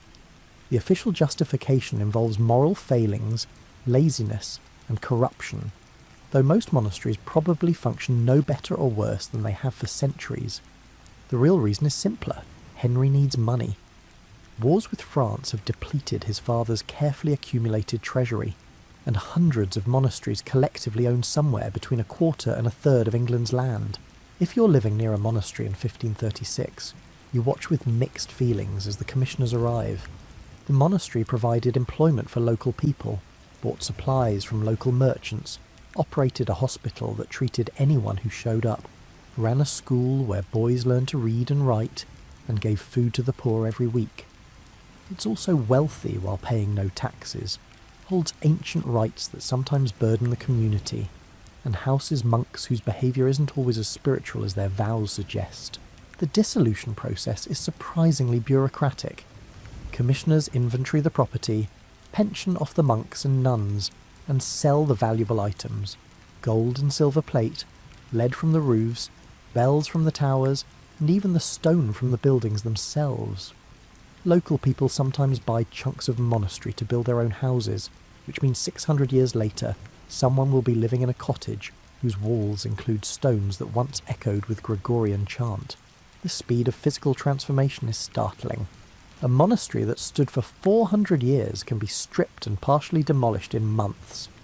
Visit the site a year later, and you'll find ruins open to the sky, ivy already beginning to reclaim walls, and locals using the old chapter house as a sheep pen. The destruction is so complete that people will later assume these ruins must be ancient. Surely nothing so recent could look so thoroughly lost, but the transformation goes deeper than dismantling buildings. The dissolution eliminates the entire monastic network that provided social services across England. Hospitals close, schools disappear, the regular distribution of food to the poor stops. Travellers lose their free accommodation. Monasteries that copied manuscripts and preserved learning are gone. It's like simultaneously shutting down hospitals, hotels, schools, libraries, and social welfare offices across an entire nation. Some communities resist. In northern England, the Pilgrimage of Grace brings together thousands of people, not just monks but farmers, merchants and local nobles, demanding restoration of the monasteries and the old ways. It's the largest popular uprising of Tudor England, and Henry handles it with his characteristic combination of promises and ruthlessness. He makes concessions, waits for the rebels to disperse, then arrests the leaders and executes them. By the time he's finished, nobody else wants to lead a rebellion. The larger monasteries fall between 1538 and 1540. Even the great houses like Glastonbury Abbey, that once seemed as permanent as the hills themselves. The dissolution transfers an enormous amount of property into royal hands, which Henry immediately begins selling or granting to loyal supporters. It's the largest redistribution of property in England since the Norman Conquest, and it creates a class of landowners whose wealth depends on the religious changes continuing. You can't go back to the old system without dispossessing thousands of newly wealthy families who now have strong interests in maintaining the new order. Religious practice itself changes more gradually. The Latin Mass continues in most parishes, looking and sounding almost identical to what it's always been. But small changes appear like cracks in familiar surfaces. Certain feast days are eliminated. Shrines to saints are dismantled and their treasures seized. Pilgrimages, once a standard part of religious life, are discouraged. The veneration of relics, those bits of bone and cloth supposedly from saints, is criticised as superstition. English Bibles begin appearing in churches, enormous volumes chained to lecterns so nobody can steal them. For people who can read, this is revolutionary. They can now check whether the priest's Latin sermon actually reflects what the text says. For people who can't read, which is most people, someone in the community usually can, and Bible reading becomes a communal activity as people gather to hear scripture in their own language. The theological changes are more subtle. Henry insists he's maintained Catholic doctrine even while rejecting papal authority. The 6 Articles of 1539 reaffirm traditional beliefs about transubstantiation, clerical celibacy, and confession. But the door has been opened to questioning, and once you start questioning one form of authority, it becomes harder to insist on unquestioning acceptance of others. Thomas Cranmer, now Archbishop of Canterbury, begins carefully, cautiously, pushing England toward more Protestant positions.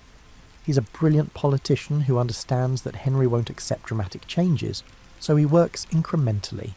A modification to the liturgy here, a revised prayer there, slowly shifting the service away from medieval Catholic practice towards something more reformed. The chantries come under scrutiny next. These are endowments for priests to say masses for the dead, based on the Catholic doctrine of purgatory. Wealthy people have for centuries left money to pay for prayers that will shorten their time in purgatory's purifying fires. If you question purgatory's existence, these endowments become pointless, and the property supporting them becomes available for other purposes, like funding the king's government. Daily life for ordinary English people becomes religiously confusing. Your grandparents taught you to pray to saints, to make pilgrimages, and to purchase indulgences. The old priest emphasised these practices as essential for salvation. The new priest says they're superstition. You're supposed to stop venerating relics, but continue believing in transubstantiation. You should read the Bible in English, but maintain traditional liturgy in Latin. It's like trying to follow rules that keep changing without anyone quite explaining the new system. The destruction of religious art represents a particularly visible loss. Parish churches contained centuries of accumulated beauty, painted walls showing biblical scenes, stained glass windows depicting saints, elaborate wooden screens carved by local craftsmen, and statues that children had always known. Commissioners order this art destroyed as idolatrous, and people watch as beauty accumulated over generations is whitewashed, smashed, or carted away. Something about this destruction feels wrong even to people who support reform. Must transformation require such comprehensive elimination of the past? The religious upheaval reshapes English daily life in ways both obvious and subtle, like water changing course and cutting new channels through a familiar landscape. Your morning still begins with bells, but fewer bells than before. The monastic hours that once punctuated each day with their bronze voices have fallen silent, leaving only parish church bells to mark the passing time. The absence is like missing teeth in a smile. You don't notice until you do, and then you can't stop noticing. The calendar itself has changed. Those feast days that once dotted the year like raisins in a pudding, giving breaks from labour and reasons for community celebration, have been drastically reduced.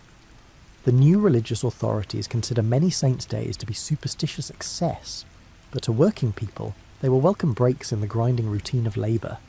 Fewer holy days means more work days, which pleases employers but not employees. Food culture shifts in unexpected ways. The Catholic Church required fasting on Fridays and during Lent. No meat, though fish was permitted.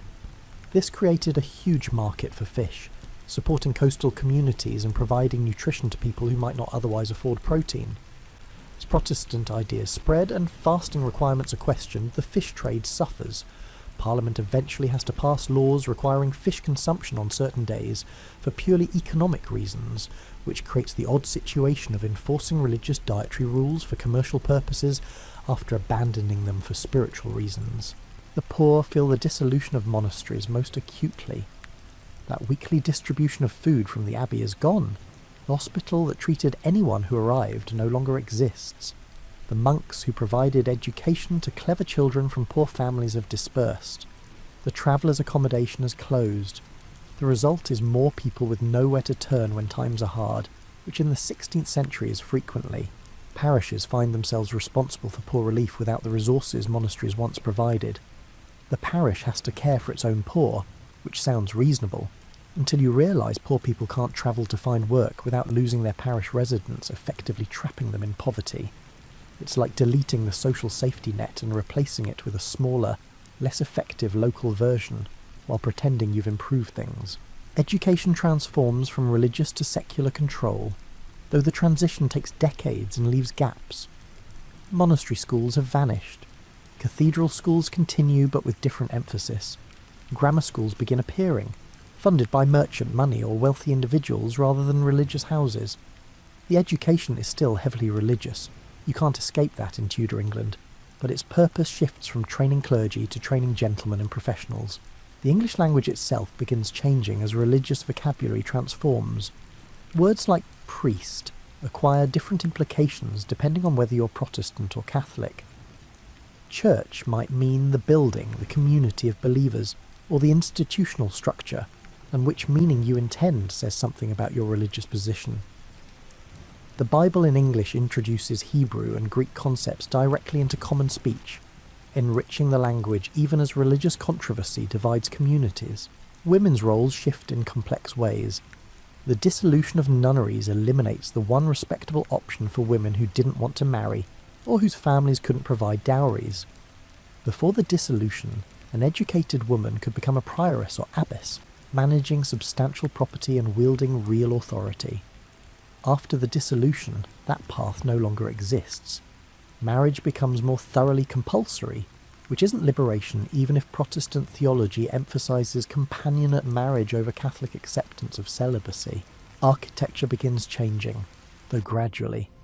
New houses built by families who bought monastery lands look different from medieval styles, more Renaissance influence, more classical proportions, and larger windows now that clear glass is becoming more available.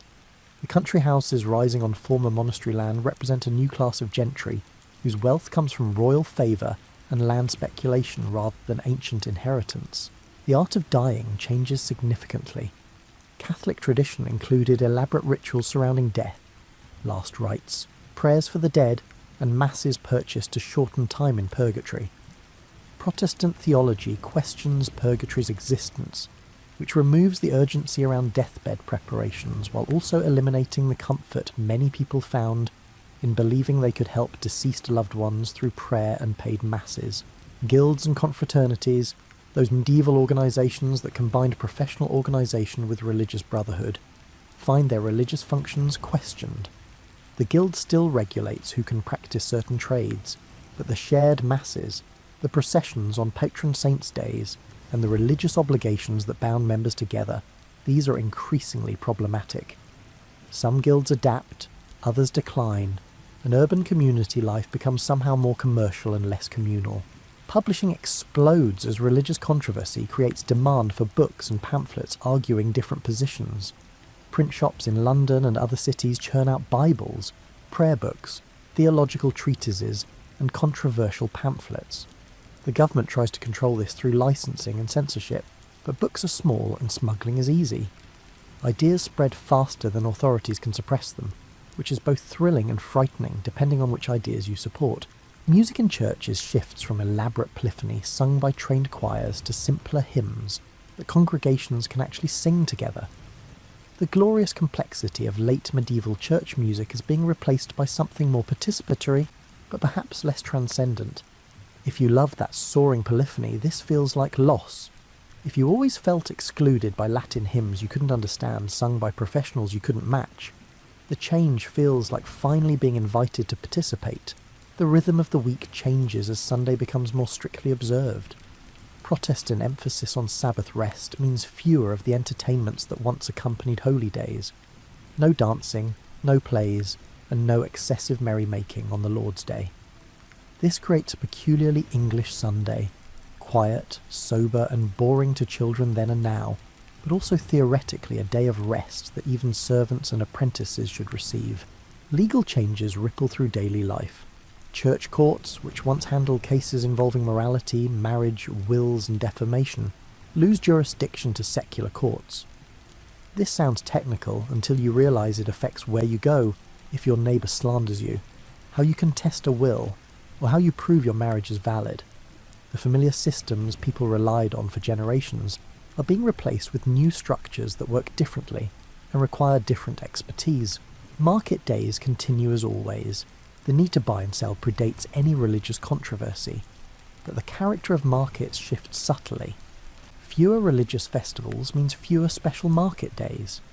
The dissolution of monasteries eliminates major institutional buyers of agricultural products. Former monastery land being converted to sheep pasture by new owners changes what's being produced. The invisible hand of the market is adjusting to religious upheaval in ways economists won't theorise about for centuries. Travel becomes simultaneously easier and harder. Easier because you no longer have to coordinate pilgrimages around the religious calendar or obtain permissions from church authorities. Harder because the network of monastic guest houses has vanished, leaving travellers dependent on commercial inns that cost money. The highways are more crowded with people seeking work after losing positions in dissolved religious houses, which makes roads both busier and potentially more dangerous. Family life absorbs these changes like a sponge absorbs water, gradually pervasively changing texture in the process. Parents who grew up in thoroughly Catholic England must raise children in this new, confused religious landscape. Do you teach your daughter to pray to the Virgin Mary as you were taught, or is that now a dangerous superstition? Do you tell your son about purgatory, or has that been definitively rejected? The answers depend on which priest is currently preaching, which faction is currently dominant, and how willing you are to risk being labelled either heretic or papist. The English language of religion is creating unexpected intimacy with Scripture. When you hear the Bible in Latin, it sounds sacred, mysterious, and authoritative. When you hear it in English, it sometimes sounds strange or even shocking. The Song of Solomon is quite explicit once you understand it. The prophet's complaints about Israel's unfaithfulness use metaphors that make sense but aren't exactly polite dinner conversation. Suddenly, Scripture is both more accessible and more difficult to explain to children. Neighbourliness grows complicated as religious divisions cut through communities. Your neighbour with whom you've lived peacefully for years turns out to hold different views about transubstantiation, which shouldn't matter except that it increasingly does. Do you associate with known Catholics at risk of being suspect yourself? Do you shun reformers even though you've known them since childhood? These aren't theoretical questions. They're the stuff of daily social navigation in a time when religious positions carry political consequences.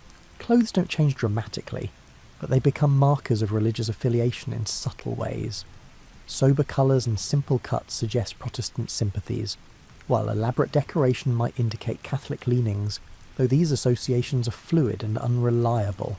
Looking too Catholic can be dangerous, but looking too Protestant can also attract negative attention. Fashion becomes a negotiation between personal preference and political prudence. Entertainment adapts to the new religious landscape.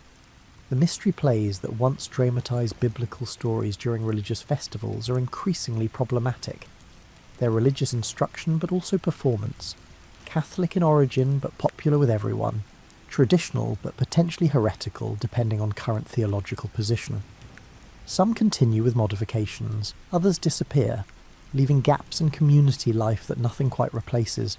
Furniture in homes gradually changes as Protestant theology emphasises word over image. That small altar in the corner where your grandmother kept candles and a picture of the Virgin becomes awkward. Do you remove it and risk offending older family members, or keep it and risk visits from officials checking for Catholic sympathies? Many families compromise. The altar is quietly dismantled, but the picture is kept in a drawer just in case. The pub, that essential English institution, becomes more important as church-centred community life diminishes.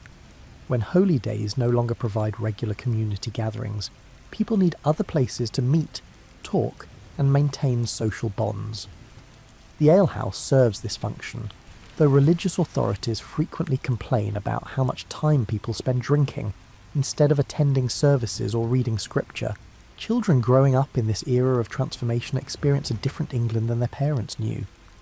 They learn English prayers instead of Latin ones, read English Bibles in church, and never know a world with monasteries. To them, the changes their parents describe sound like fairy tales about a lost world. They can't quite imagine what was lost because they've only known what replaced it. Seasonal rhythms shift as agricultural practice adapts to new land ownership patterns. The great monastic estates, once managed for long-term sustainability and community support, are being divided, sold, consolidated and managed for profit. Former common lands are being enclosed, and former monastery fields are being converted to more lucrative uses. The landscape itself is being reorganised according to economic logic, rather than traditional usage rights. Death, always a constant companion in the 16th century, becomes religiously uncertain. The elaborate Catholic funeral rites, the prayers, the paid masses, the belief that the living could help the dead, provided both comfort and structure for grief. Protestant theology offers different comfort.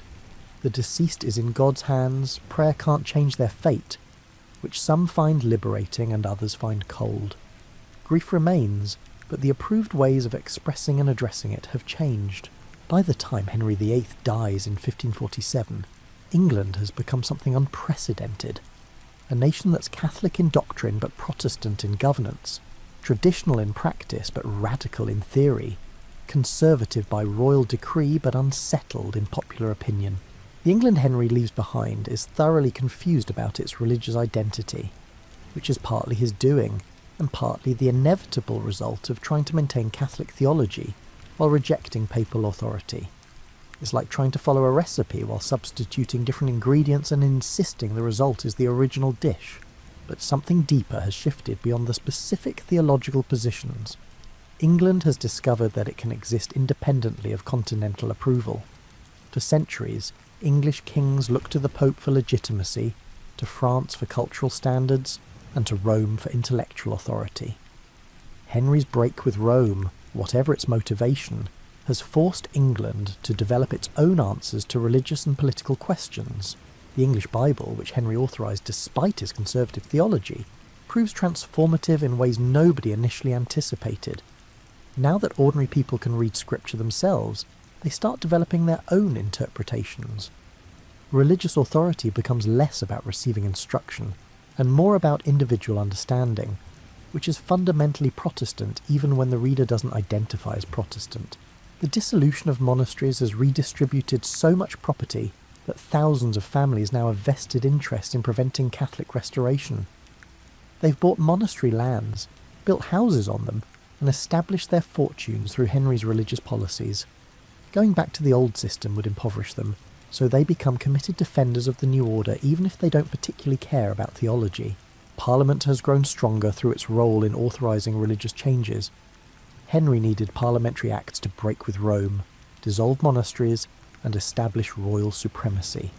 Each act increased Parliament's importance and set precedents for legislative authority over matters that were previously considered royal prerogative.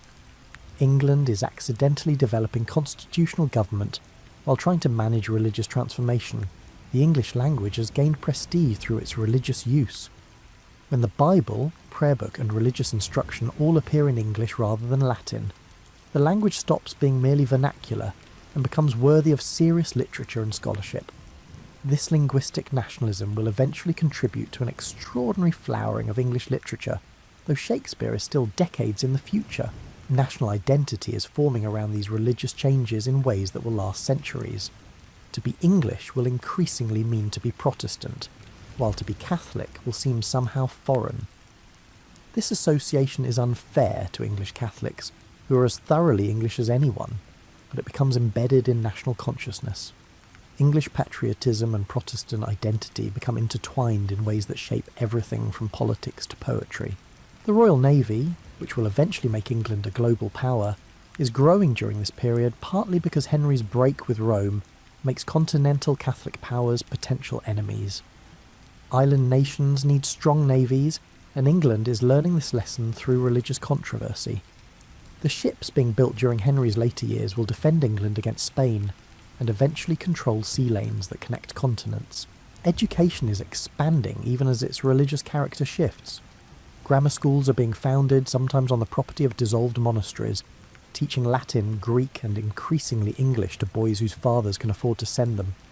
These schools will produce the next generation of administrators, clergy, lawyers, and writers who will run Elizabethan England and create its cultural achievements.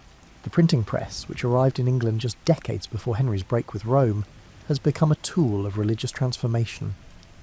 Every theological pamphlet, every English Bible, and every prayer book represents technology enabling religious change. In an era without electronic media, print is revolutionary, making ideas portable, permanent, and reproducible in ways that oral culture never allowed. English cooking loses some of its medieval complexity as fish days are reduced and spices become less essential for preserving meat. The elaborate cuisine of the late Middle Ages, with its emphasis on strong flavours and exotic ingredients, gradually gives way to something simpler, heartier, and more focused on the quality of basic ingredients. English food is developing its reputation for plainness, though whether this is progress is debatable. Architecture is creating a distinctly English style. that combines medieval Gothic traditions with Renaissance classical influences and Protestant simplicity. The great houses being built by Henry's courtiers and their successors will define English architectural taste for centuries. Those long galleries, those symmetrical facades, and those elaborate gardens designed for entertaining rather than monastic contemplation. Music is diverging from continental Catholic traditions while developing its own character. English composers are creating works that reflect the Protestant emphasis on text comprehension while maintaining the sophisticated musical tradition that England has always possessed. The music of Thomas Tallis and his contemporaries sounds distinctly English, in ways that earlier church music, based on continental models, did not. The concept of loyalty is being redefined. For centuries, English people owed allegiance to king, country and pope, in a hierarchy that usually didn't conflict. Henry's break with Rome forced a choice. When king and pope disagreed, which authority was supreme? England chose the king, establishing a pattern of national loyalty over religious obedience that will shape English identity through future centuries. Women's literacy is slowly increasing as Protestant emphasis on Bible reading extends to daughters as well as sons. If everyone should read scripture, then girls need education too, at least enough to read the Bible and prayer book. This isn't equality. Girls' education remains limited compared to boys, but it's a foundation that future generations will build upon. The merchant class is growing wealthier and more confident. The men who bought monastery lands, who trade with the continent, and who finance ventures to the Americas are developing economic power that will eventually translate into political influence. Tudor England is accidentally creating the conditions for capitalism while trying to solve religious controversies. Regional distinctions are becoming more pronounced as religious changes affect different areas unevenly. The North, more conservative and more attached to monasteries, resists changes that the South accepts more readily. Wales and Cornwall, with their distinct languages and cultures, experience religious transformation differently than England proper.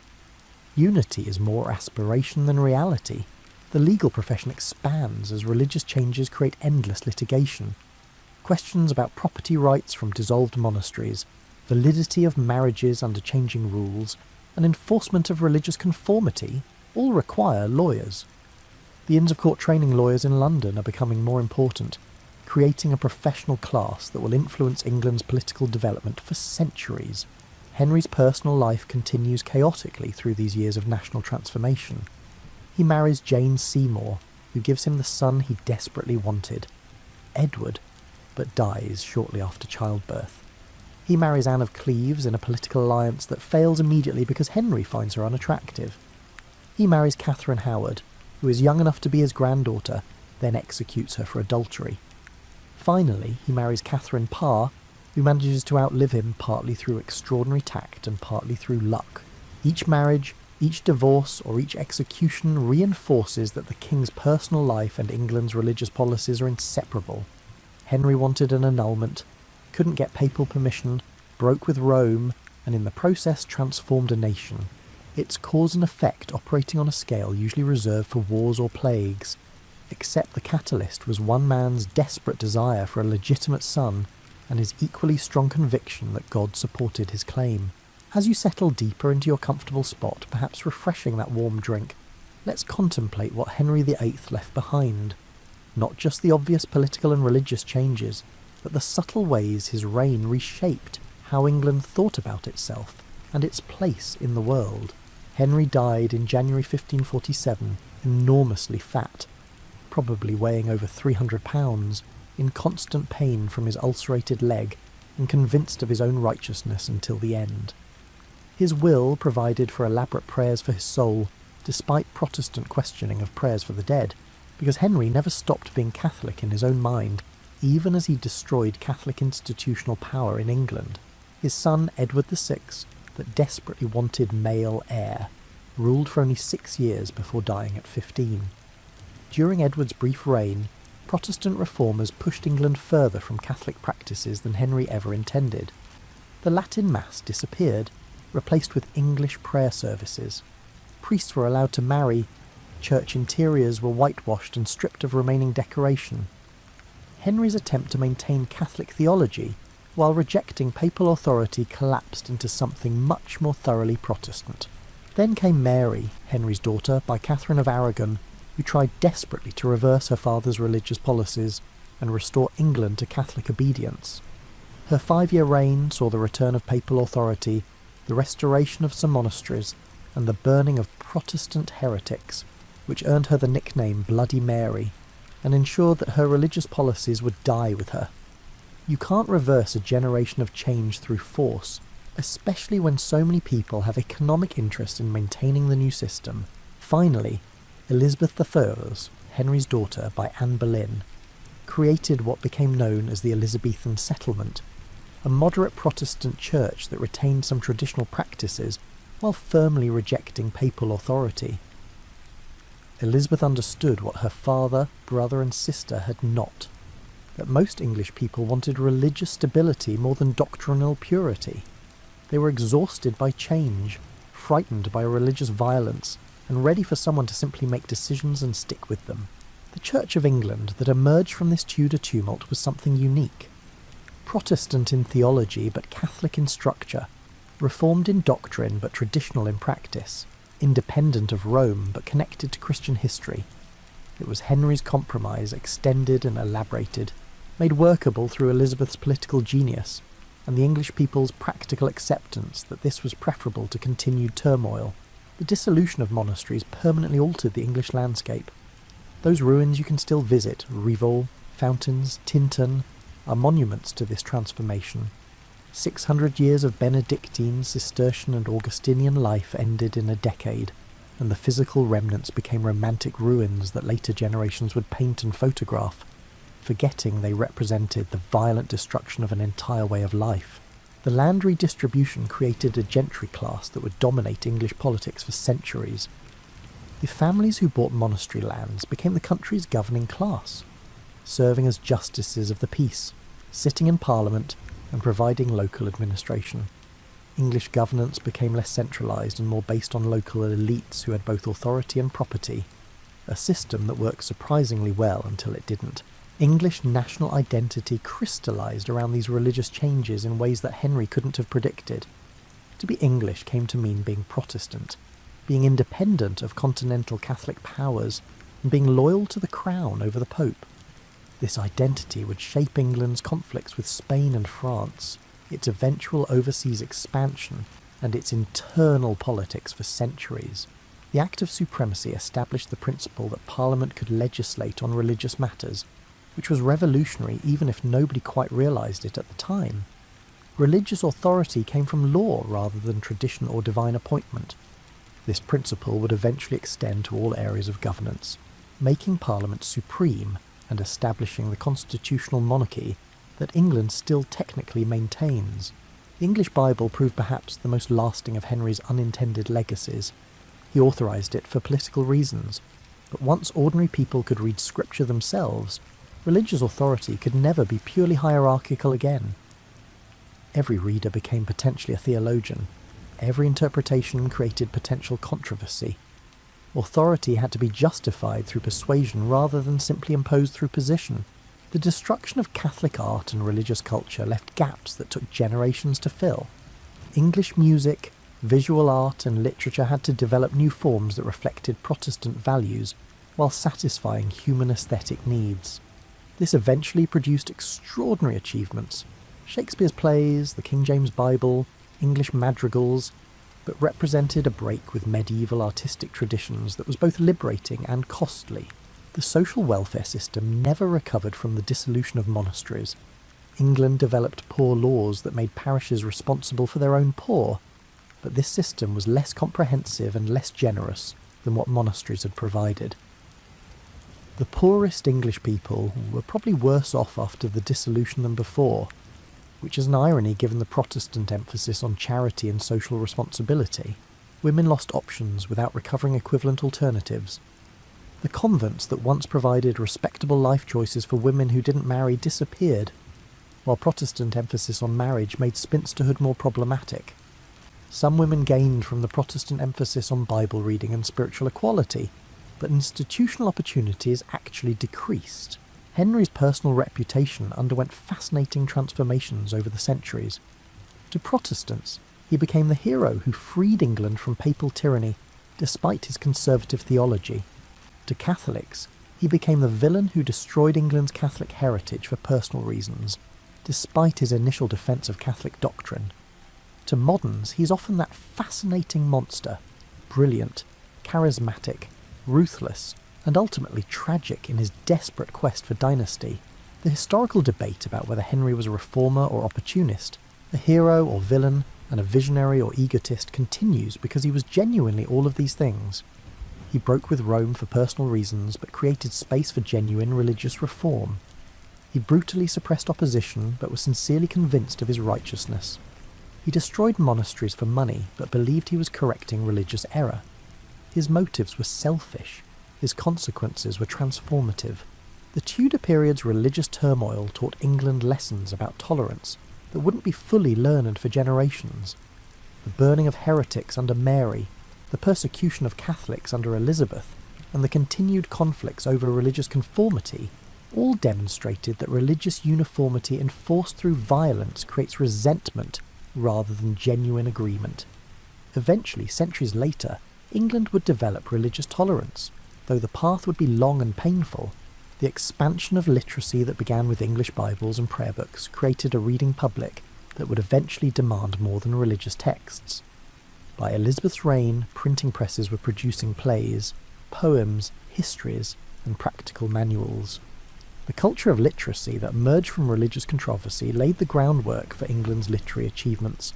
Architecture and landscape design reflecting Protestant values, simpler, more focused on function, less concerned with religious symbolism, created distinctly English aesthetic preferences.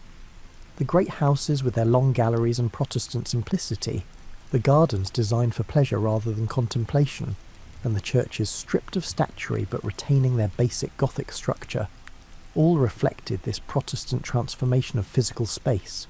The Royal Navy's development during and after Henry's reign, partly motivated by the need to defend Protestant England against Catholic powers, eventually made England a global power. The same religious controversies that destroyed monasteries and persecuted dissenters also built the ships that would defeat the Spanish Armada and eventually create a worldwide empire. Legal developments during Henry's reign, particularly Parliament's increased authority and the expansion of secular courts at the expense of church courts, laid foundations for English common law's development. The legal system that emerged from Tudor religious controversies would eventually be exported to England's colonies, influencing legal traditions across multiple continents. The scientific revolution that would flourish in 17th century England was partly enabled by Henry's religious changes. Once religious authority became questionable, all authority became potentially questionable. The habit of questioning established truths in religion transferred to questioning established truths in natural philosophy, creating intellectual space for scientific inquiry. As your warm drink cools and your eyes grow heavy, consider one final thought about Henry VIII and his transformation of England. The changes he initiated continued evolving long after his death, creating consequences he never imagined and solving problems he didn't know existed. The Church of England he created became the foundation for worldwide Anglican communion, spreading across continents as England expanded overseas. Churches from Nigeria to Australia to Canada trace their institutional ancestry to Henry's break with Rome, though they might emphasise Thomas Cranmer's theology over Henry's politics.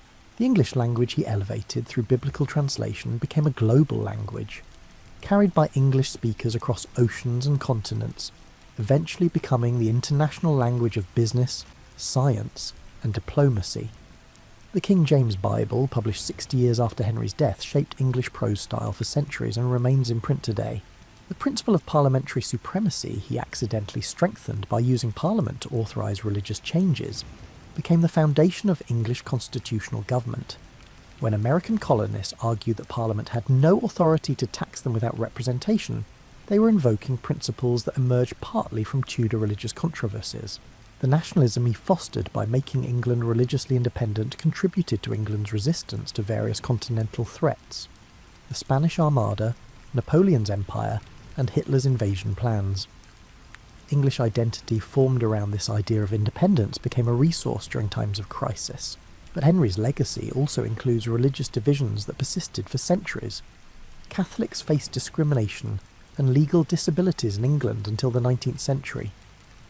The tensions between Protestant and Catholic in Northern Ireland trace partly to the Tudor transformation of religion. Religious strife that Henry's actions initiated killed thousands across multiple generations. The destruction of monasteries and religious art represents cultural loss that can never be fully calculated. We'll never hear the music that was lost, read the manuscripts that were burned, or see the art that was smashed.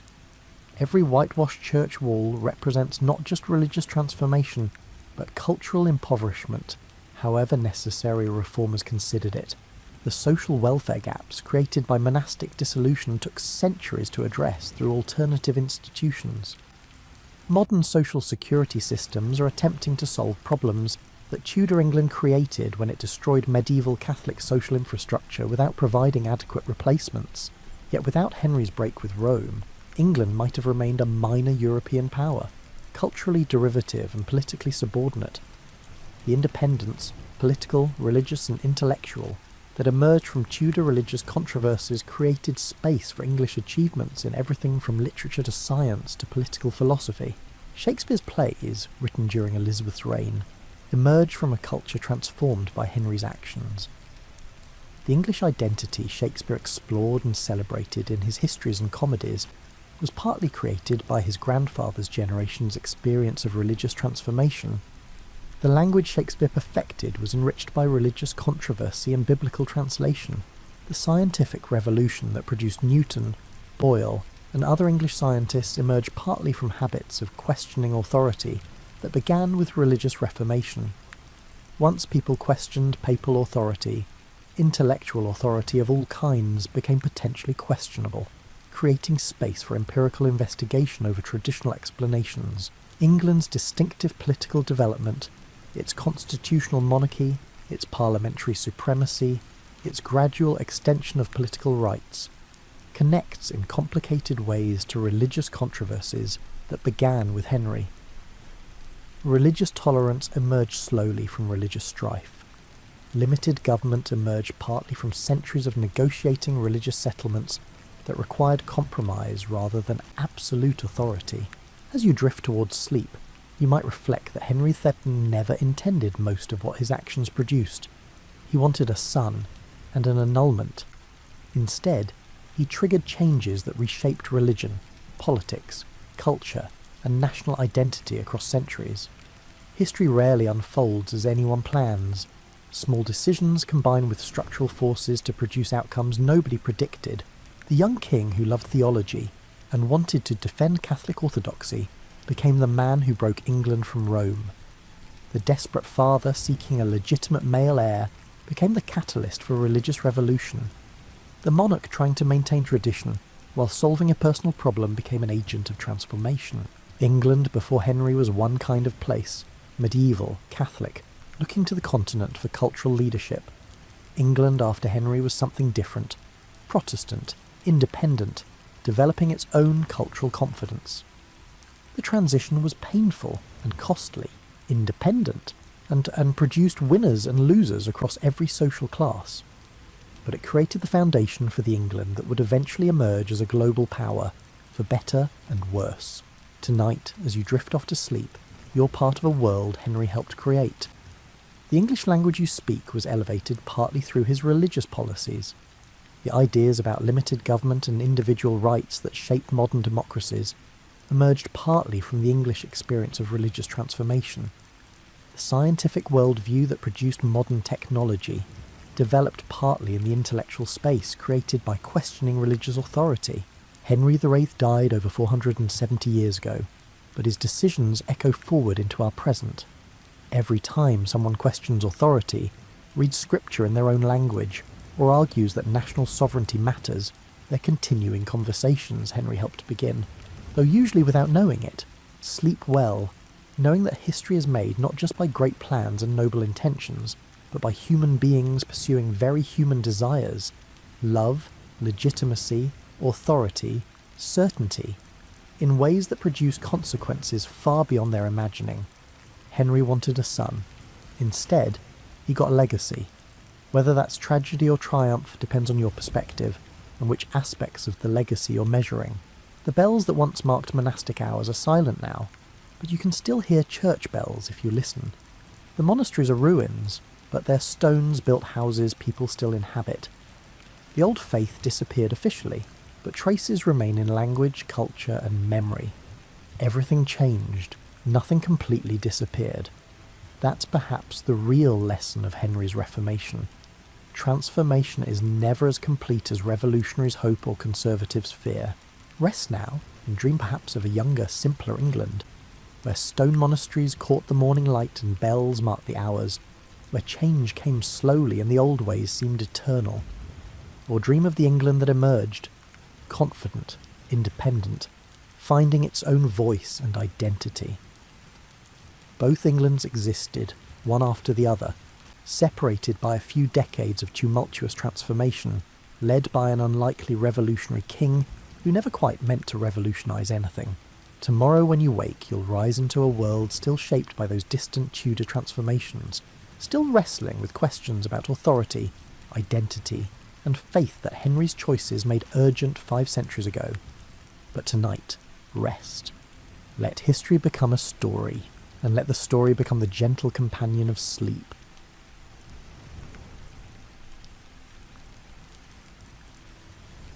You're settling into the late 1800s and early 1900s, when people first began studying the mind not through philosophy alone, but through careful observation and quiet experimentation.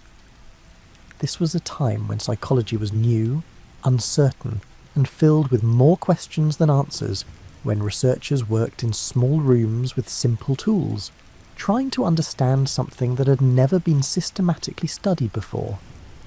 Before psychology existed as a formal discipline, people already knew their own minds quite well. You woke each morning with thoughts forming before you opened your eyes. You noticed how attention shifted from task to task throughout the day. You felt emotions rise and fade. You remembered yesterday while planning tomorrow. All of this happened naturally, without textbooks or laboratories. In the middle 1800s, if you wanted to understand thinking, you simply observed yourself and others going about ordinary life. You noticed that some memories stayed clear while others faded within hours. You recognised that concentrating on one thing meant other things slipped away. You understood that tiredness changed how you thought, making simple decisions feel difficult by evening. People describe these experiences to one another constantly. A teacher might mention how students seem to learn better in the morning. A shopkeeper might notice that familiar customers' faces came to mind more easily than their names. A parent might observe that children remembered stories better when they were calm and rested. These observations weren't scientific, but they were accurate in their own way. The idea that thoughts could be studied systematically seemed strange at first. Thinking felt private, invisible, and impossible to measure. Unlike the heart or lungs, the mind produced nothing you could weigh or see under a microscope. It simply existed, creating experiences that only you could know directly. Yet people had always been curious about why they thought the way they did. Why did some faces seem instantly familiar, while others remained strangers even after multiple meetings? Why could you remember a song from childhood but forget what you ate 3 days ago? Why did solving a puzzle sometimes require stepping away and returning later with fresh eyes? These questions didn't feel urgent. They were simply part of being human, noticed during quiet moments or mentioned in passing conversation. No one expected definitive answers. The mind was just something you lived with, accepting its quirks and patterns as part of daily existence. By the mid-1800s, a few people began wondering if these everyday observations could lead somewhere more organised. Perhaps patterns existed that applied to everyone. Perhaps memory, attention, and thought followed rules that could be discovered through patient study. Perhaps the mind, despite being invisible, could still be understood. This shift happened gradually. It wasn't a sudden revelation, but a slow accumulation of curiosity. Someone might keep a journal noting when they remembered things clearly, versus when details blurred. Another person might wonder why certain tasks felt automatic, while others required constant attention. These small questions began gathering into something larger. The people asking these questions weren't revolutionaries. They were teachers, doctors, philosophers, and simply thoughtful individuals who noticed patterns in daily life. They had no special equipment and no established methods. They just had questions and the patience to sit with them. What made this period interesting was how little anyone actually knew. There were no textbooks explaining how memory worked, no diagrams showing how attention functioned, no theories about why practice made some tasks easier. Just people noticing, wondering, and occasionally writing down what they observed. This uncertainty created a kind of openness. Without established answers, people could explore freely. They could propose ideas, test them gently, and revise them without feeling they were contradicting established truth. The mind was a mystery, but it was a mystery they lived with every day, making it familiar even while remaining unexplained.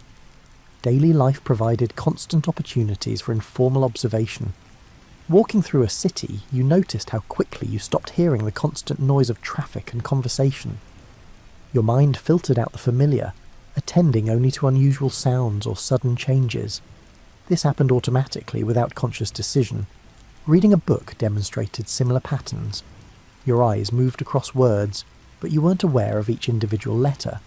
Somehow, meaning emerged directly from the marks on the page.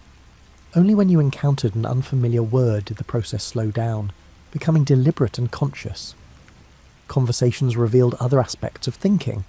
You could follow what someone said while simultaneously planning your response. You remembered earlier parts of the conversation while hearing new information. You interpreted tone and expression alongside actual words. All of this happened smoothly, requiring no apparent effort. Yet certain mental tasks felt genuinely difficult. Learning a new skill demanded concentration. Remembering long sequences of information took work. Maintaining attention on something boring required constant effort. These difficulties were just as much a part of mental life as the effortless aspects. People noticed that moods affected thinking. When cheerful, problems seemed manageable, and ideas flowed easily. When sad or worried, even simple tasks felt burdensome, and concentration became difficult. The connection between emotion and thought was obvious, though no one understood the mechanisms behind it. Physical state mattered too. Hunger made thinking harder. Illness disrupted concentration. Pain drew attention away from other concerns. The mind clearly depended on the body, though the exact nature of that dependence remained unclear. Age brought changes in mental abilities that everyone could observe. Children learned quickly but struggled with abstract ideas. Adults could think through complex problems, but sometimes had trouble learning new skills. Older people accumulated vast knowledge but might struggle to remember recent events. These patterns were familiar, noticed across generations. Individual differences were equally apparent.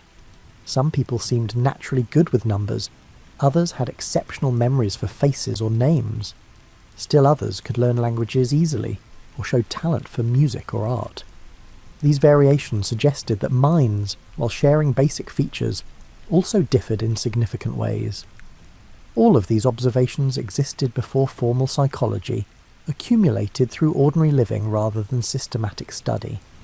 They formed a foundation of common knowledge about mental life, reliable enough for practical purposes even without scientific explanation. What early psychologists would attempt was taking this informal knowledge and making it precise. They wanted to move from noticing patterns to understanding why those patterns existed. They hoped to transform everyday observations into systematic knowledge that could be tested, refined, and extended. This ambition faced an immediate problem. Unlike studying rocks or plants or chemical reactions, studying the mind meant studying the very thing doing the studying. Your mind had to observe itself, creating a kind of circularity that made objective investigation difficult. Despite this challenge, the attempt seemed worth making. The mind shaped every aspect of human life. Understanding it better might improve education, help people think more clearly, and address the suffering caused by mental difficulties. The potential benefits justified working through methodological problems. So in small rooms and quiet laboratories, with simple equipment and careful notes, the first psychologists began their work. building on everyday observations but trying to go beyond them, seeking patterns and principles that could explain the rich, complex, frustrating and fascinating experience of being a conscious thinking person. The first people who tried to study psychology formally worked in small rooms with simple tools. They used pocket watches to measure reaction times. They created basic puzzles to test memory. They kept detailed notebooks, recording observations in neat handwriting by lamplight each evening. Wilhelm Wundt opened a laboratory in Leipzig, Germany, in 1879. This wasn't a laboratory in the modern sense, with gleaming equipment and computer screens. It was a room with tables, chairs, paper, and a few instruments for measuring time and basic sensory responses. The work done there was quiet and repetitive. Researchers would sit with volunteers and ask them to describe their thoughts while performing simple tasks. Someone might look at a coloured card and try to explain exactly what they experienced. Another person might listen to a tone and describe how it felt different from another tone. These descriptions were recorded carefully and then reviewed later. The goal was to break consciousness into its smallest parts. If thinking was made up of basic sensations, feelings and images, perhaps understanding those pieces would reveal how the whole mind worked. It seemed logical. Scientists had been breaking physical matter into smaller elements for decades. Why not do the same with thought? This approach, called introspection, required patience. Volunteers had to pay very close attention to their own mental processes and describe them accurately. Researchers had to listen carefully and record everything precisely. Then they had to compare notes, looking for patterns across different people and different tasks. The work was slow. A single experiment might take weeks to complete, with the same simple task repeated hundreds of times. Researchers wanted to be thorough, to make sure their observations were consistent.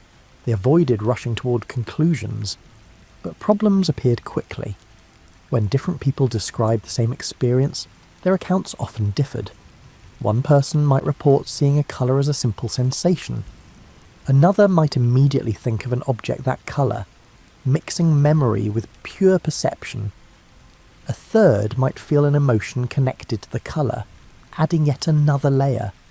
These differences were confusing. If everyone's mind worked the same way, shouldn't their descriptions match? The researchers tried being more precise with their instructions. They trained volunteers more carefully. They repeated experiments again and again. Still, the variations persisted. Some researchers began to suspect that asking people to describe their thoughts might actually change those thoughts. The act of observing your own thinking seemed to interfere with natural mental processes. It was like trying to study how you walked by thinking about every step. The attention required for observation altered what you were trying to observe. This created a genuine dilemma. How could you study something that changed when you looked at it? The problem felt fundamental, not something that better equipment or more careful methods could solve. It was built into the nature of consciousness itself. Other scientists tried different approaches. Hermann Ebbinghaus decided to study memory using something that had no prior meaning. He created nonsense syllables, combinations of letters that formed no real words. Then he memorized lists of these syllables, testing himself repeatedly to see how memory changed over time. This work was tedious. Ebbinghaus sat alone, memorizing lists, testing himself, recording results, then doing it all again the next day. He continued for months, building a careful record of how quickly he forgot and how repetition helped him remember. The data accumulated slowly, filling notebook after notebook. What he discovered was both interesting and limited. Memory did follow certain patterns. Information faded quickly at first, then more slowly over time. Repetition helped, but with diminishing returns. Spacing practice sessions worked better than cramming everything at once. These findings were genuine, but they also felt narrow. Memorizing nonsense syllables wasn't like remembering your childhood, learning a skill or recognizing a friend's face.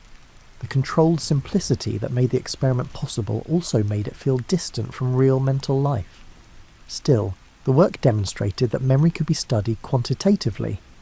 You could measure how much was remembered, how long it took to learn, and how quickly forgetting occurred. These measurements provided something solid to work with, even if they captured only a tiny slice of what memory actually was. Other researchers explored different aspects of thinking. Some studied how people reacted to unexpected sounds or lights. Others investigated how practice improved performance on simple tasks. Each study added a small piece of information, but no grand picture emerged. The early psychologists kept working despite this uncertainty. They revised their methods when problems appeared. They borrowed ideas from each other. They published their findings in new journals created specifically for psychological research. The field grew, but slowly, without dramatic breakthroughs. What sustained them was genuine curiosity and the belief that patience would eventually yield understanding. They weren't expecting quick answers. They were building something from nothing, establishing basic methods and questions that future researchers could refine and expand. Equipment remained simple throughout this early period. A chronometer for measuring time, cards with colours or shapes, lists of words or syllables, simple mechanical devices for presenting stimuli at controlled intervals. Nothing required advanced technology or significant expense. This simplicity had advantages. Experiments could be replicated easily in different laboratories. Students could learn methods quickly. The focus stayed on observations rather than getting distracted by complex apparatus. The questions being asked were fundamental enough that simple tools sufficed. Funding for this work came primarily from universities, which supported research as part of their educational mission. Amounts were modest. A laboratory might operate on the equivalent of a few thousand modern dollars per year. Researchers didn't expect wealth from their work, just enough support to continue. The pace of publication was slow by later standards. A researcher might publish 2 or 3 papers in a good year. Each paper reported carefully conducted studies, often representing months of work. The emphasis was on quality and thoroughness rather than quantity of output. Reviewing others' work for journals was taken seriously. Researchers read submissions carefully, checking methods and questioning interpretations. They provided detailed feedback, helping authors improve their work. This peer review helped maintain standards even as the field was still defining what those standards should be. Mistakes were common and acknowledged openly. An experiment might fail to produce clear results. A method might prove unreliable. A theory might be contradicted by new observations. Researchers reported these failures alongside successes, treating them as valuable information about what didn't work. This honesty created a culture where admitting difficulty or uncertainty was acceptable. No one expected researchers to always be right. They expected them to be careful, honest, and willing to revise their thinking when evidence demanded it. Debates occurred regularly. Researchers disagreed about methods, interpretations, and the field's proper direction. These disagreements were conducted through journal articles and conference presentations, with each side presenting arguments and evidence. The tone was generally respectful, focused on ideas rather than personal criticism. Some debates continued for years without resolution. Different laboratories used different methods and reached different conclusions. Without clear ways to decide between competing approaches, both might persist, each gathering supporters and continuing to produce research. This theoretical diversity could be frustrating, but it also protected against premature consensus. If the field had settled too quickly on particular methods or theories, it might have locked itself into approaches that later proved limited. Ongoing disagreement kept options open.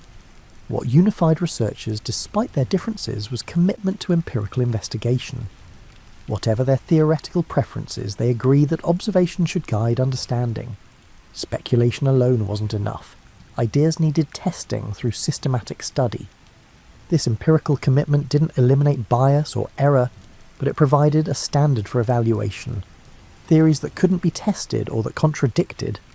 Repeated observations lost credibility. Those supported by consistent evidence gained acceptance, at least provisionally. The relationship between psychology and philosophy remained close during this period. Many psychologists had trained in philosophy and continued reading philosophical work. They borrowed concepts and questions from philosophical discussions of mind and knowledge. But psychology was trying to establish independence from philosophy by emphasizing empirical methods. Philosophers might debate the nature of consciousness indefinitely. Psychologists wanted observations that could settle disagreements or at least constrain speculation. This tension between philosophical questions and empirical methods would persist throughout psychology's development. The deepest questions about mind and consciousness often resisted experimental investigation, yet focusing only on what could be measured risked missing what was most important.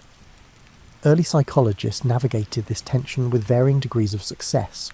Some maintained broad philosophical perspectives while conducting careful experiments.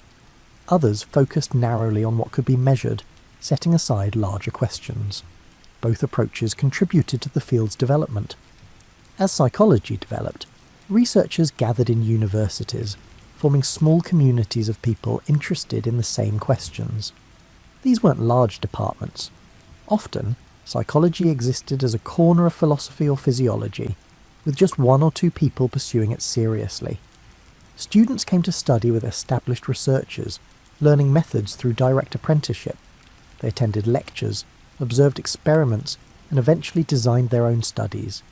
The teaching was personal and informal, with much of the learning happening through conversation rather than formal instruction. Universities in Germany became early centres for this work. Leipzig, where Wundt worked, attracted students from across Europe and America. People travelled considerable distances to spend a year or two learning psychological research methods. They lived simply, attended lectures, worked in laboratories, and discussed ideas during long walks or evening gatherings. This created networks. Students who studied together stayed in contact after returning to their home countries. They wrote letters, sharing observations and asking questions. When someone developed a new experimental technique, others heard about it through correspondence and tried adapting it for their own research. Academic conferences began to include psychology. Researchers presented their findings to small audiences, often just a dozen or 20 people. These presentations sparked discussions that continued informally afterward. Someone might mention a problem they encountered in their research, and others would suggest possible solutions or alternative approaches. The atmosphere was collegial rather than competitive. Everyone recognised that the field was too new and uncertain for rivalry to make sense. They needed each other's ideas and insights. They were all struggling with the same fundamental challenge of how to study something as elusive as thought. Professional journals dedicated to psychology started appearing in the late 1800s.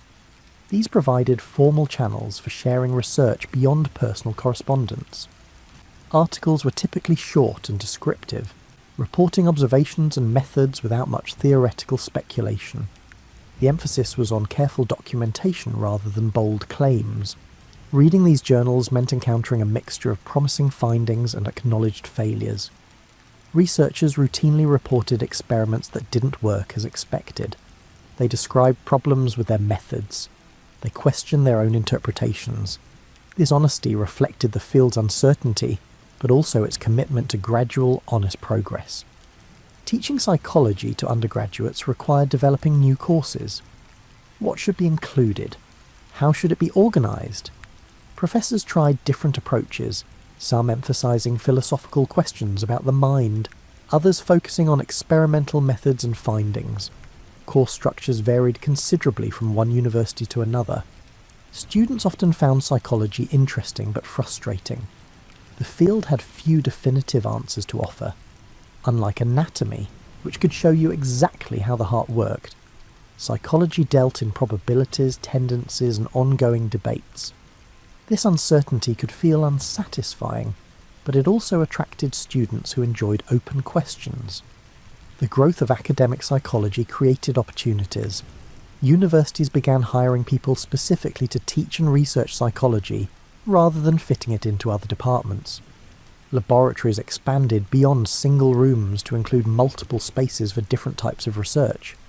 Funding, though modest, became more available, as institutions recognised psychology as a legitimate field of study. International connections strengthened. Researchers visited laboratories in other countries, observing different approaches and techniques. They discovered that while fundamental questions were universal, cultural context shaped how those questions were explored. A researcher in America might emphasise practical applications, while someone in Germany focuses on theoretical foundations. This exchange of ideas happened through multiple channels simultaneously. Letters, journal articles, conference presentations, and personal visits all contributed. The field developed unevenly, with some areas advancing faster than others, but the overall direction was toward greater sophistication and wider participation. What held these communities together was a shared commitment to understanding the mind through observation rather than speculation alone. They valued careful methods, honest reporting, and patience with uncertainty. They recognised that answers would come slowly if they came at all, but the process of searching seemed worthwhile in itself. Language differences created some barriers. Much important work was published in German, requiring researchers elsewhere to learn the language or wait for translations. French and English also served as languages of psychological research, but no single language dominated. This meant ideas spread more slowly than they might have otherwise. Translation work became important. Researchers who knew multiple languages helped make findings accessible across linguistic boundaries. They translated articles, summarised foreign work for local audiences, and facilitated correspondence between researchers who didn't share a common language. Women faced significant barriers entering psychology during this period. Universities often excluded them from formal programs or restricted their participation. Despite these obstacles, some women pursued psychological research, often working informally or in subordinate positions. Their contributions were frequently overlooked or attributed to male colleagues. If few women managed to establish themselves as serious researchers, they had to be exceptionally talented and persistent to overcome the barriers they faced. Their presence gradually began changing assumptions about who could do psychological research, though full inclusion would take many more decades. The social class background of early psychologists was typically middle or upper middle class. University education required resources that working class families rarely had. This limited the diversity of perspectives in the field. Research questions and interpretations reflected the backgrounds and concerns of relatively privileged academics. Awareness of these limitations was minimal during the period. Researchers generally assumed their findings applied universally, without considering how class, culture, or other factors might matter. This assumption would be questioned more thoroughly in later decades, but early psychologists worked within it unconsciously. Academic hierarchies shaped research practices. Established professors held significant authority, and their theoretical preferences influenced what kinds of research seemed worthwhile. Junior researchers often worked on problems their mentors considered important, gaining independence only gradually as they established their own reputations. This hierarchical structure had both advantages and disadvantages. It provided mentorship and maintained standards. It also sometimes stifled innovation when established figures rejected new approaches. The balance between tradition and innovation remained a constant negotiation. Informal gatherings were as important as formal ones. Researchers met for coffee or tea, discussing ideas in relaxed settings. They dined together, took walks, and visited each other's homes. These social interactions built trust and understanding that facilitated intellectual exchange. Personal relationships influenced intellectual ones. Friendships formed during student years often lasted throughout careers, creating networks of mutual support. People helped each other find positions, reviewed each other's work, and collaborated on research projects. The academic year's rhythm shaped research. Terms filled with teaching left less time for experiments. Breaks allowed intensive focus on research and writing. Summers might be spent travelling to visit other laboratories or attending conferences. This cyclical pattern became the framework within which psychology developed. Universities valued research but also demanded teaching. Balancing both required careful time management. Some researchers excelled at both. Others found one or the other more congenial. Most did what was necessary to maintain their positions while pursuing the work that interested them most. Research students provided essential assistance. They helped conduct experiments, organise data, and maintain equipment. In return, they learned methods and eventually developed independence as researchers themselves. This apprenticeship model ensured continuity across generations. The relationship between research and teaching was seen as mutually beneficial. Teaching forced researchers to organise their knowledge clearly. Research provided fresh material for teaching and demonstrated the active nature of the field. Students benefited from learning from active researchers rather than just textbooks. Public interest in psychology was growing but remained limited. Occasional lectures for general audiences introduced psychological ideas to non-specialists. Newspapers sometimes reported on research findings, but psychology hadn't yet captured widespread popular attention the way it would in later decades. This relative obscurity had advantages. Researchers could work without excessive scrutiny or pressure for immediate practical results. They could pursue questions that interested them without worrying about public opinion or funding pressures beyond basic institutional support. The communities forming around psychology were small enough that most active researchers knew each other, at least by reputation. This created a sense of shared enterprise. Everyone was contributing to something new, building a field that hadn't existed a generation earlier. Early psychologists noticed quickly that mental work required rest. After several hours of concentration, attention wandered. Memory became less reliable. Simple tasks took longer. The mind, like the body, had limits. Research sessions were typically kept short. An hour of focused work was often the maximum, before researchers and volunteers both needed breaks. Continuing past that point produced diminishing returns. Fatigue introduced errors and made observations less trustworthy. This wasn't seen as a problem to overcome, but as a basic fact about how minds worked. Just as muscles needed recovery after exertion, thinking required periods of rest. Pushing beyond natural limits didn't produce better results. It just produced tired people making mistakes. Researchers built rest into their schedules deliberately. They worked in the morning when minds were fresh. They took long lunch breaks, often including walks outdoors. Afternoon sessions were shorter and focused on less demanding tasks like reviewing notes or discussing findings. Evening work was typically light, perhaps some reading or organising materials for the next day. This rhythm felt natural. It matched how people had always worked, before electric lights and demanding schedules made continuous activity seem normal. Early psychologists trusted that their best thinking happened when they weren't forcing it, when they allowed ideas to settle and clarify through patient reflection. Universities supported this approach through their structures. Academic schedules included long periods between terms when research could proceed without teaching obligations. These breaks weren't seen as vacations, but as essential time for deep work, writing, and careful thought. Walking became an important part of intellectual life. Many researchers took daily walks, using the time to think through problems without the pressure of producing immediate answers. The gentle, repetitive motion of walking seemed to help ideas flow more freely than sitting at a desk trying to force solutions. Some discoveries happened during these walks or during other restful activities. A researcher might struggle with a problem for days, then suddenly see a solution while lying in bed before sleep.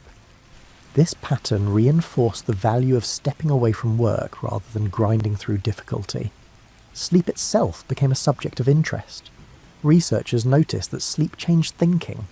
A problem that seemed impossible in the evening might appear manageable after a night's rest. This wasn't magical, but reflected how sleep allowed mental processes to continue working without conscious effort. Dreams were noted, but not yet deeply studied. They seemed to reflect daily concerns mixed with random images and feelings. Some researchers kept dream journals, curious about patterns, but without methods for systematic study, dreams remained mostly personal experiences rather than scientific data. The importance of rest extended to longer timescales. Researchers took summer holidays seriously, using the time to recover from intense academic work. They travelled, visited family, pursued hobbies, and generally let their minds wander away from professional concerns. Returning in autumn, they often found themselves refreshed and ready for new projects. This approach contrasted sharply with later academic culture, which would emphasise productivity, output, and constant activity. Early psychologists worked hard, but they also trusted that rest was productive in its own way. Ideas needed time to develop. Understanding required patience, not just effort. The same principles applied to students. Cramming for exams was recognised as ineffective compared to steady, spaced study with regular breaks. Teachers encouraged students to maintain balanced schedules, warning against the exhaustion that came from excessive work without rest. None of this was formalised into theory. It was simply accepted wisdom based on observation and experience. People knew that tired minds didn't work well, so they avoided becoming unnecessarily tired. This seemed obvious rather than insightful. What made it noteworthy was how it shaped the pace of research. Psychology developed slowly, partly because researchers refused to rush. They worked carefully, rested thoroughly, and accepted that understanding would come gradually. This patience wasn't laziness, but recognition that the mind, including their own minds, had natural rhythms that should be respected rather than fought. Seasonal changes influenced work patterns. Winter brought longer periods indoors, suited to reading and writing. Spring invited more outdoor activity and social interaction. Summer allowed travel and rest. Autumn marked returns to teaching and intensive research. This natural cycle was accepted and incorporated into academic life. The quality of rest mattered as much as its quantity. Simply stopping work wasn't enough. Rest needed to involve genuine disengagement, allowing the mind to turn toward different concerns or simply wander without purpose. This kind of rest restored mental energy more effectively than forced inactivity while still thinking about work. Some researchers found particular activities restorative. Music, gardening, conversation with friends, and light physical exercise all provided relief from mental labour. These activities weren't seen as distractions from important work, but as necessary components of a sustainable intellectual life. The relationship between physical and mental rest was acknowledged but not fully understood. Exercise seemed to help mental clarity, perhaps by improving circulation, or simply by providing a break from thinking. Fresh air and natural light were valued, with many researchers preferring to work near windows or taking breaks outdoors. Time away from research often led to fresh perspectives. Returning to a problem after days or weeks away, researchers sometimes noticed aspects they had missed before. Distance provided clarity that close attention obscured. This made vacations and sabbaticals not just restorative but intellectually productive. The academic calendar's structure supported these patterns. Long summer breaks, shorter winter holidays, and periodic sabbaticals allowed researchers to step back from immediate concerns.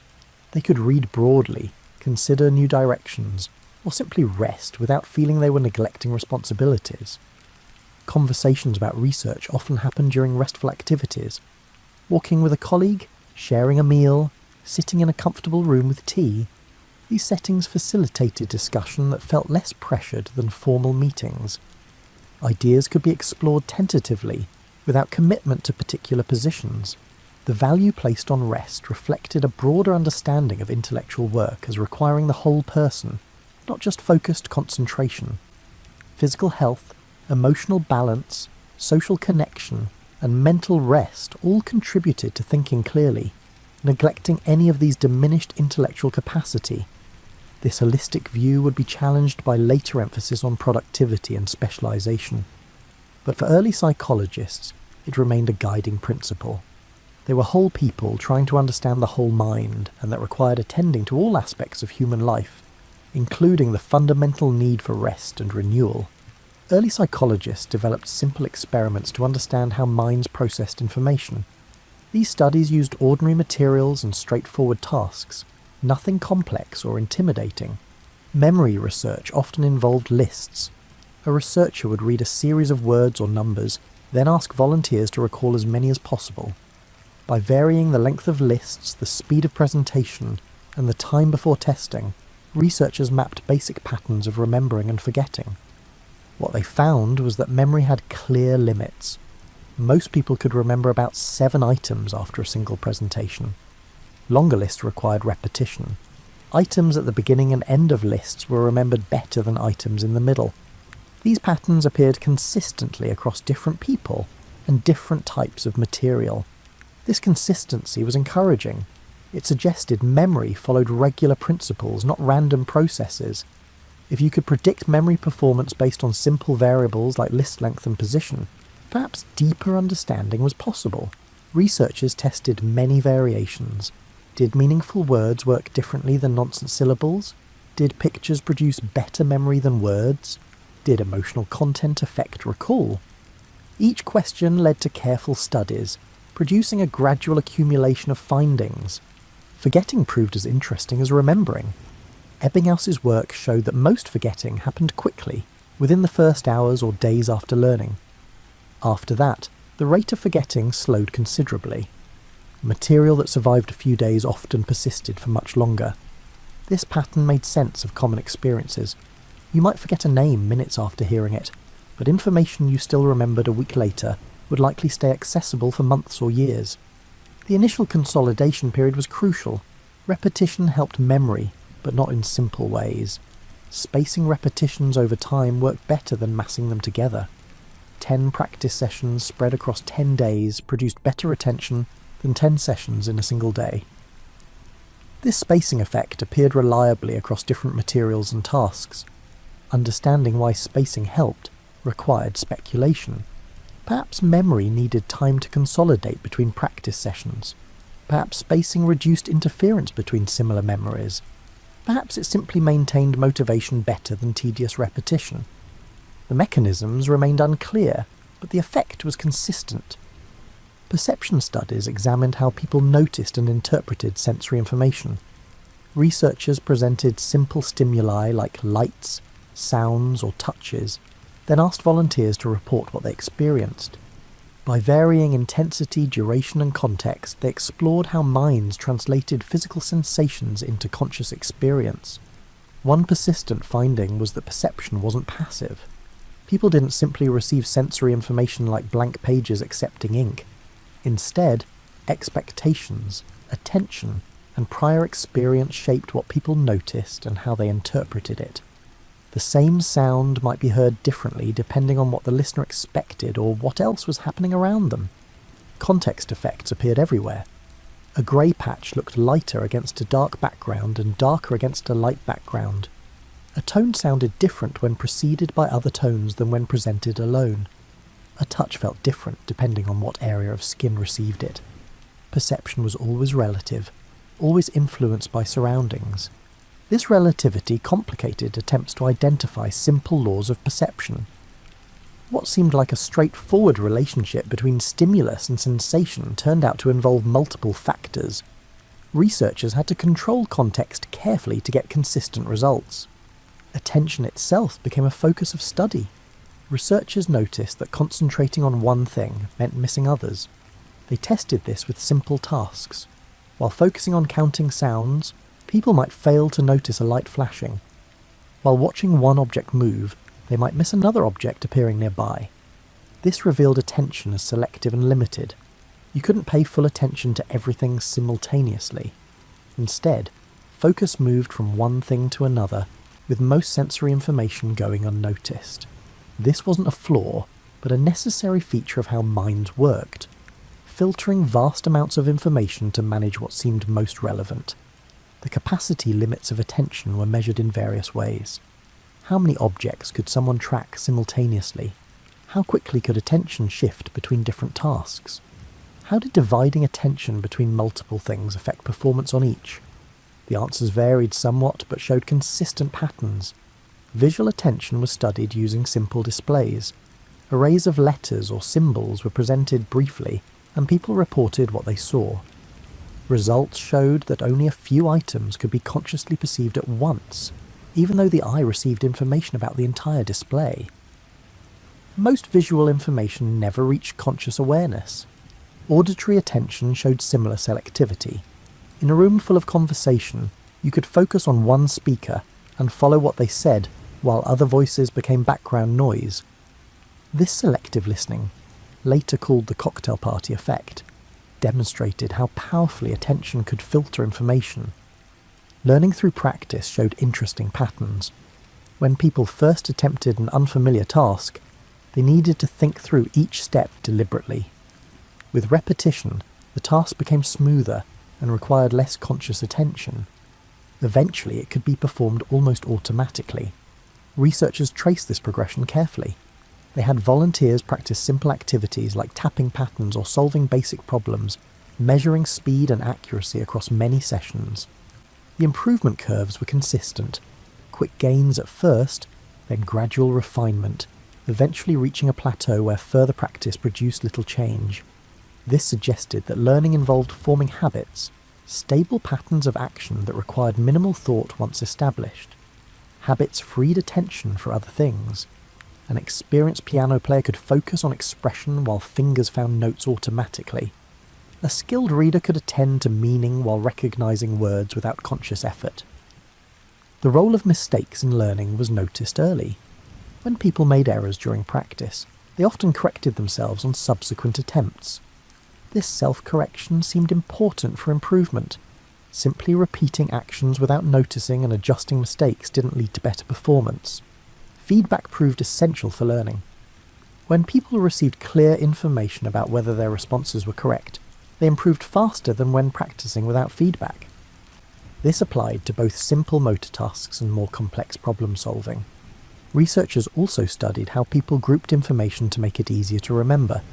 Instead of memorizing 15 random numbers, someone might notice patterns or break the sequence into smaller chunks. This organizational strategy helped memory even though the amount of information remained the same.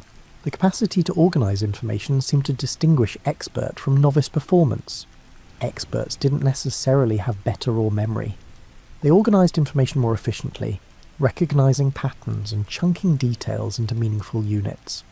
This reduced the memory load and made information easier to retrieve. Context affected everything. People remembered information better when tested in the same environment where they learned it. They performed tasks more successfully when conditions matched their practice sessions. This suggested that memory wasn't just about storing information, but about connecting it to circumstances and surroundings. Physical state during learning also mattered. Being tired or uncomfortable during study made later recall more difficult. Being alert and comfortable helped. The body's condition influenced the mind's function in ways that were obvious, but not yet understood. Researchers noted individual differences throughout these studies. Some people had naturally better memory. Others learned motor skills more quickly. Still others showed superior attention or faster perception. These variations were documented but not easily explained. The question of whether practice could overcome natural differences remained uncertain.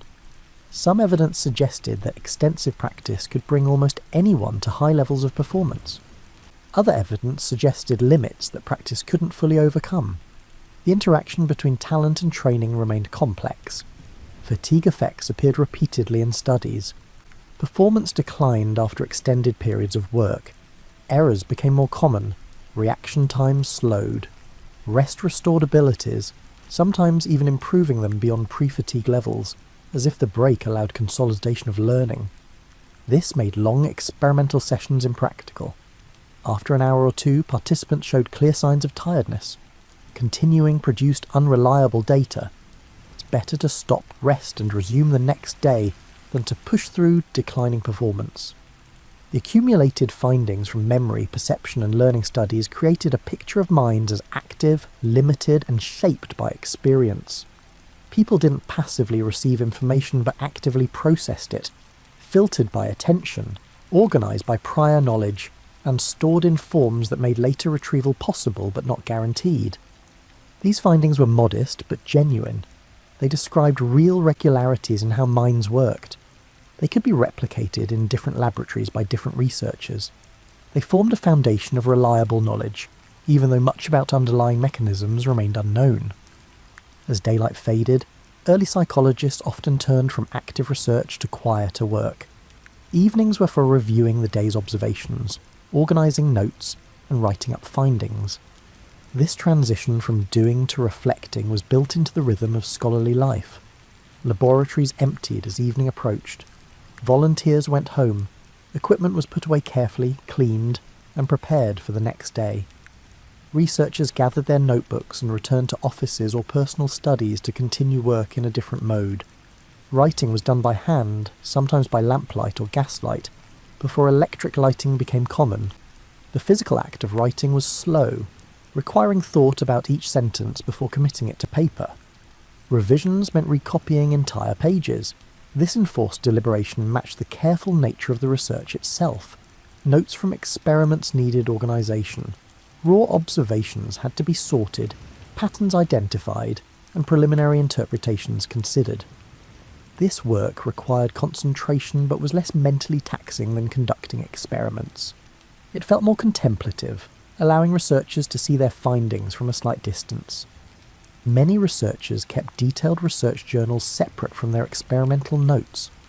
These journals included thoughts about methodology, questions that arose during the day, ideas for future studies, and reflections on challenges encountered. They served as private spaces for working through uncertainty without the pressure of formal presentation. Writing for publication was a different task entirely. Articles needed clear structure and precise language. Findings had to be presented objectively, without overstating their significance. Methods required enough detail that others could replicate the work. This demanded clarity that was harder to achieve than the original research. The process usually began with an outline. Main findings would be identified, then organised into a logical sequence. Supporting evidence would be arranged. Connections to previous research would be noted. Only after this organisational work would actual writing begin. First drafts were often rough. Getting ideas onto paper mattered more than polish. Later revisions would refine language, clarify arguments, and correct errors. Multiple drafts were normal, each improving on the last through careful editing. Reading drafts aloud helped catch awkward phrasing and logical gaps. Hearing the words revealed problems that silent reading missed. Many researchers made this part of their revision process, speaking their writing to themselves in quiet rooms. Colleagues sometimes reviewed drafts before submission to journals. A trusted friend might read a paper and offer suggestions. This informal peer review helped strengthen arguments and catch oversights. It also provided emotional support, reassuring authors that their work had value. Researchers typically worked on several writing projects simultaneously. A paper describing a completed study might be in revision while another was being drafted, and a third was still just an outline with notes. This allowed them to shift between projects depending on energy and inspiration. Some days, writing flowed easily. Ideas connected naturally, arguments assembled themselves, and the right words appeared. Other days, every sentence required effort, and nothing seemed to come together properly. Researchers learned to accept this variation, working when writing came easily, and doing other tasks when it didn't. Evening writing sessions often included correspondence, letters to colleagues discussing research, responding to questions about published work, or simply maintaining professional friendships were common. These exchanges kept researchers connected to the broader community and provided informal feedback on developing ideas. The tone of letters was typically warm and personal. Researchers shared not just findings but also struggles, uncertainties, and questions. They offered encouragement and suggestions. They built relationships that went beyond purely professional interaction. Some researchers preferred dictating to assistants rather than writing directly. Speaking thoughts aloud sometimes made arguments clearer. Assistants would transcribe, then researchers would review and revise the written text. This collaboration was practical, but also shaped how ideas were expressed. Reading others' work was an essential evening activity. New journal issues arrived regularly, requiring review. Books from colleagues needed attention. Staying current with the field meant spending considerable time reading, considering others' methods and findings, and thinking about how they related to one's own research. This reading wasn't passive. Researchers took notes, wrote marginal comments, and sometimes drafted responses or critiques. Engaging actively with others' ideas helped clarify their own thinking. It also revealed gaps in the field that might suggest new research directions. Occasionally, reading sparked immediate inspiration. An article might mention a method that could be adapted or describe a finding that connected unexpectedly to the reader's own work. These moments of recognition felt valuable, worth the hours of routine reading that preceded them. Evenings also brought administrative work. Teaching needed preparation. Laboratory supplies had to be ordered. Students' papers required reading and feedback. These practical tasks interrupted intellectual work but were necessary parts of academic life. Despite these demands, evenings generally felt calmer than days. The pressure to produce immediate results eased. There was space for thinking that wandered beyond current projects, for considering larger questions about the field's direction, and for wondering about problems that had no clear solutions yet. Some researchers worked late into the night when particularly engaged with a writing project or interesting problem. Others maintained strict schedules, stopping work at a set hour regardless of what remained undone. Both approaches reflected different temperaments, but similar recognition that sustainable work required boundaries. The physical setting of evening work mattered. A comfortable chair, adequate light, and minimal distraction all contributed to sustained concentration. Many researchers cultivated particular spaces for writing, places that felt conducive to focused thought. Temperature and air quality affected evening productivity. Rooms that were too warm made concentration difficult. Poor ventilation created stuffiness that interfered with thinking. Researchers learned to maintain comfortable conditions, opening windows or adjusting heating as needed. Some people worked better with complete silence. Others preferred soft background sounds. A few worked in cafes or libraries, finding that ambient activity helped them focus. Personal preferences varied, but everyone recognised that environment influenced work quality. Before sleep, many researchers spent time with non-professional reading or family activities. They recognised that stepping fully away from work helped them return to it refreshed. The mind needed variety, not just rest. Light reading before bed helped transition towards sleep. Nothing too engaging or thought-provoking, just pleasant material that didn't demand intense concentration. Novels, essays, poetry, anything that felt relaxing rather than stimulating. Evening routines often included reviewing the next day's plans. What experiments were scheduled? What writing needed attention? What meetings or teaching obligations existed? This brief preview helped organise thoughts and reduced morning uncertainty. The transition from evening work to rest was gradual rather than abrupt. Work intensity decreased in stages. Demanding writing gave way to lighter reading, which gave way to casual activities, which gave way to preparing for sleep. This gentle progression respected natural rhythms rather than fighting them. This evening rhythm of reflection, writing, reading, and gradual disengagement created continuity between active research and restorative rest. Work didn't stop abruptly, but transitioned through stages of decreasing intensity until sleep could arrive naturally. Sleep was understood as essential for mental function long before psychologists studied it systematically. Everyone knew that poor sleep made thinking difficult, and that adequate rest improved concentration and memory. This common knowledge shaped how researchers approached their work. Evening routines often included winding down deliberately. After finishing work, researchers might read something undemanding, take an evening walk, or engage in light conversation. These activities help transition from the focused attention of work to the relaxed state conducive to sleep. The importance of regular sleep schedules was recognised early.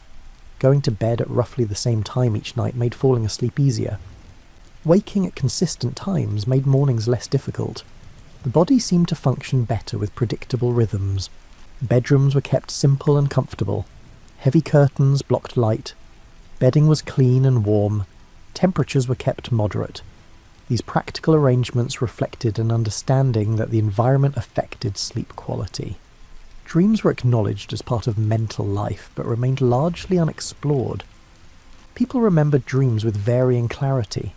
Some mornings brought vivid recall of strange narratives and images. Other mornings, dreams disappeared immediately upon waking, leaving only vague impressions.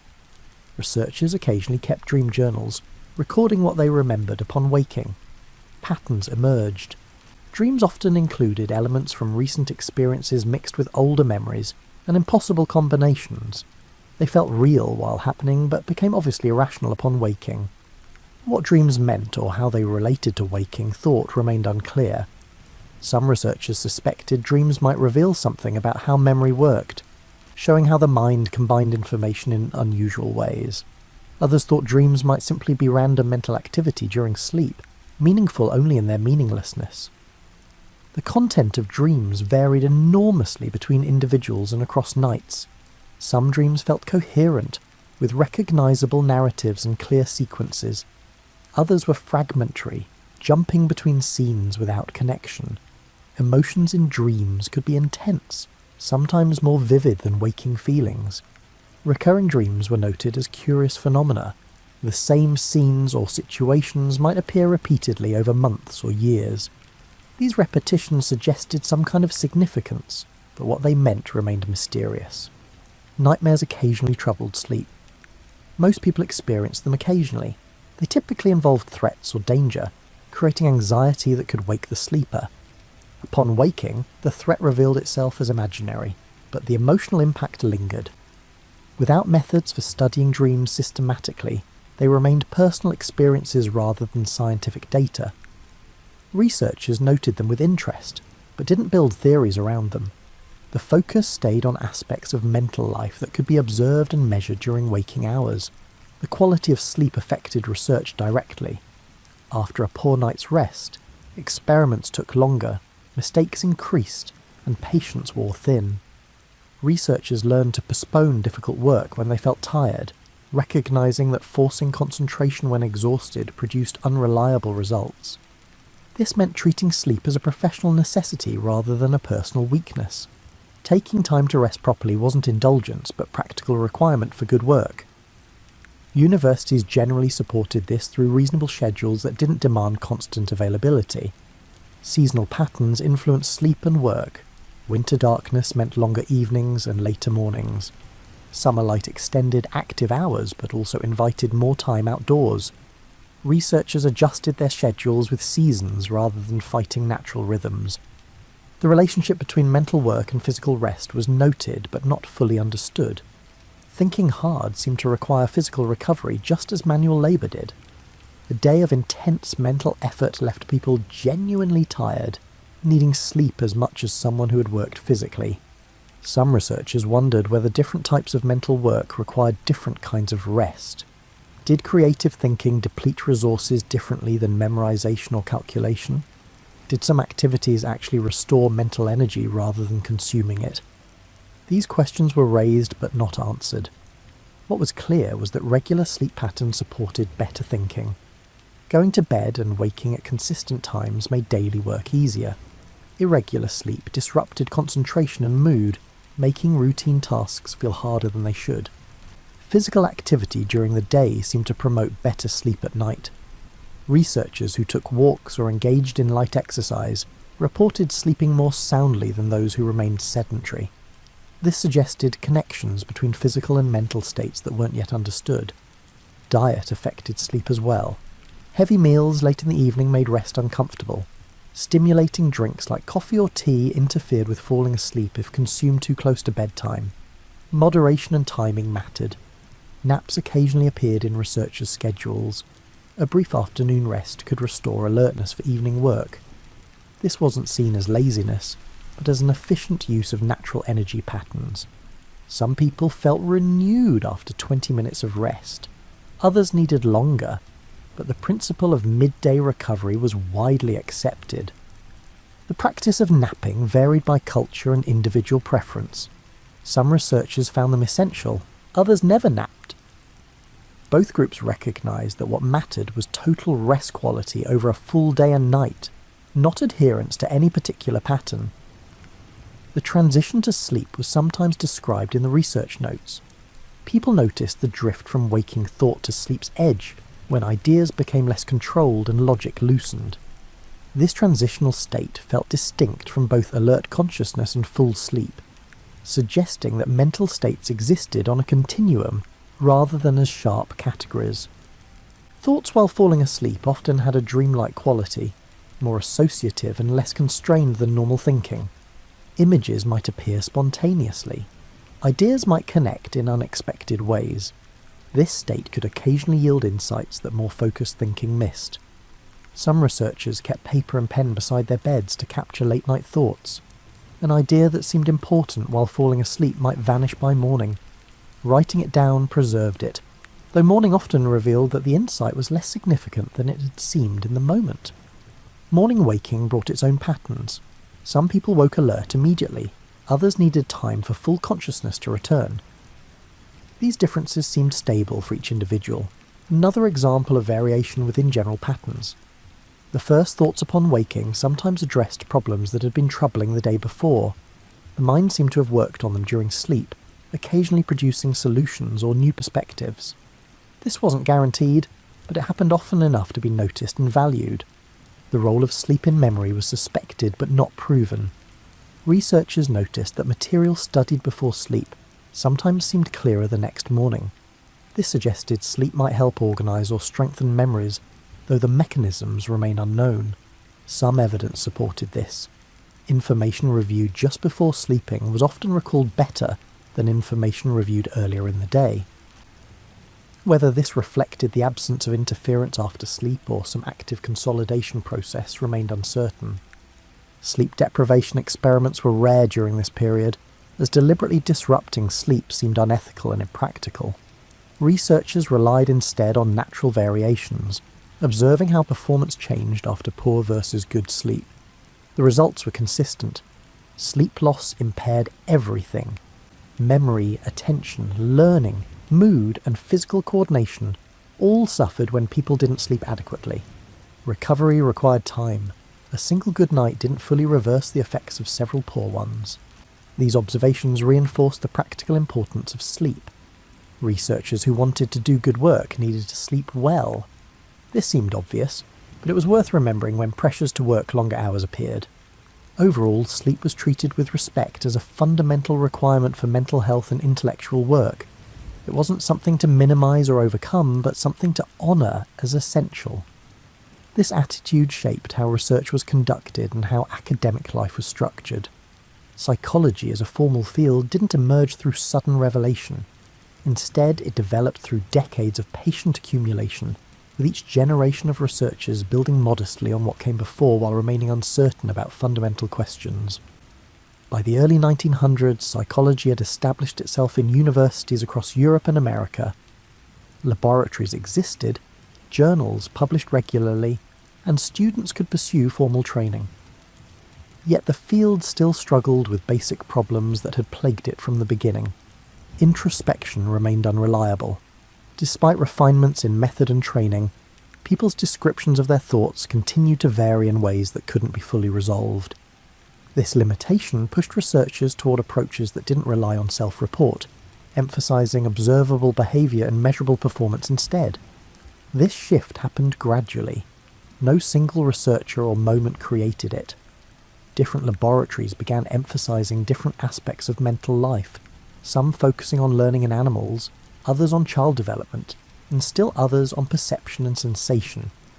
The field diversified as people sought areas where progress seemed more achievable. What united these varied approaches was commitment to observation and measurement. Even when studying something as internal as emotion or thought, researchers looked for external indicators. Behavior, physiological responses, performance on tasks, and anything that could be observed repeatedly and measured consistently became valuable. This emphasis on objectivity meant giving up some of the original ambition to understand conscious experience directly. You couldn't measure what it felt like to see red or remember your childhood. You could only measure responses, choices, and patterns of behaviour related to those experiences. For some, this felt like a necessary compromise. For others, it seemed like abandoning psychology's most important questions. These tensions persisted, creating ongoing debates about what psychology should study and how it should proceed. Despite these disagreements, research continued steadily. Studies accumulated in journals. Findings were replicated, questioned, or extended. Slowly, reliable knowledge emerged about learning, memory, perception, development, and many other topics. The knowledge was limited and provisional, but it was also genuine progress from the near-total ignorance of 50 years earlier. Teaching psychology became more standardized. Textbooks appeared, organizing the field's findings into coherent presentations. These texts acknowledged uncertainty, while also showing how much had been learned. Students could now study psychology without feeling they were entering completely unmapped territory. Applications began to emerge. Psychological principles informed education, helping teachers understand how children learned.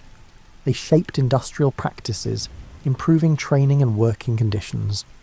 They influenced clinical work with people experiencing mental difficulties. Psychology was becoming useful even while remaining incomplete. The methods developed during this early period established patterns that would persist. Controlled experiments, systematic observation, careful measurement, statistical analysis all became standard practices. These tools weren't perfect, but they provided structure for investigating questions about mind and behaviour. Collaboration across institutions strengthened. Researchers shared methods, replicated each other's findings, and built on previous work. This collective enterprise made progress more reliable than isolated individual efforts could achieve. International cooperation continued despite political tensions. Scientific communication crossed national boundaries more easily than other forms of exchange. Researchers maintained contact with colleagues in other countries even when their governments were in conflict.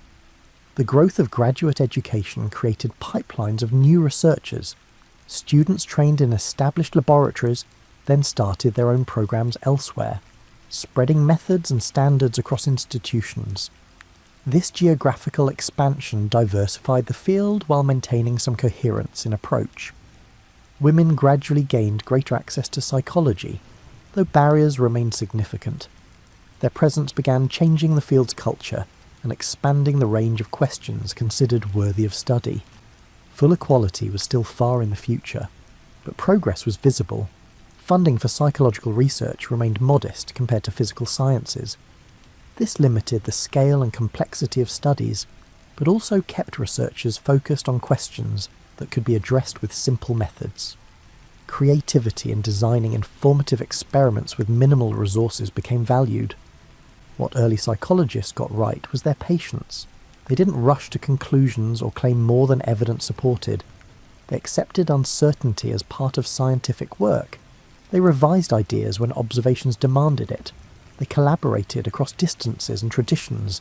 They built institutions that could sustain research across generations.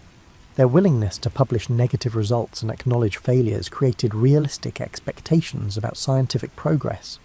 Not every experiment succeeded. Not every theory proved correct. This honesty made the positive findings more trustworthy. The culture they established valued careful work over dramatic claims. Replication mattered as much as novelty. Clear description mattered as much as theoretical brilliance. These priorities helped psychology develop solid foundations even if they didn't produce exciting headlines. What they got wrong, or at least struggled with, was underestimating how complex the mind actually was. They hoped to find simple laws governing thought and behaviour, analogous to physical laws governing matter. Reality proved messier. Mental life involved layers of interaction between biology, experience, culture, development, and individual variation that resisted simple formulation. This complexity didn't invalidate their work, but did mean that grand unified theories remained elusive. Psychology would develop as a collection of specialised areas, each with its own methods and findings, rather than as a single coherent science with universal principles. The assumption that findings from studies of university students in Western countries applied universally proved problematic. Culture shaped cognition in profound ways that early researchers barely recognised. Expanding psychology beyond its limited cultural origins would take many decades. Ethical concerns about research practices weren't always adequately addressed. Some studies caused discomfort or distress to participants. Animals used in research sometimes suffered unnecessarily. These issues would eventually lead to formal ethical guidelines, but early psychology proceeded with less oversight than would later seem acceptable. The relationship between psychology and social issues remained underdeveloped. While some researchers believed psychology should address practical problems, others preferred focusing on basic science. This tension between pure and applied research would continue throughout the field's history. Later generations would introduce new approaches. Neuroscience would reveal brain mechanisms underlying mental processes. Computers would provide metaphors and tools for modelling cognition. Cultural psychology would show how context shaped thinking in profound ways. Each innovation added to understanding while also revealing how much remained unknown. The cognitive revolution in the mid-20th century would rehabilitate the study of mental processes that behaviourism had marginalised. Researchers would develop new methods for investigating thought, attention, and memory without relying on problematic introspection. This represented both the continuation and revision of early psychology's goals. Biological approaches would connect psychology to the broader sciences of the brain and body. Understanding neural mechanisms didn't eliminate the need for psychological explanation, but it provided complementary levels of analysis that enriched understanding. Developmental perspectives would show how psychological processes changed across the lifespan. What was true of adults wasn't necessarily true of children or infants. Age-related changes revealed how experience shaped mental capacities over time. Social psychology would demonstrate how profoundly other people influenced individual thought and behaviour. Many findings from research on isolated individuals turned out not to apply when social context was considered. Understanding minds meant understanding their social nature. Clinical applications would both benefit from and contribute to basic psychological knowledge. Practical work with people experiencing psychological difficulties raised questions and provided observations that informed theory. Theory, in turn, suggested new therapeutic approaches, but all these later developments built on foundations laid by early psychologists. Their methods, though refined, remained recognizable. Their questions, though reformulated, stayed relevant. Their commitment to empirical investigation over pure speculation continued guiding the field. The field they created was imperfect, limited by available methods and shaped by the assumptions of their time. Yet it represented genuine progress in humanity's long attempt to understand itself. Questions that once seemed purely philosophical became addressable through systematic investigation. As you rest now, you can think of those early researchers working in quiet laboratories, writing careful notes, discussing ideas with colleagues, and accepting the slow pace of discovery. They understood that knowledge comes gradually through patient accumulation rather than dramatic breakthroughs. Their work continues in laboratories around the world today, still pursuing the same fundamental questions about how minds work, still using observation and measurement, still accepting uncertainty as part of the process. The methods have improved, the questions have become more refined, but the basic approach remains recognizable. Psychology almost failed not because the researchers lacked talent or dedication, but because the task was harder than anyone imagined. The mind's complexity exceeded early expectations. Methods proved more limited than hoped. Progress came more slowly than anticipated. That psychology succeeded at all reflects the researchers' willingness to proceed without certainty, building understanding one careful observation at a time, trusting that patience and honesty would eventually yield insight. They worked within constraints, accepted setbacks, revised ideas, and maintained commitment to empirical investigation, even when dramatic breakthroughs remained elusive. The institutions they built survived their individual careers. Universities maintained psychology departments. Journals continued publishing. Research programs persisted across generations. This continuity allowed knowledge to accumulate despite the field's difficulties. Students trained by early psychologists became the next generation of researchers, carrying forward methods and standards while also introducing innovations.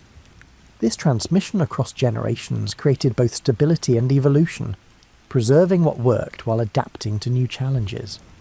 The community they formed provided mutual support and critical feedback. Researchers weren't isolated, but connected through correspondence, conferences, and publications. This network helped sustain individual effort and maintain collective standards. Their legacy includes not just specific findings, but also approaches to studying the mind. The idea that mental processes could be investigated empirically, that careful observation and measurement could yield understanding, that patience and honesty mattered more than brilliance or creativity.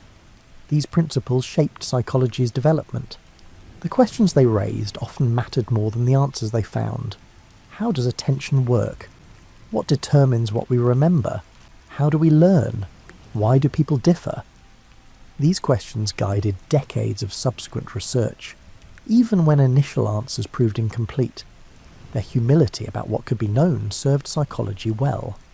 By acknowledging limits and uncertainties, they created realistic expectations. Progress didn't require solving all problems immediately, but merely advancing understanding incrementally.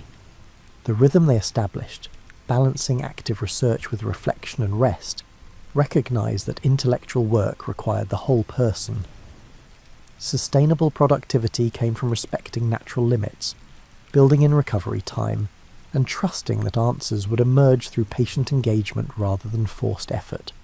So sleep now, knowing that even the most complex questions can yield to gentle, persistent inquiry, that understanding develops through rest as much as effort, and that the slow accumulation of careful thought creates lasting knowledge that serves generations to come.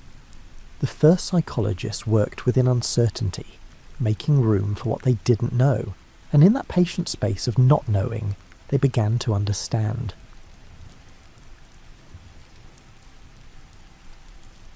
Picture yourself on a wooden ship in the middle of the Atlantic Ocean, in the year 1700. The water looks like a wrinkled blue bedsheet with no edges. It goes on forever.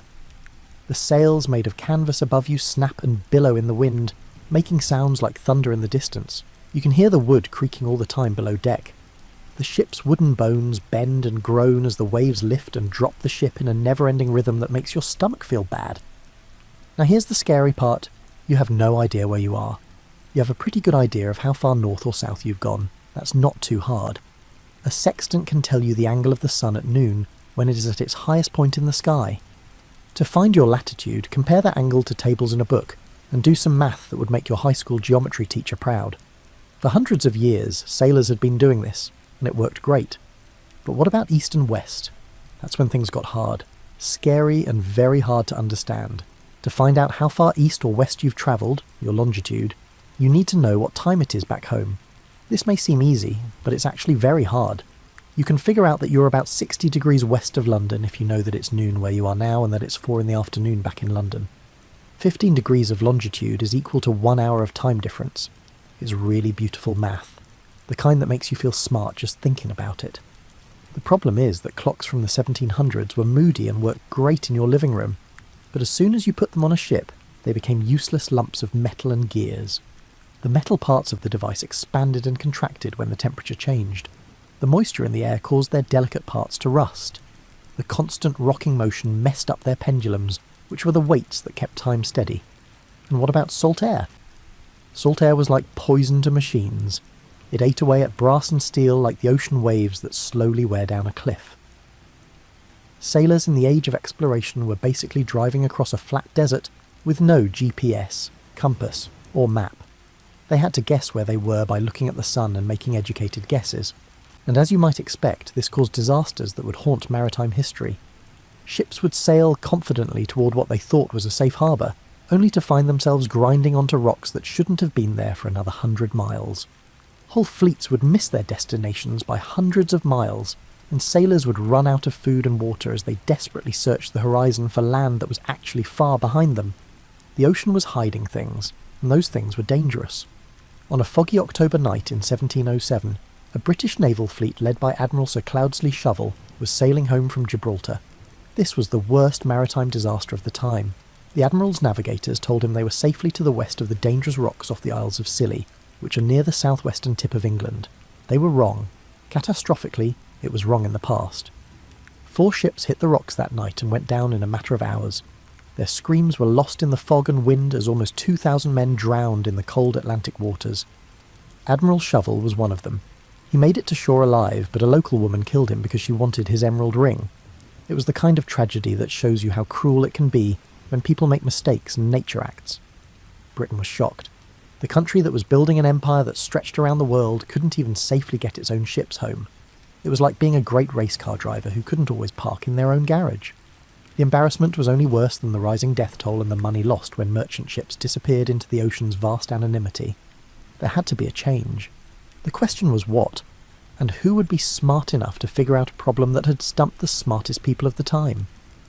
In the village of Falby in Yorkshire, England, a boy named John Harrison grew up in a world where the sun moved across the sky and the seasons changed.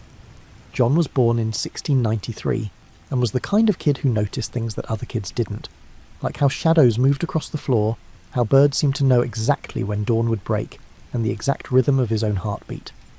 His dad was a carpenter, which meant he was a craftsman, an artist, and a problem solver all at the same time.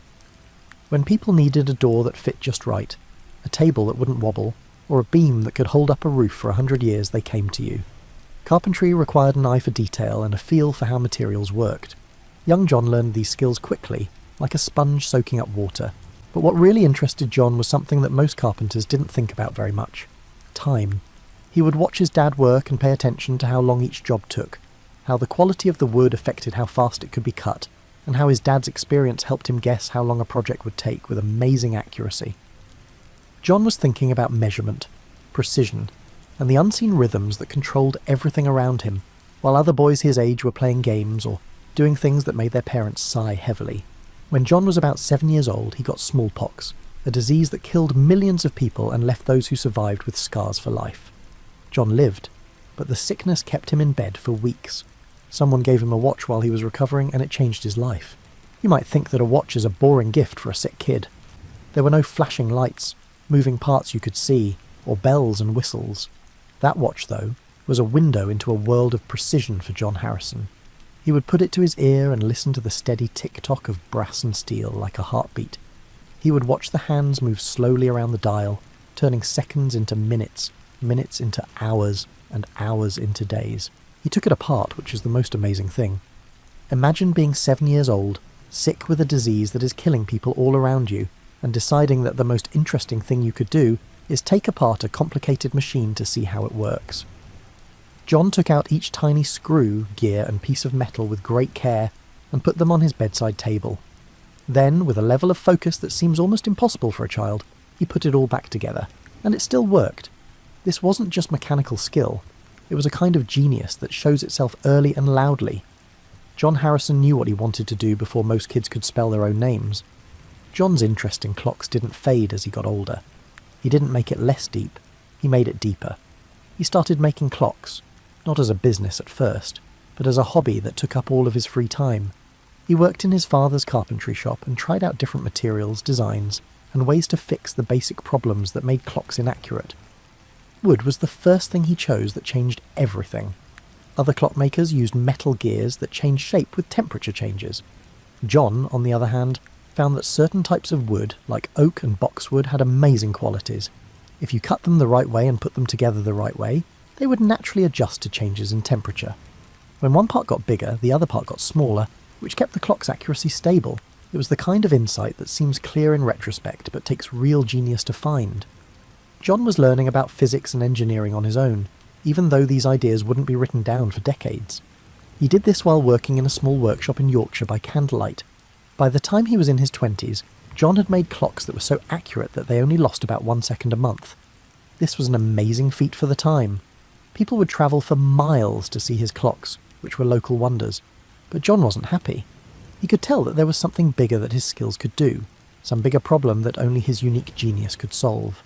He didn't know yet that the problem was waiting for him in the form of a parliamentary prize, a maritime crisis, and the task of making a clock that could keep perfect time while being tossed around on angry seas. In 1714, when John Harrison was only 21 and still making wooden clocks in Yorkshire, the British Parliament did something strange.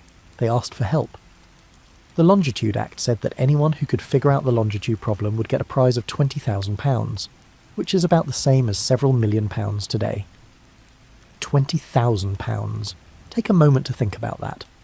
Parliament was offering enough money to buy a small estate, live comfortably for life, and still have enough left over to pay for your grandchildren's education.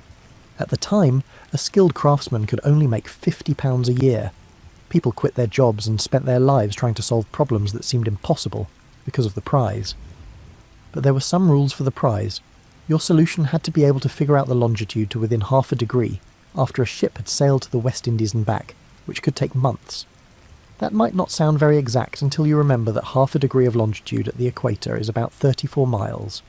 Your method had to tell a ship's captain where he was to within the distance a person could walk in a day after months at sea, through storms and calm heat and cold. Parliament set up the Board of Longitude to look at the proposed solutions. This group of scientists, naval officers and government officials would decide who should get the prize. Some of the smartest people in Britain were on this board, including astronomers who liked the lunar distance method for finding longitude. The lunar distance method was beautiful in math, and very hard in astronomy. Theoretically, navigators could figure out their longitude by measuring the exact position of the moon against background stars and comparing that to tables made by astronomers. It took clear skies, accurate tools, complicated math, and at least an hour of work for each measurement. Astronomers were happy with the solution. but sailors who were practical wanted to throw their sextants overboard. A lot of the board members, especially the astronomers, thought that the answer to the longitude problem had to come from the stars. After all, navigation has always been about looking at the stars. They thought it was unlikely at best and ridiculous at worst that someone could fix this problem with a mechanical device, which was basically a very fancy clock. John Harrison would have to deal with this bias for most of his life, but he didn't know that yet.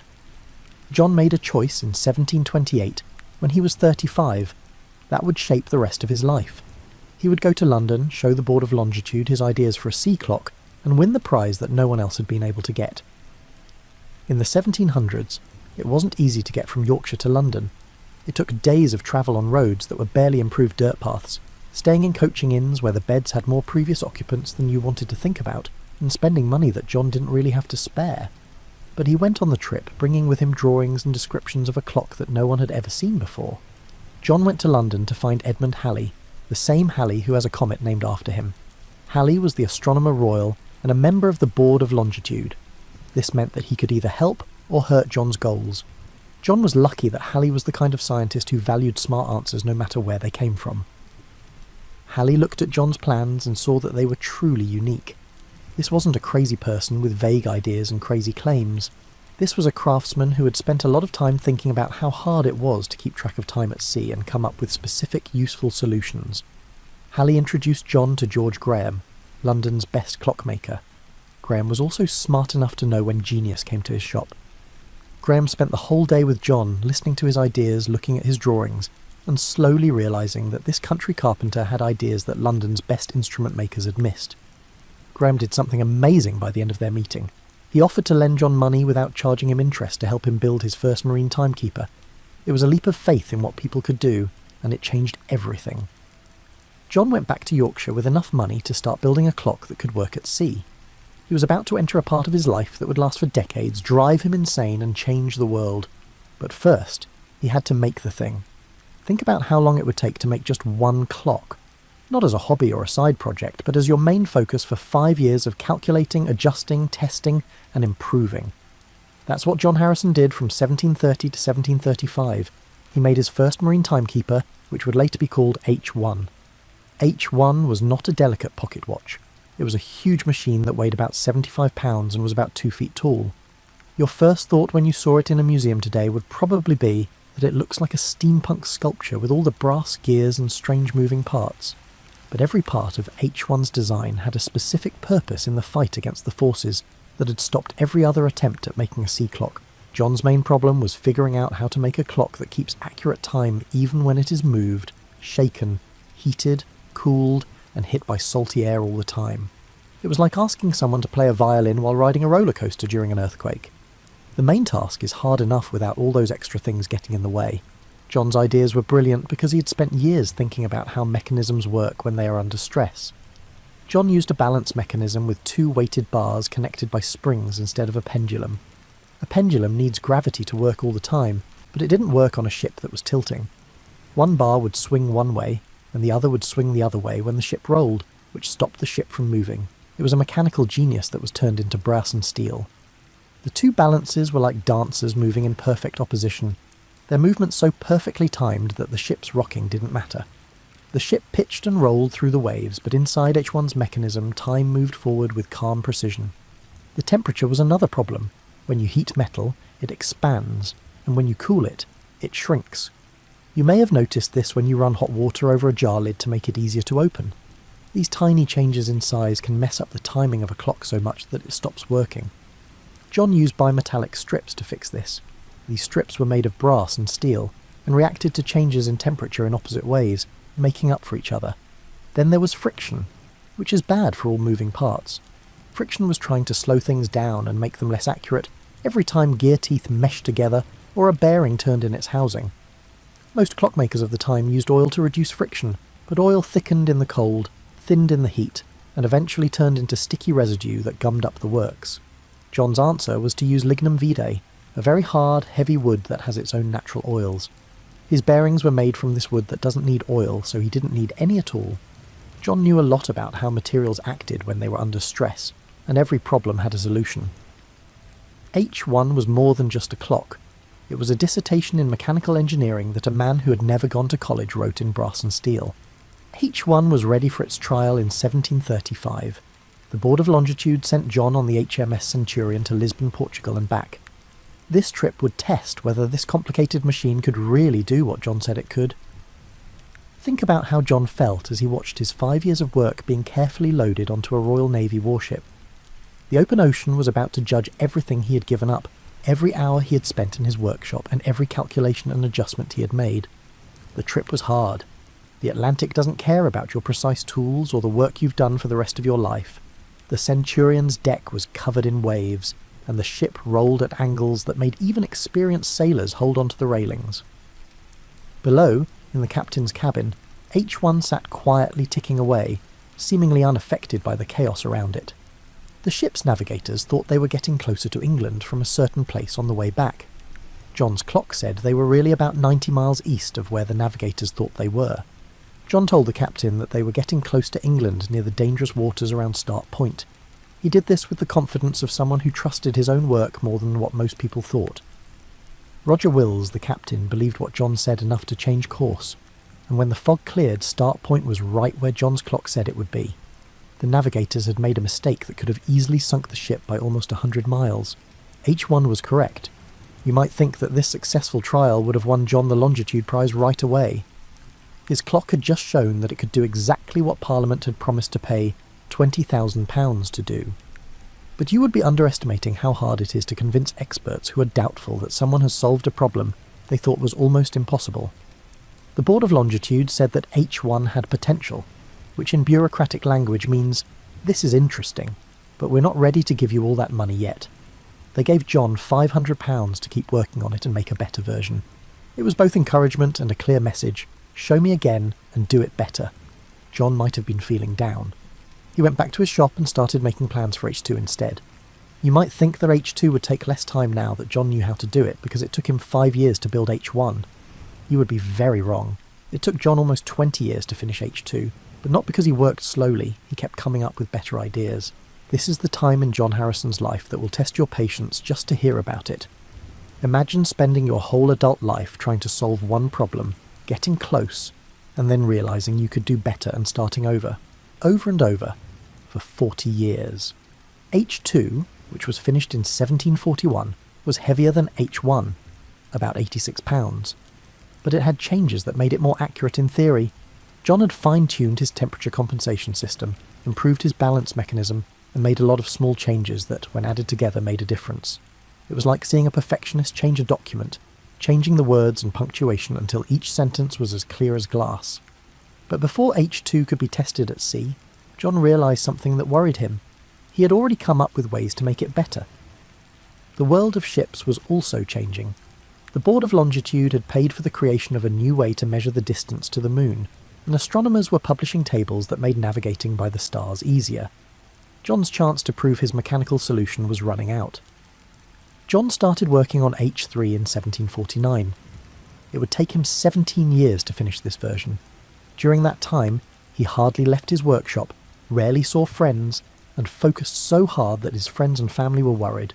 William, his son, who had grown up watching his father's obsession, became his assistant and later his advocate when he had to deal with the Board of Longitude. H3 was smaller than the ones that came before it, but it was much more complicated. John added new features like a bimetallic strip to adjust for temperature and a caged roller bearing mechanism. This design was so ahead of its time that it wasn't rediscovered and widely used until the Industrial Revolution, more than 100 years later. You benefit from something John Harrison came up with while trying to solve the longitude problem every time you ride in a car or use a machine with roller bearings. But there was a problem with H3 that John couldn't completely fix. It was more sensitive to the ship's movement than his other designs. The changes he made in some areas had made other areas weaker. It was the kind of trade-off in engineering that keeps perfectionists up at night, and John was definitely a perfectionist. John was in his 60s by the middle of the 1750s. He had been working on sea clocks for more than 30 years. His first try was good enough to show that the idea worked, but not good enough to win the Longitude Prize. His later attempts had been better in some ways, but he still hadn't reached the level of perfection he wanted. A lot of people would have given up. The right thing to do would have been to admit that he had made important contributions, take whatever money the Board of Longitude was willing to give him, and then retire knowing that he had helped people learn more. John Harrison was not like most people, and he was not being reasonable about this problem. John made a choice in his workshop that must have seemed a little crazy even to him. He would stop working on H3 and start over from scratch with a very different method. His new clock would be nothing like the big, complicated machines he had spent years building. It would be small, elegant, and based on ideas he had learned while working on the other ones but had never fully used. He would make H4, which would be a watch. Think of a pocket watch from the 1700s, like the kind you might see in a period drama, as hanging from a gold chain on a gentleman's waistcoat, fancy, classy, and small enough to fit in your hand. Now picture this watch being so accurate and well made that it will lose less than a minute after months at sea, through storms and calm, heat and cold. That was H4. John Harrison started working on H4 in 1755, and by 1759 he had made something that looked simple but wasn't. It was about 5 inches across, which is big for a pocket watch by today's standards, but small compared to H1, H2 or H3. It was only 3 pounds heavy. You could easily hold it in both hands and admire its clean white face, elegant Roman numerals, and the way its hands moved smoothly to mark seconds and minutes with perfect timing. But the ease was a trick. Inside H4's silver case was a world of exactness. John had put together everything he had learned about clockmaking over the past 30 years into a package that could fit in your pocket. The balance wheel moved back and forth 5 times per second, which was faster than any other marine timekeeper. This meant that small mistakes in each oscillation would average out instead of getting worse. It was the application of statistical smoothing to mechanical engineering, long before anyone had put these ideas into writing. The escapement mechanism, which turns the spring's energy into the regular tick-tock motion, was a work of art in terms of miniaturization and accuracy. John had made sure that every tooth on every gear fit together perfectly, which cut down on friction to almost nothing while still keeping the right ratios for keeping time. The craftsmanship was so good that when you look at H4 under a magnifying glass, you can see details that shouldn't have been possible with tools from the 18th century. The temperature compensation system used a bimetallic balance that grew and shrank in just the right amounts to keep the watch accurate in both Arctic cold and tropical heat.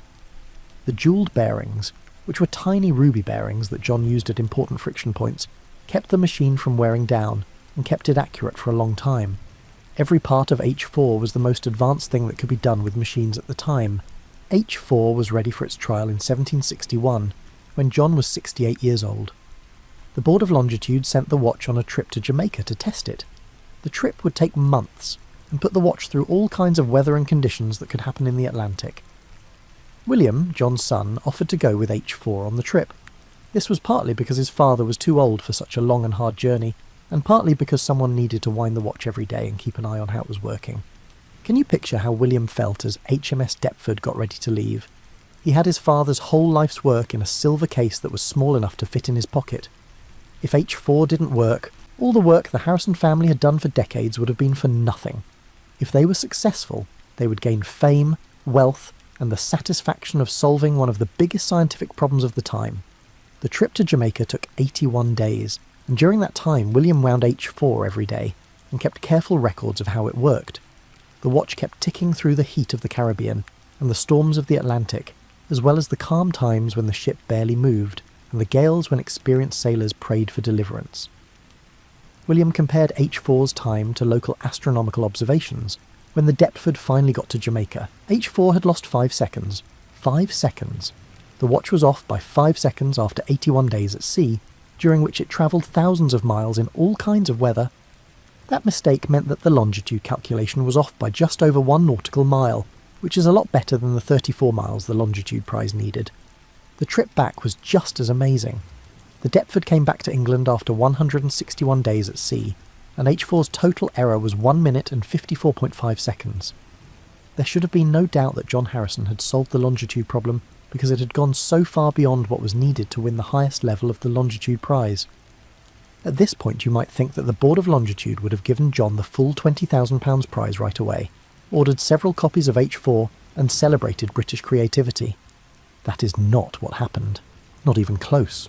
If you've ever had to deal with red tape, you know how annoying it is when rules change, goals change, and committees ask for more proof before they make a decision.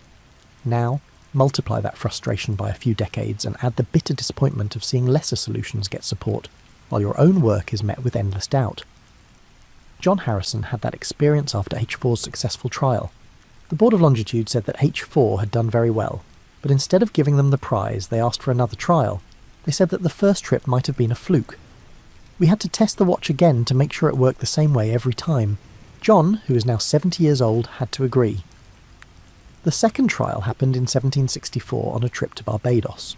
The Board of Longitude sent Neville Maskelyne this time.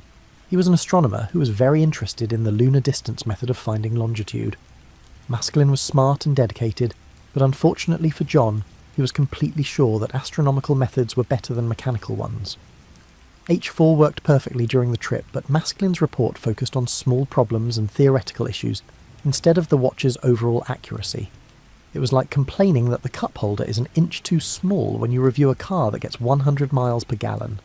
When they got back to England, the board decided that even though H4 had done a great job, they couldn't give him the full prize until John showed everyone how he built things and let other watchmakers copy his work.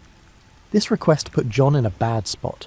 He didn't want to share his secrets because other makers could copy his design and he would lose his edge in the market. He would not get the prize he had worked his whole adult life for if he said no. It was a bureaucratic catch-22 that looked like it was meant to keep him from getting the credit he deserved. The board finally gave John half of the prize money, £10,000, but only if he explained how he did it and made sure that the duplicate watches were built. It was like winning an Olympic gold medal and being told you could only have it if you taught everyone else how to do it first. If they were happy with how you taught them, you might get the rest of your prize later. Neville Maskelyne had become the Astronomer Royal and a senior member of the Board of Longitude by this point. He kept pushing for the lunar distance method by publishing tables and instructions that made navigating the stars easier. It was good work that helped a lot of sailors, but it also meant that the person judging John's mechanical method had spent years working on a competing solution. The scientific community had a strong bias against mechanical solutions. A lot of astronomers thought that navigation was an astronomical problem at its core, and should be solved with astronomical tools. They were offended that a craftsman, who wasn't even a real scientist or mathematician, could use gears and springs to figure out longitude. For years, John built duplicate watches under the board's watchful eye. He showed other watchmakers how to do it and gave them more and more detailed explanations of his work. William, his son, became his lawyer, publicist, and moral support all at once. He argued John's case before the board, wrote pamphlets explaining how unfair their treatment was, and did all of these things. John was in his late 70s by the early 1770s, and he still hadn't won the full longitude prize. It had turned into a bit of a public scandal. This man had clearly solved the problem that Parliament had asked him to, but he couldn't get the promised reward because of technical issues, bureaucratic delays, and what seemed to be professional jealousy from the astronomical establishment. In 1772, John was desperate and knew he didn't have much time left because he was getting older. He did something strange. He wrote to King George III directly. It was a brave move to go straight to the royal authority instead of going through the Board of Longitude. King George III liked science and was especially interested in tools that were very accurate. The king was said to be very angry when he found out about John's situation. A man had spent 50 years working on an important problem and still hadn't gotten the promised reward. He had H4 brought to his private observatory, where he watched it work for weeks. The king was sure that John had been treated unfairly. George III used his power to make Parliament give John Harrison the rest of the prize money. John finally got the full £20,000 he had been promised almost 60 years earlier in 1773 when he was 80 years old. It was a win, but it was a sad one. John won not because the scientific community recognised his work, but because the royal family had stepped in and stopped them from objecting any longer. The Board of Longitude never officially said that John had won the Longitude Prize. Instead, they made the payment as a special grant from Parliament, which was worded in such a way as to avoid suggesting that the board had made a mistake. 3 years later, in 1776, John Harrison died at the age of 83. He had lived long enough to see his work get praise, to know that his sea clocks worked and could save lives, and to see the start of a revolution in how ships navigated that would last for the next 200 years. But he died without ever getting a formal letter from the Board of Longitude saying that he had solved the problem they had asked him to solve. You might not feel like you've won even when you do win. As you get more comfortable in your blankets, and the stress of the day starts to fade, let's talk about what happened after John Harrison died. This is when his story goes from being about a personal victory to a global change. By the 1780s, other watchmakers were making marine chronometers based on John's ideas. These watches were very expensive. A good marine chronometer could cost more than the captain of the ship made in a year. But for long trips, they quickly became very useful.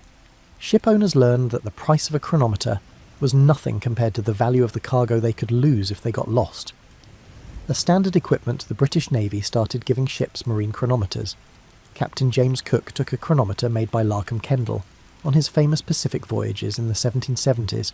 It was basically a copy of H4. Cook wrote with great enthusiasm about how accurate and dependable the chronometer was, calling it his trusty friend and never-failing guide. People pay attention when the man who mapped more of the Pacific Ocean than anyone else before him praises your navigation tool. By the beginning of the 1800s, marine chronometers were the most common way to find longitude at sea. The Board of Longitude's preferred astronomical methods were still used as a backup. Good navigators used every tool they could find, but John Harrison's mechanical solution became the main way to navigate for the next 150 years. The effect on trade by sea was huge. Now ships could plan their routes with confidence, knowing that they could always find out where they were on the trip. Marine chronometers that came from John Harrison's designs were used by clipper ships that raced tea from China to England, merchant ships that connected Europe with the Americas, and naval expeditions that mapped the world's remaining coastlines. The changes to safety were just as big. There were a lot fewer shipwrecks caused by navigation mistakes. Now, captains could safely get close to dangerous coastlines at night or in fog, knowing where they were. The ocean was still dangerous because storms, icebergs, broken equipment and human mistakes still sank ships. However, one major cause of maritime disasters had mostly been removed. More subtly, being able to keep track of time accurately at sea led to the creation of accurate charts and maps. Now, every harbour entrance, every dangerous shoal, and every coastline could be found with precision and saved for future sailors. The oceans of the world were slowly but surely changing from vast, unknown areas where positions were unclear to mapped areas where locations were known. The ideas about technology that John came up with had an effect on clockmaking well into the 20th century. His new ideas for temperature compensation, friction reduction, and precision balance mechanisms became standard parts of high-quality watches. Watchmakers studied his designs the same way musicians study Bach or architects study old temples, as examples of how to use basic ideas with genius-level skill. Lieutenant Commander Rupert Gould said that restoring the original Harrison sea clocks, which had fallen into disrepair, was one of the best things that ever happened to him. When I opened H1 and saw John's wooden gears and carefully planned mechanisms, it was like talking to a master craftsman from hundreds of years ago. The clocks were more than just old things. They were also working examples of ideas that were still useful. The Harrison sea clocks made it through World War II in London. They were kept safe in a vault during the Blitz, when German bombs fell on the city every night. They were cleaned, restored, and then put on display at the Royal Observatory in Greenwich, where they still are today. You can see them ticking away just like they did hundreds of years ago if you ever go to London. H1 through H5 and a few of John's other clocks are there. But the marine chronometer was not the best navigation tool for all time. By the end of the 20th century, GPS systems that use satellites started to take the place of mechanical navigation tools. Ships could now tell where they were within feet instead of miles, and they could do it all the time instead of having to do it once a day. The change happened slowly, but by the early 2000s, marine chronometers were no longer the main tools for navigation. They were used as backups and safety devices. But even this technological advancement doesn't take away from what Harrison did. GPS satellites need very accurate clocks, like atomic clocks that make John's chronometers look rough by comparison. But the basic idea is still the same. To navigate correctly, you need to keep track of time correctly. John Harrison knew this truth so well that he spent his whole life trying to make it better, and every navigation system since then has been built on that. The story of Harrison also changed how we think about scientific recognition, and the link between practical skills and theoretical science. John was not a mathematician, with a degree from a university, or a natural philosopher from the upper class. He was a working-class craftsman who solved a problem by trying different things over and over, using his mechanical intuition and being very stubborn. His success called into question the idea that only traditional academic sources can lead to important scientific breakthroughs. Historians have been both embarrassed and fascinated by the way the Board of Longitude treated Harrison in the last few decades. How could smart, well-meaning people not see that the answer to the problem they had defined was so clear? The answer has to do with class bias, jealousy among professionals, institutional inertia, and the fact that people tend to prefer solutions that come from people who are like them instead of people who are not.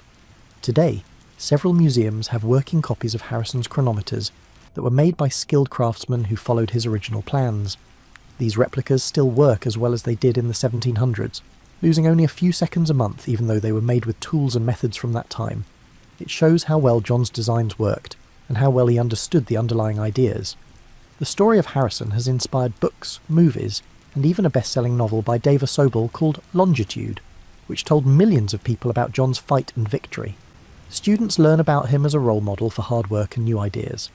Engineers look at his mechanisms as examples of how to solve problems in a smart way.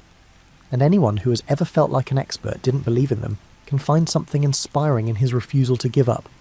As you start to feel sleepy, let's take a step back and think about what John Harrison's work really means in the grand scheme of things. It's not just about one man making fancy clocks, it's also about how we as people relate to time, space, and our place in the universe. Time was mostly a local thing for most of human history. Noon was when the sun was at its highest point where you were standing. The sun's path across each village, city, and valley sky set the time for each place. This worked well when most people didn't go more than a few miles from where they were born. But as societies grew and communication got better, this way of keeping time caused problems. What time does the morning coach leave? When should we get together? The absence of a standardised time became progressively problematic when organising activities requiring coordination across distant locations. The longitude problem made people rethink how they thought about time. To use Harrison's chronometers to find your way, you needed to know the time in both your area and at a reference point. Greenwich, England, became that reference point, and this is how we got Greenwich Mean Time. All of a sudden, time wasn't just something that people in one place could see, it was a global standard that linked faraway places on Earth. This change in how people thought about time eventually led to the time zones we use now. In the 19th century, when railroads started linking far-off cities, it became impossible to keep track of local times. It was a nightmare to coordinate a train schedule that used dozens of different local times. The answer was to break the world up into time zones, each of which was set to a standard time. Greenwich was the main meridian, which is the point from which all other longitudes are measured. When you look at your watch to see if you're late for a meeting, or to help a friend on the other side of the world figure out what time it is, you're using a way of thinking that came from John Harrison's work on the longitude problem. Standardization of time was necessary for navigation, which is why it became the same all over the world. Harrison's chronometers were also an important step in the history of human precision. Before the Industrial Revolution, most things were made by hand. It fit the frame of the door. The wheel was round enough. People used their eyes and experience to make measurements instead of exact tools. The work of John Harrison required and showed a level of accuracy that was not needed before and was almost impossible to imagine. It was necessary to shape each gear tooth in H4 to within a few millimetres. Every spring had to have the right amount of tension. Each bearing needed to be the right size. This wasn't rough craftsmanship. It was precision engineering before that word even existed. John had to come up with new ways and tools to get the accuracy his designs needed. This focus on accuracy spread from clockmaking to other areas. The Industrial Revolution was based on machines that got better and better at making parts that fit together better and better. The tolerance standards that modern manufacturing takes for granted. Parts machined to thousandths of an inch. Components designed to fit together with minimal gaps. These ideas came about in part because of the precision culture that clockmakers like Harrison started. Harrison's life also shows how strong people can be, which is very moving. He started making sea clocks when he was in his 30s, but it wasn't until he was 80 that he got full credit for them. That's a lot of work on one problem over 50 years. 50 years of math, changes, letdowns, and little wins. Believing that what he was doing mattered for 50 years, even when powerful people told him it didn't. Think about how much you want to achieve that goal. Most of us have trouble staying focused on a project for a few months. When results don't come quickly, when others don't immediately notice our hard work, or when the way forward seems unclear, we get discouraged. John Harrison had to deal with all of these problems for decades, but he never gave up. There were a lot of things that made him keep going. There was pride, for sure, the pride of the craftsman in making something that works perfectly. There was ambition, the chance to win the Longitude Prize and get recognition for it. But there was also something deeper, a belief that the problem could be fixed, that it was possible to keep time accurately at sea, and that he was the one who could do it. It's not common to find someone who has this mix of technical skill, stubbornness, and unshakable self-confidence. A lot of people have one or two of these traits, but having all three for a long time creates the kind of focused intensity that can solve problems that others think are impossible. As your breathing slows and your mind starts to drift off to sleep, let's think about what we can learn from John Harrison's story today, in a world that seems very different from 18th century England, but still has many of the same basic problems. The first lesson is about being an expert and having credibility. There were a lot of smart people on the Board of Longitude, like royal astronomers, mathematicians and naval officers. They really thought they knew the best way to solve the longitude problem. They weren't mean or dumb. But they were so sure that astronomy had to be the answer that they couldn't fully see the value of a mechanical answer, especially one suggested by someone who wasn't in their field. We see this happen a lot in history. Experts in a field become so attached to certain methods that they refuse to consider other options, especially those suggested by people who aren't experts. This is a reminder that having credentials and an education doesn't mean you're open to new ideas. Sometimes the person who makes the breakthrough doesn't know that what they're trying to do is impossible. Second, there's the lesson about how to be perfect and keep going. John Harrison could have stopped after H1 showed that the basic idea worked. He could have taken his partial payment and fame and lived comfortably in his later years. Instead, he kept asking for better, more polished, and more perfect answers. H4 was his fifth major try at fixing a problem that his first try had mostly fixed. It's good that you're trying to be perfect, but it's also a little worrying. When does the search for improvement make it hard to put a good enough solution into action? Harrison worked on his designs for decades, but sailors kept dying because of navigation mistakes that H1 could have fixed. People who work on hard problems have to deal with the tension between wanting everything to be perfect and being practical. Third, there's the lesson about getting credit and being recognised. John Harrison needed outside proof that he had solved the problem, like the Longitude Prize or official recognition from the board. He got most of what he wanted, but not always in the way he wanted. The board never said he was the winner in an official way. Instead of being recognised by the institution, the prize money came from the royal family. His vindication was both complete and incomplete. Many of us spend our lives looking for recognition for our work, whether it's getting a promotion, getting good reviews, making a lot of money, or just getting praise from people we look up to. Harrison's story shows that validation can come in surprising ways and may not be as satisfying as we thought it would be. The work itself, the joy of solving the problem and making something that works well, might have to be the reward. Fourth, there's the lesson about how things get better. There wasn't one brilliant idea or lucky find that solved the longitude problem. It was fixed over the course of decades of small changes, each one building on the last. Harrison's first clock taught him things that he used to make his second clock, which taught him things that he used to make his third clock. Progress was made up of a lot of small steps forward, not one big jump. This pattern holds true for most major accomplishments. We like to think that breakthroughs happen in dramatic eureka moments, but real progress usually looks more like John Harrison's workshop. Years of careful testing, countless small changes, and slowly building up knowledge and skill. Fifth, there's the lesson about picking your problems. John Harrison could have made a good living as a clockmaker by making regular clocks for regular people. Instead, he decided to take on one of the hardest technical problems of his time. This decision shaped his whole life, leading him to victory but also to years of anger and disappointment. We all pick problems to work on, even if we don't mean to. Some people pick problems that are both solvable and rewarding. Some people choose problems that are hard but important. Some people, like Harrison, pick problems that seem almost impossible but are very important. There isn't one right answer for what kind of problem to solve, but the choice you make will affect the way you live. Last but not least, there's the lesson about time. John Harrison devoted his life to accurately measuring time, recording its passage through springs and gears, and making its flow visible and measurable. But his own sense of time was shaped by decades of hard work, the slow accumulation of skill and knowledge, and a level of patience that most of us can't even begin to imagine. In this age of instant communication and quick change, it's hard to believe that Harrison would spend 50 years on one problem. We're used to getting quick results, quick feedback, and instant satisfaction. Harrison's story reminds us that some goals take a different kind of time. Instead of days or months, they take decades, and progress is slow. Recognition may not come until the end, if at all. As you start to fall asleep, picture yourself visiting John Harrison's workshop in the 1750s. The room would smell like metal filings and oil, wood shavings, and the smell of a place where people work hard. Candles and the little bit of sunlight that came through the small windows would give off light. It was so dim that it barely lit up the incredibly fine work John did, squinting at tiny gears and springs. You would hear the ticking of many clocks, not just one. Each clock marked time in a slightly different way as John tested, changed, and improved his designs.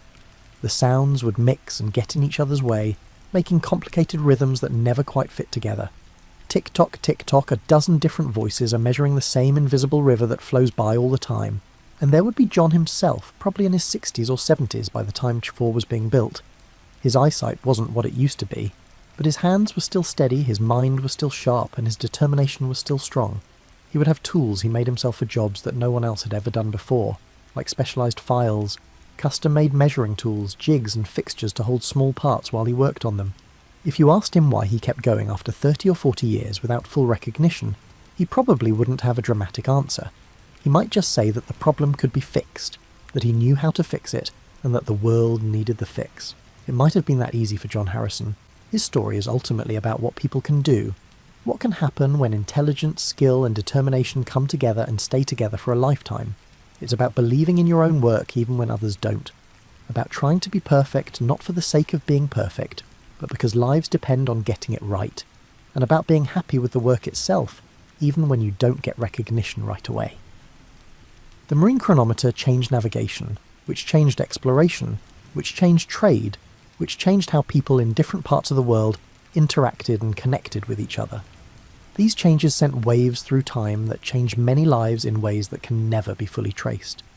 John Harrison's legacy lives on in every ship that arrived safely at its destination, because its captain knew where he was, every person who crossed oceans with confidence instead of fear, and every map that was drawn correctly because positions could be determined exactly. The Harrison sea clocks are still ticking with the same accuracy they did hundreds of years ago. They are now in glass cases at Greenwich. People stand and watch the hands move, counting seconds that turn into minutes that turn into hours. The clocks have been around for hundreds of years longer than their maker, and they will probably outlive everyone who sees them today. It's deep that a device made by human hands can keep measuring time long after those hands have stopped working. Maybe the only real kind of immortality is to make something so well that it keeps working, serving its purpose, and showing off its creator's skill and vision long after the creator has passed away. Let that thought drift with you into dreams as you finally give in to sleep, that John Harrison's clocks are still ticking somewhere in London right now, keeping time with accuracy that seemed impossible when he first started working on them. The problems he fixed are still fixed, the rules he found still hold true, his dedication is still inspiring, and maybe the most comforting thing of all is that his story shows us that patience, hard work and skill can help us solve even the hardest problems, that it is possible to make progress, that with enough time and effort people can measure the unmeasurable, find their way through the unfindable and do the impossible. Sleep well, knowing that while you sleep, countless descendants of Harrison's clocks are measuring time all over the world. Each tick-tock is a small echo of a Yorkshire carpenter's son who refused to believe that anything was truly impossible, and proved himself right through 50 years of hard work in a small workshop, solving a problem that had stumped everyone else. John Harrison made the world easier to understand. He didn't give up, which made the ocean safer. One man thought with complete certainty that gears and springs could measure time so accurately that they could guide ships across trackless seas. Tick-tock, tick-tock. The measurement goes on as it has for hundreds of years and will for hundreds more. It is a legacy of accuracy left behind by a man who knew that solving impossible problems is mostly a matter of patience, skill, and not believing in the impossible. Have good dreams. May your own problems seem easier to solve in the morning, and may you find a little of John Harrison's quiet, stubborn determination to see things through to the end when you need it.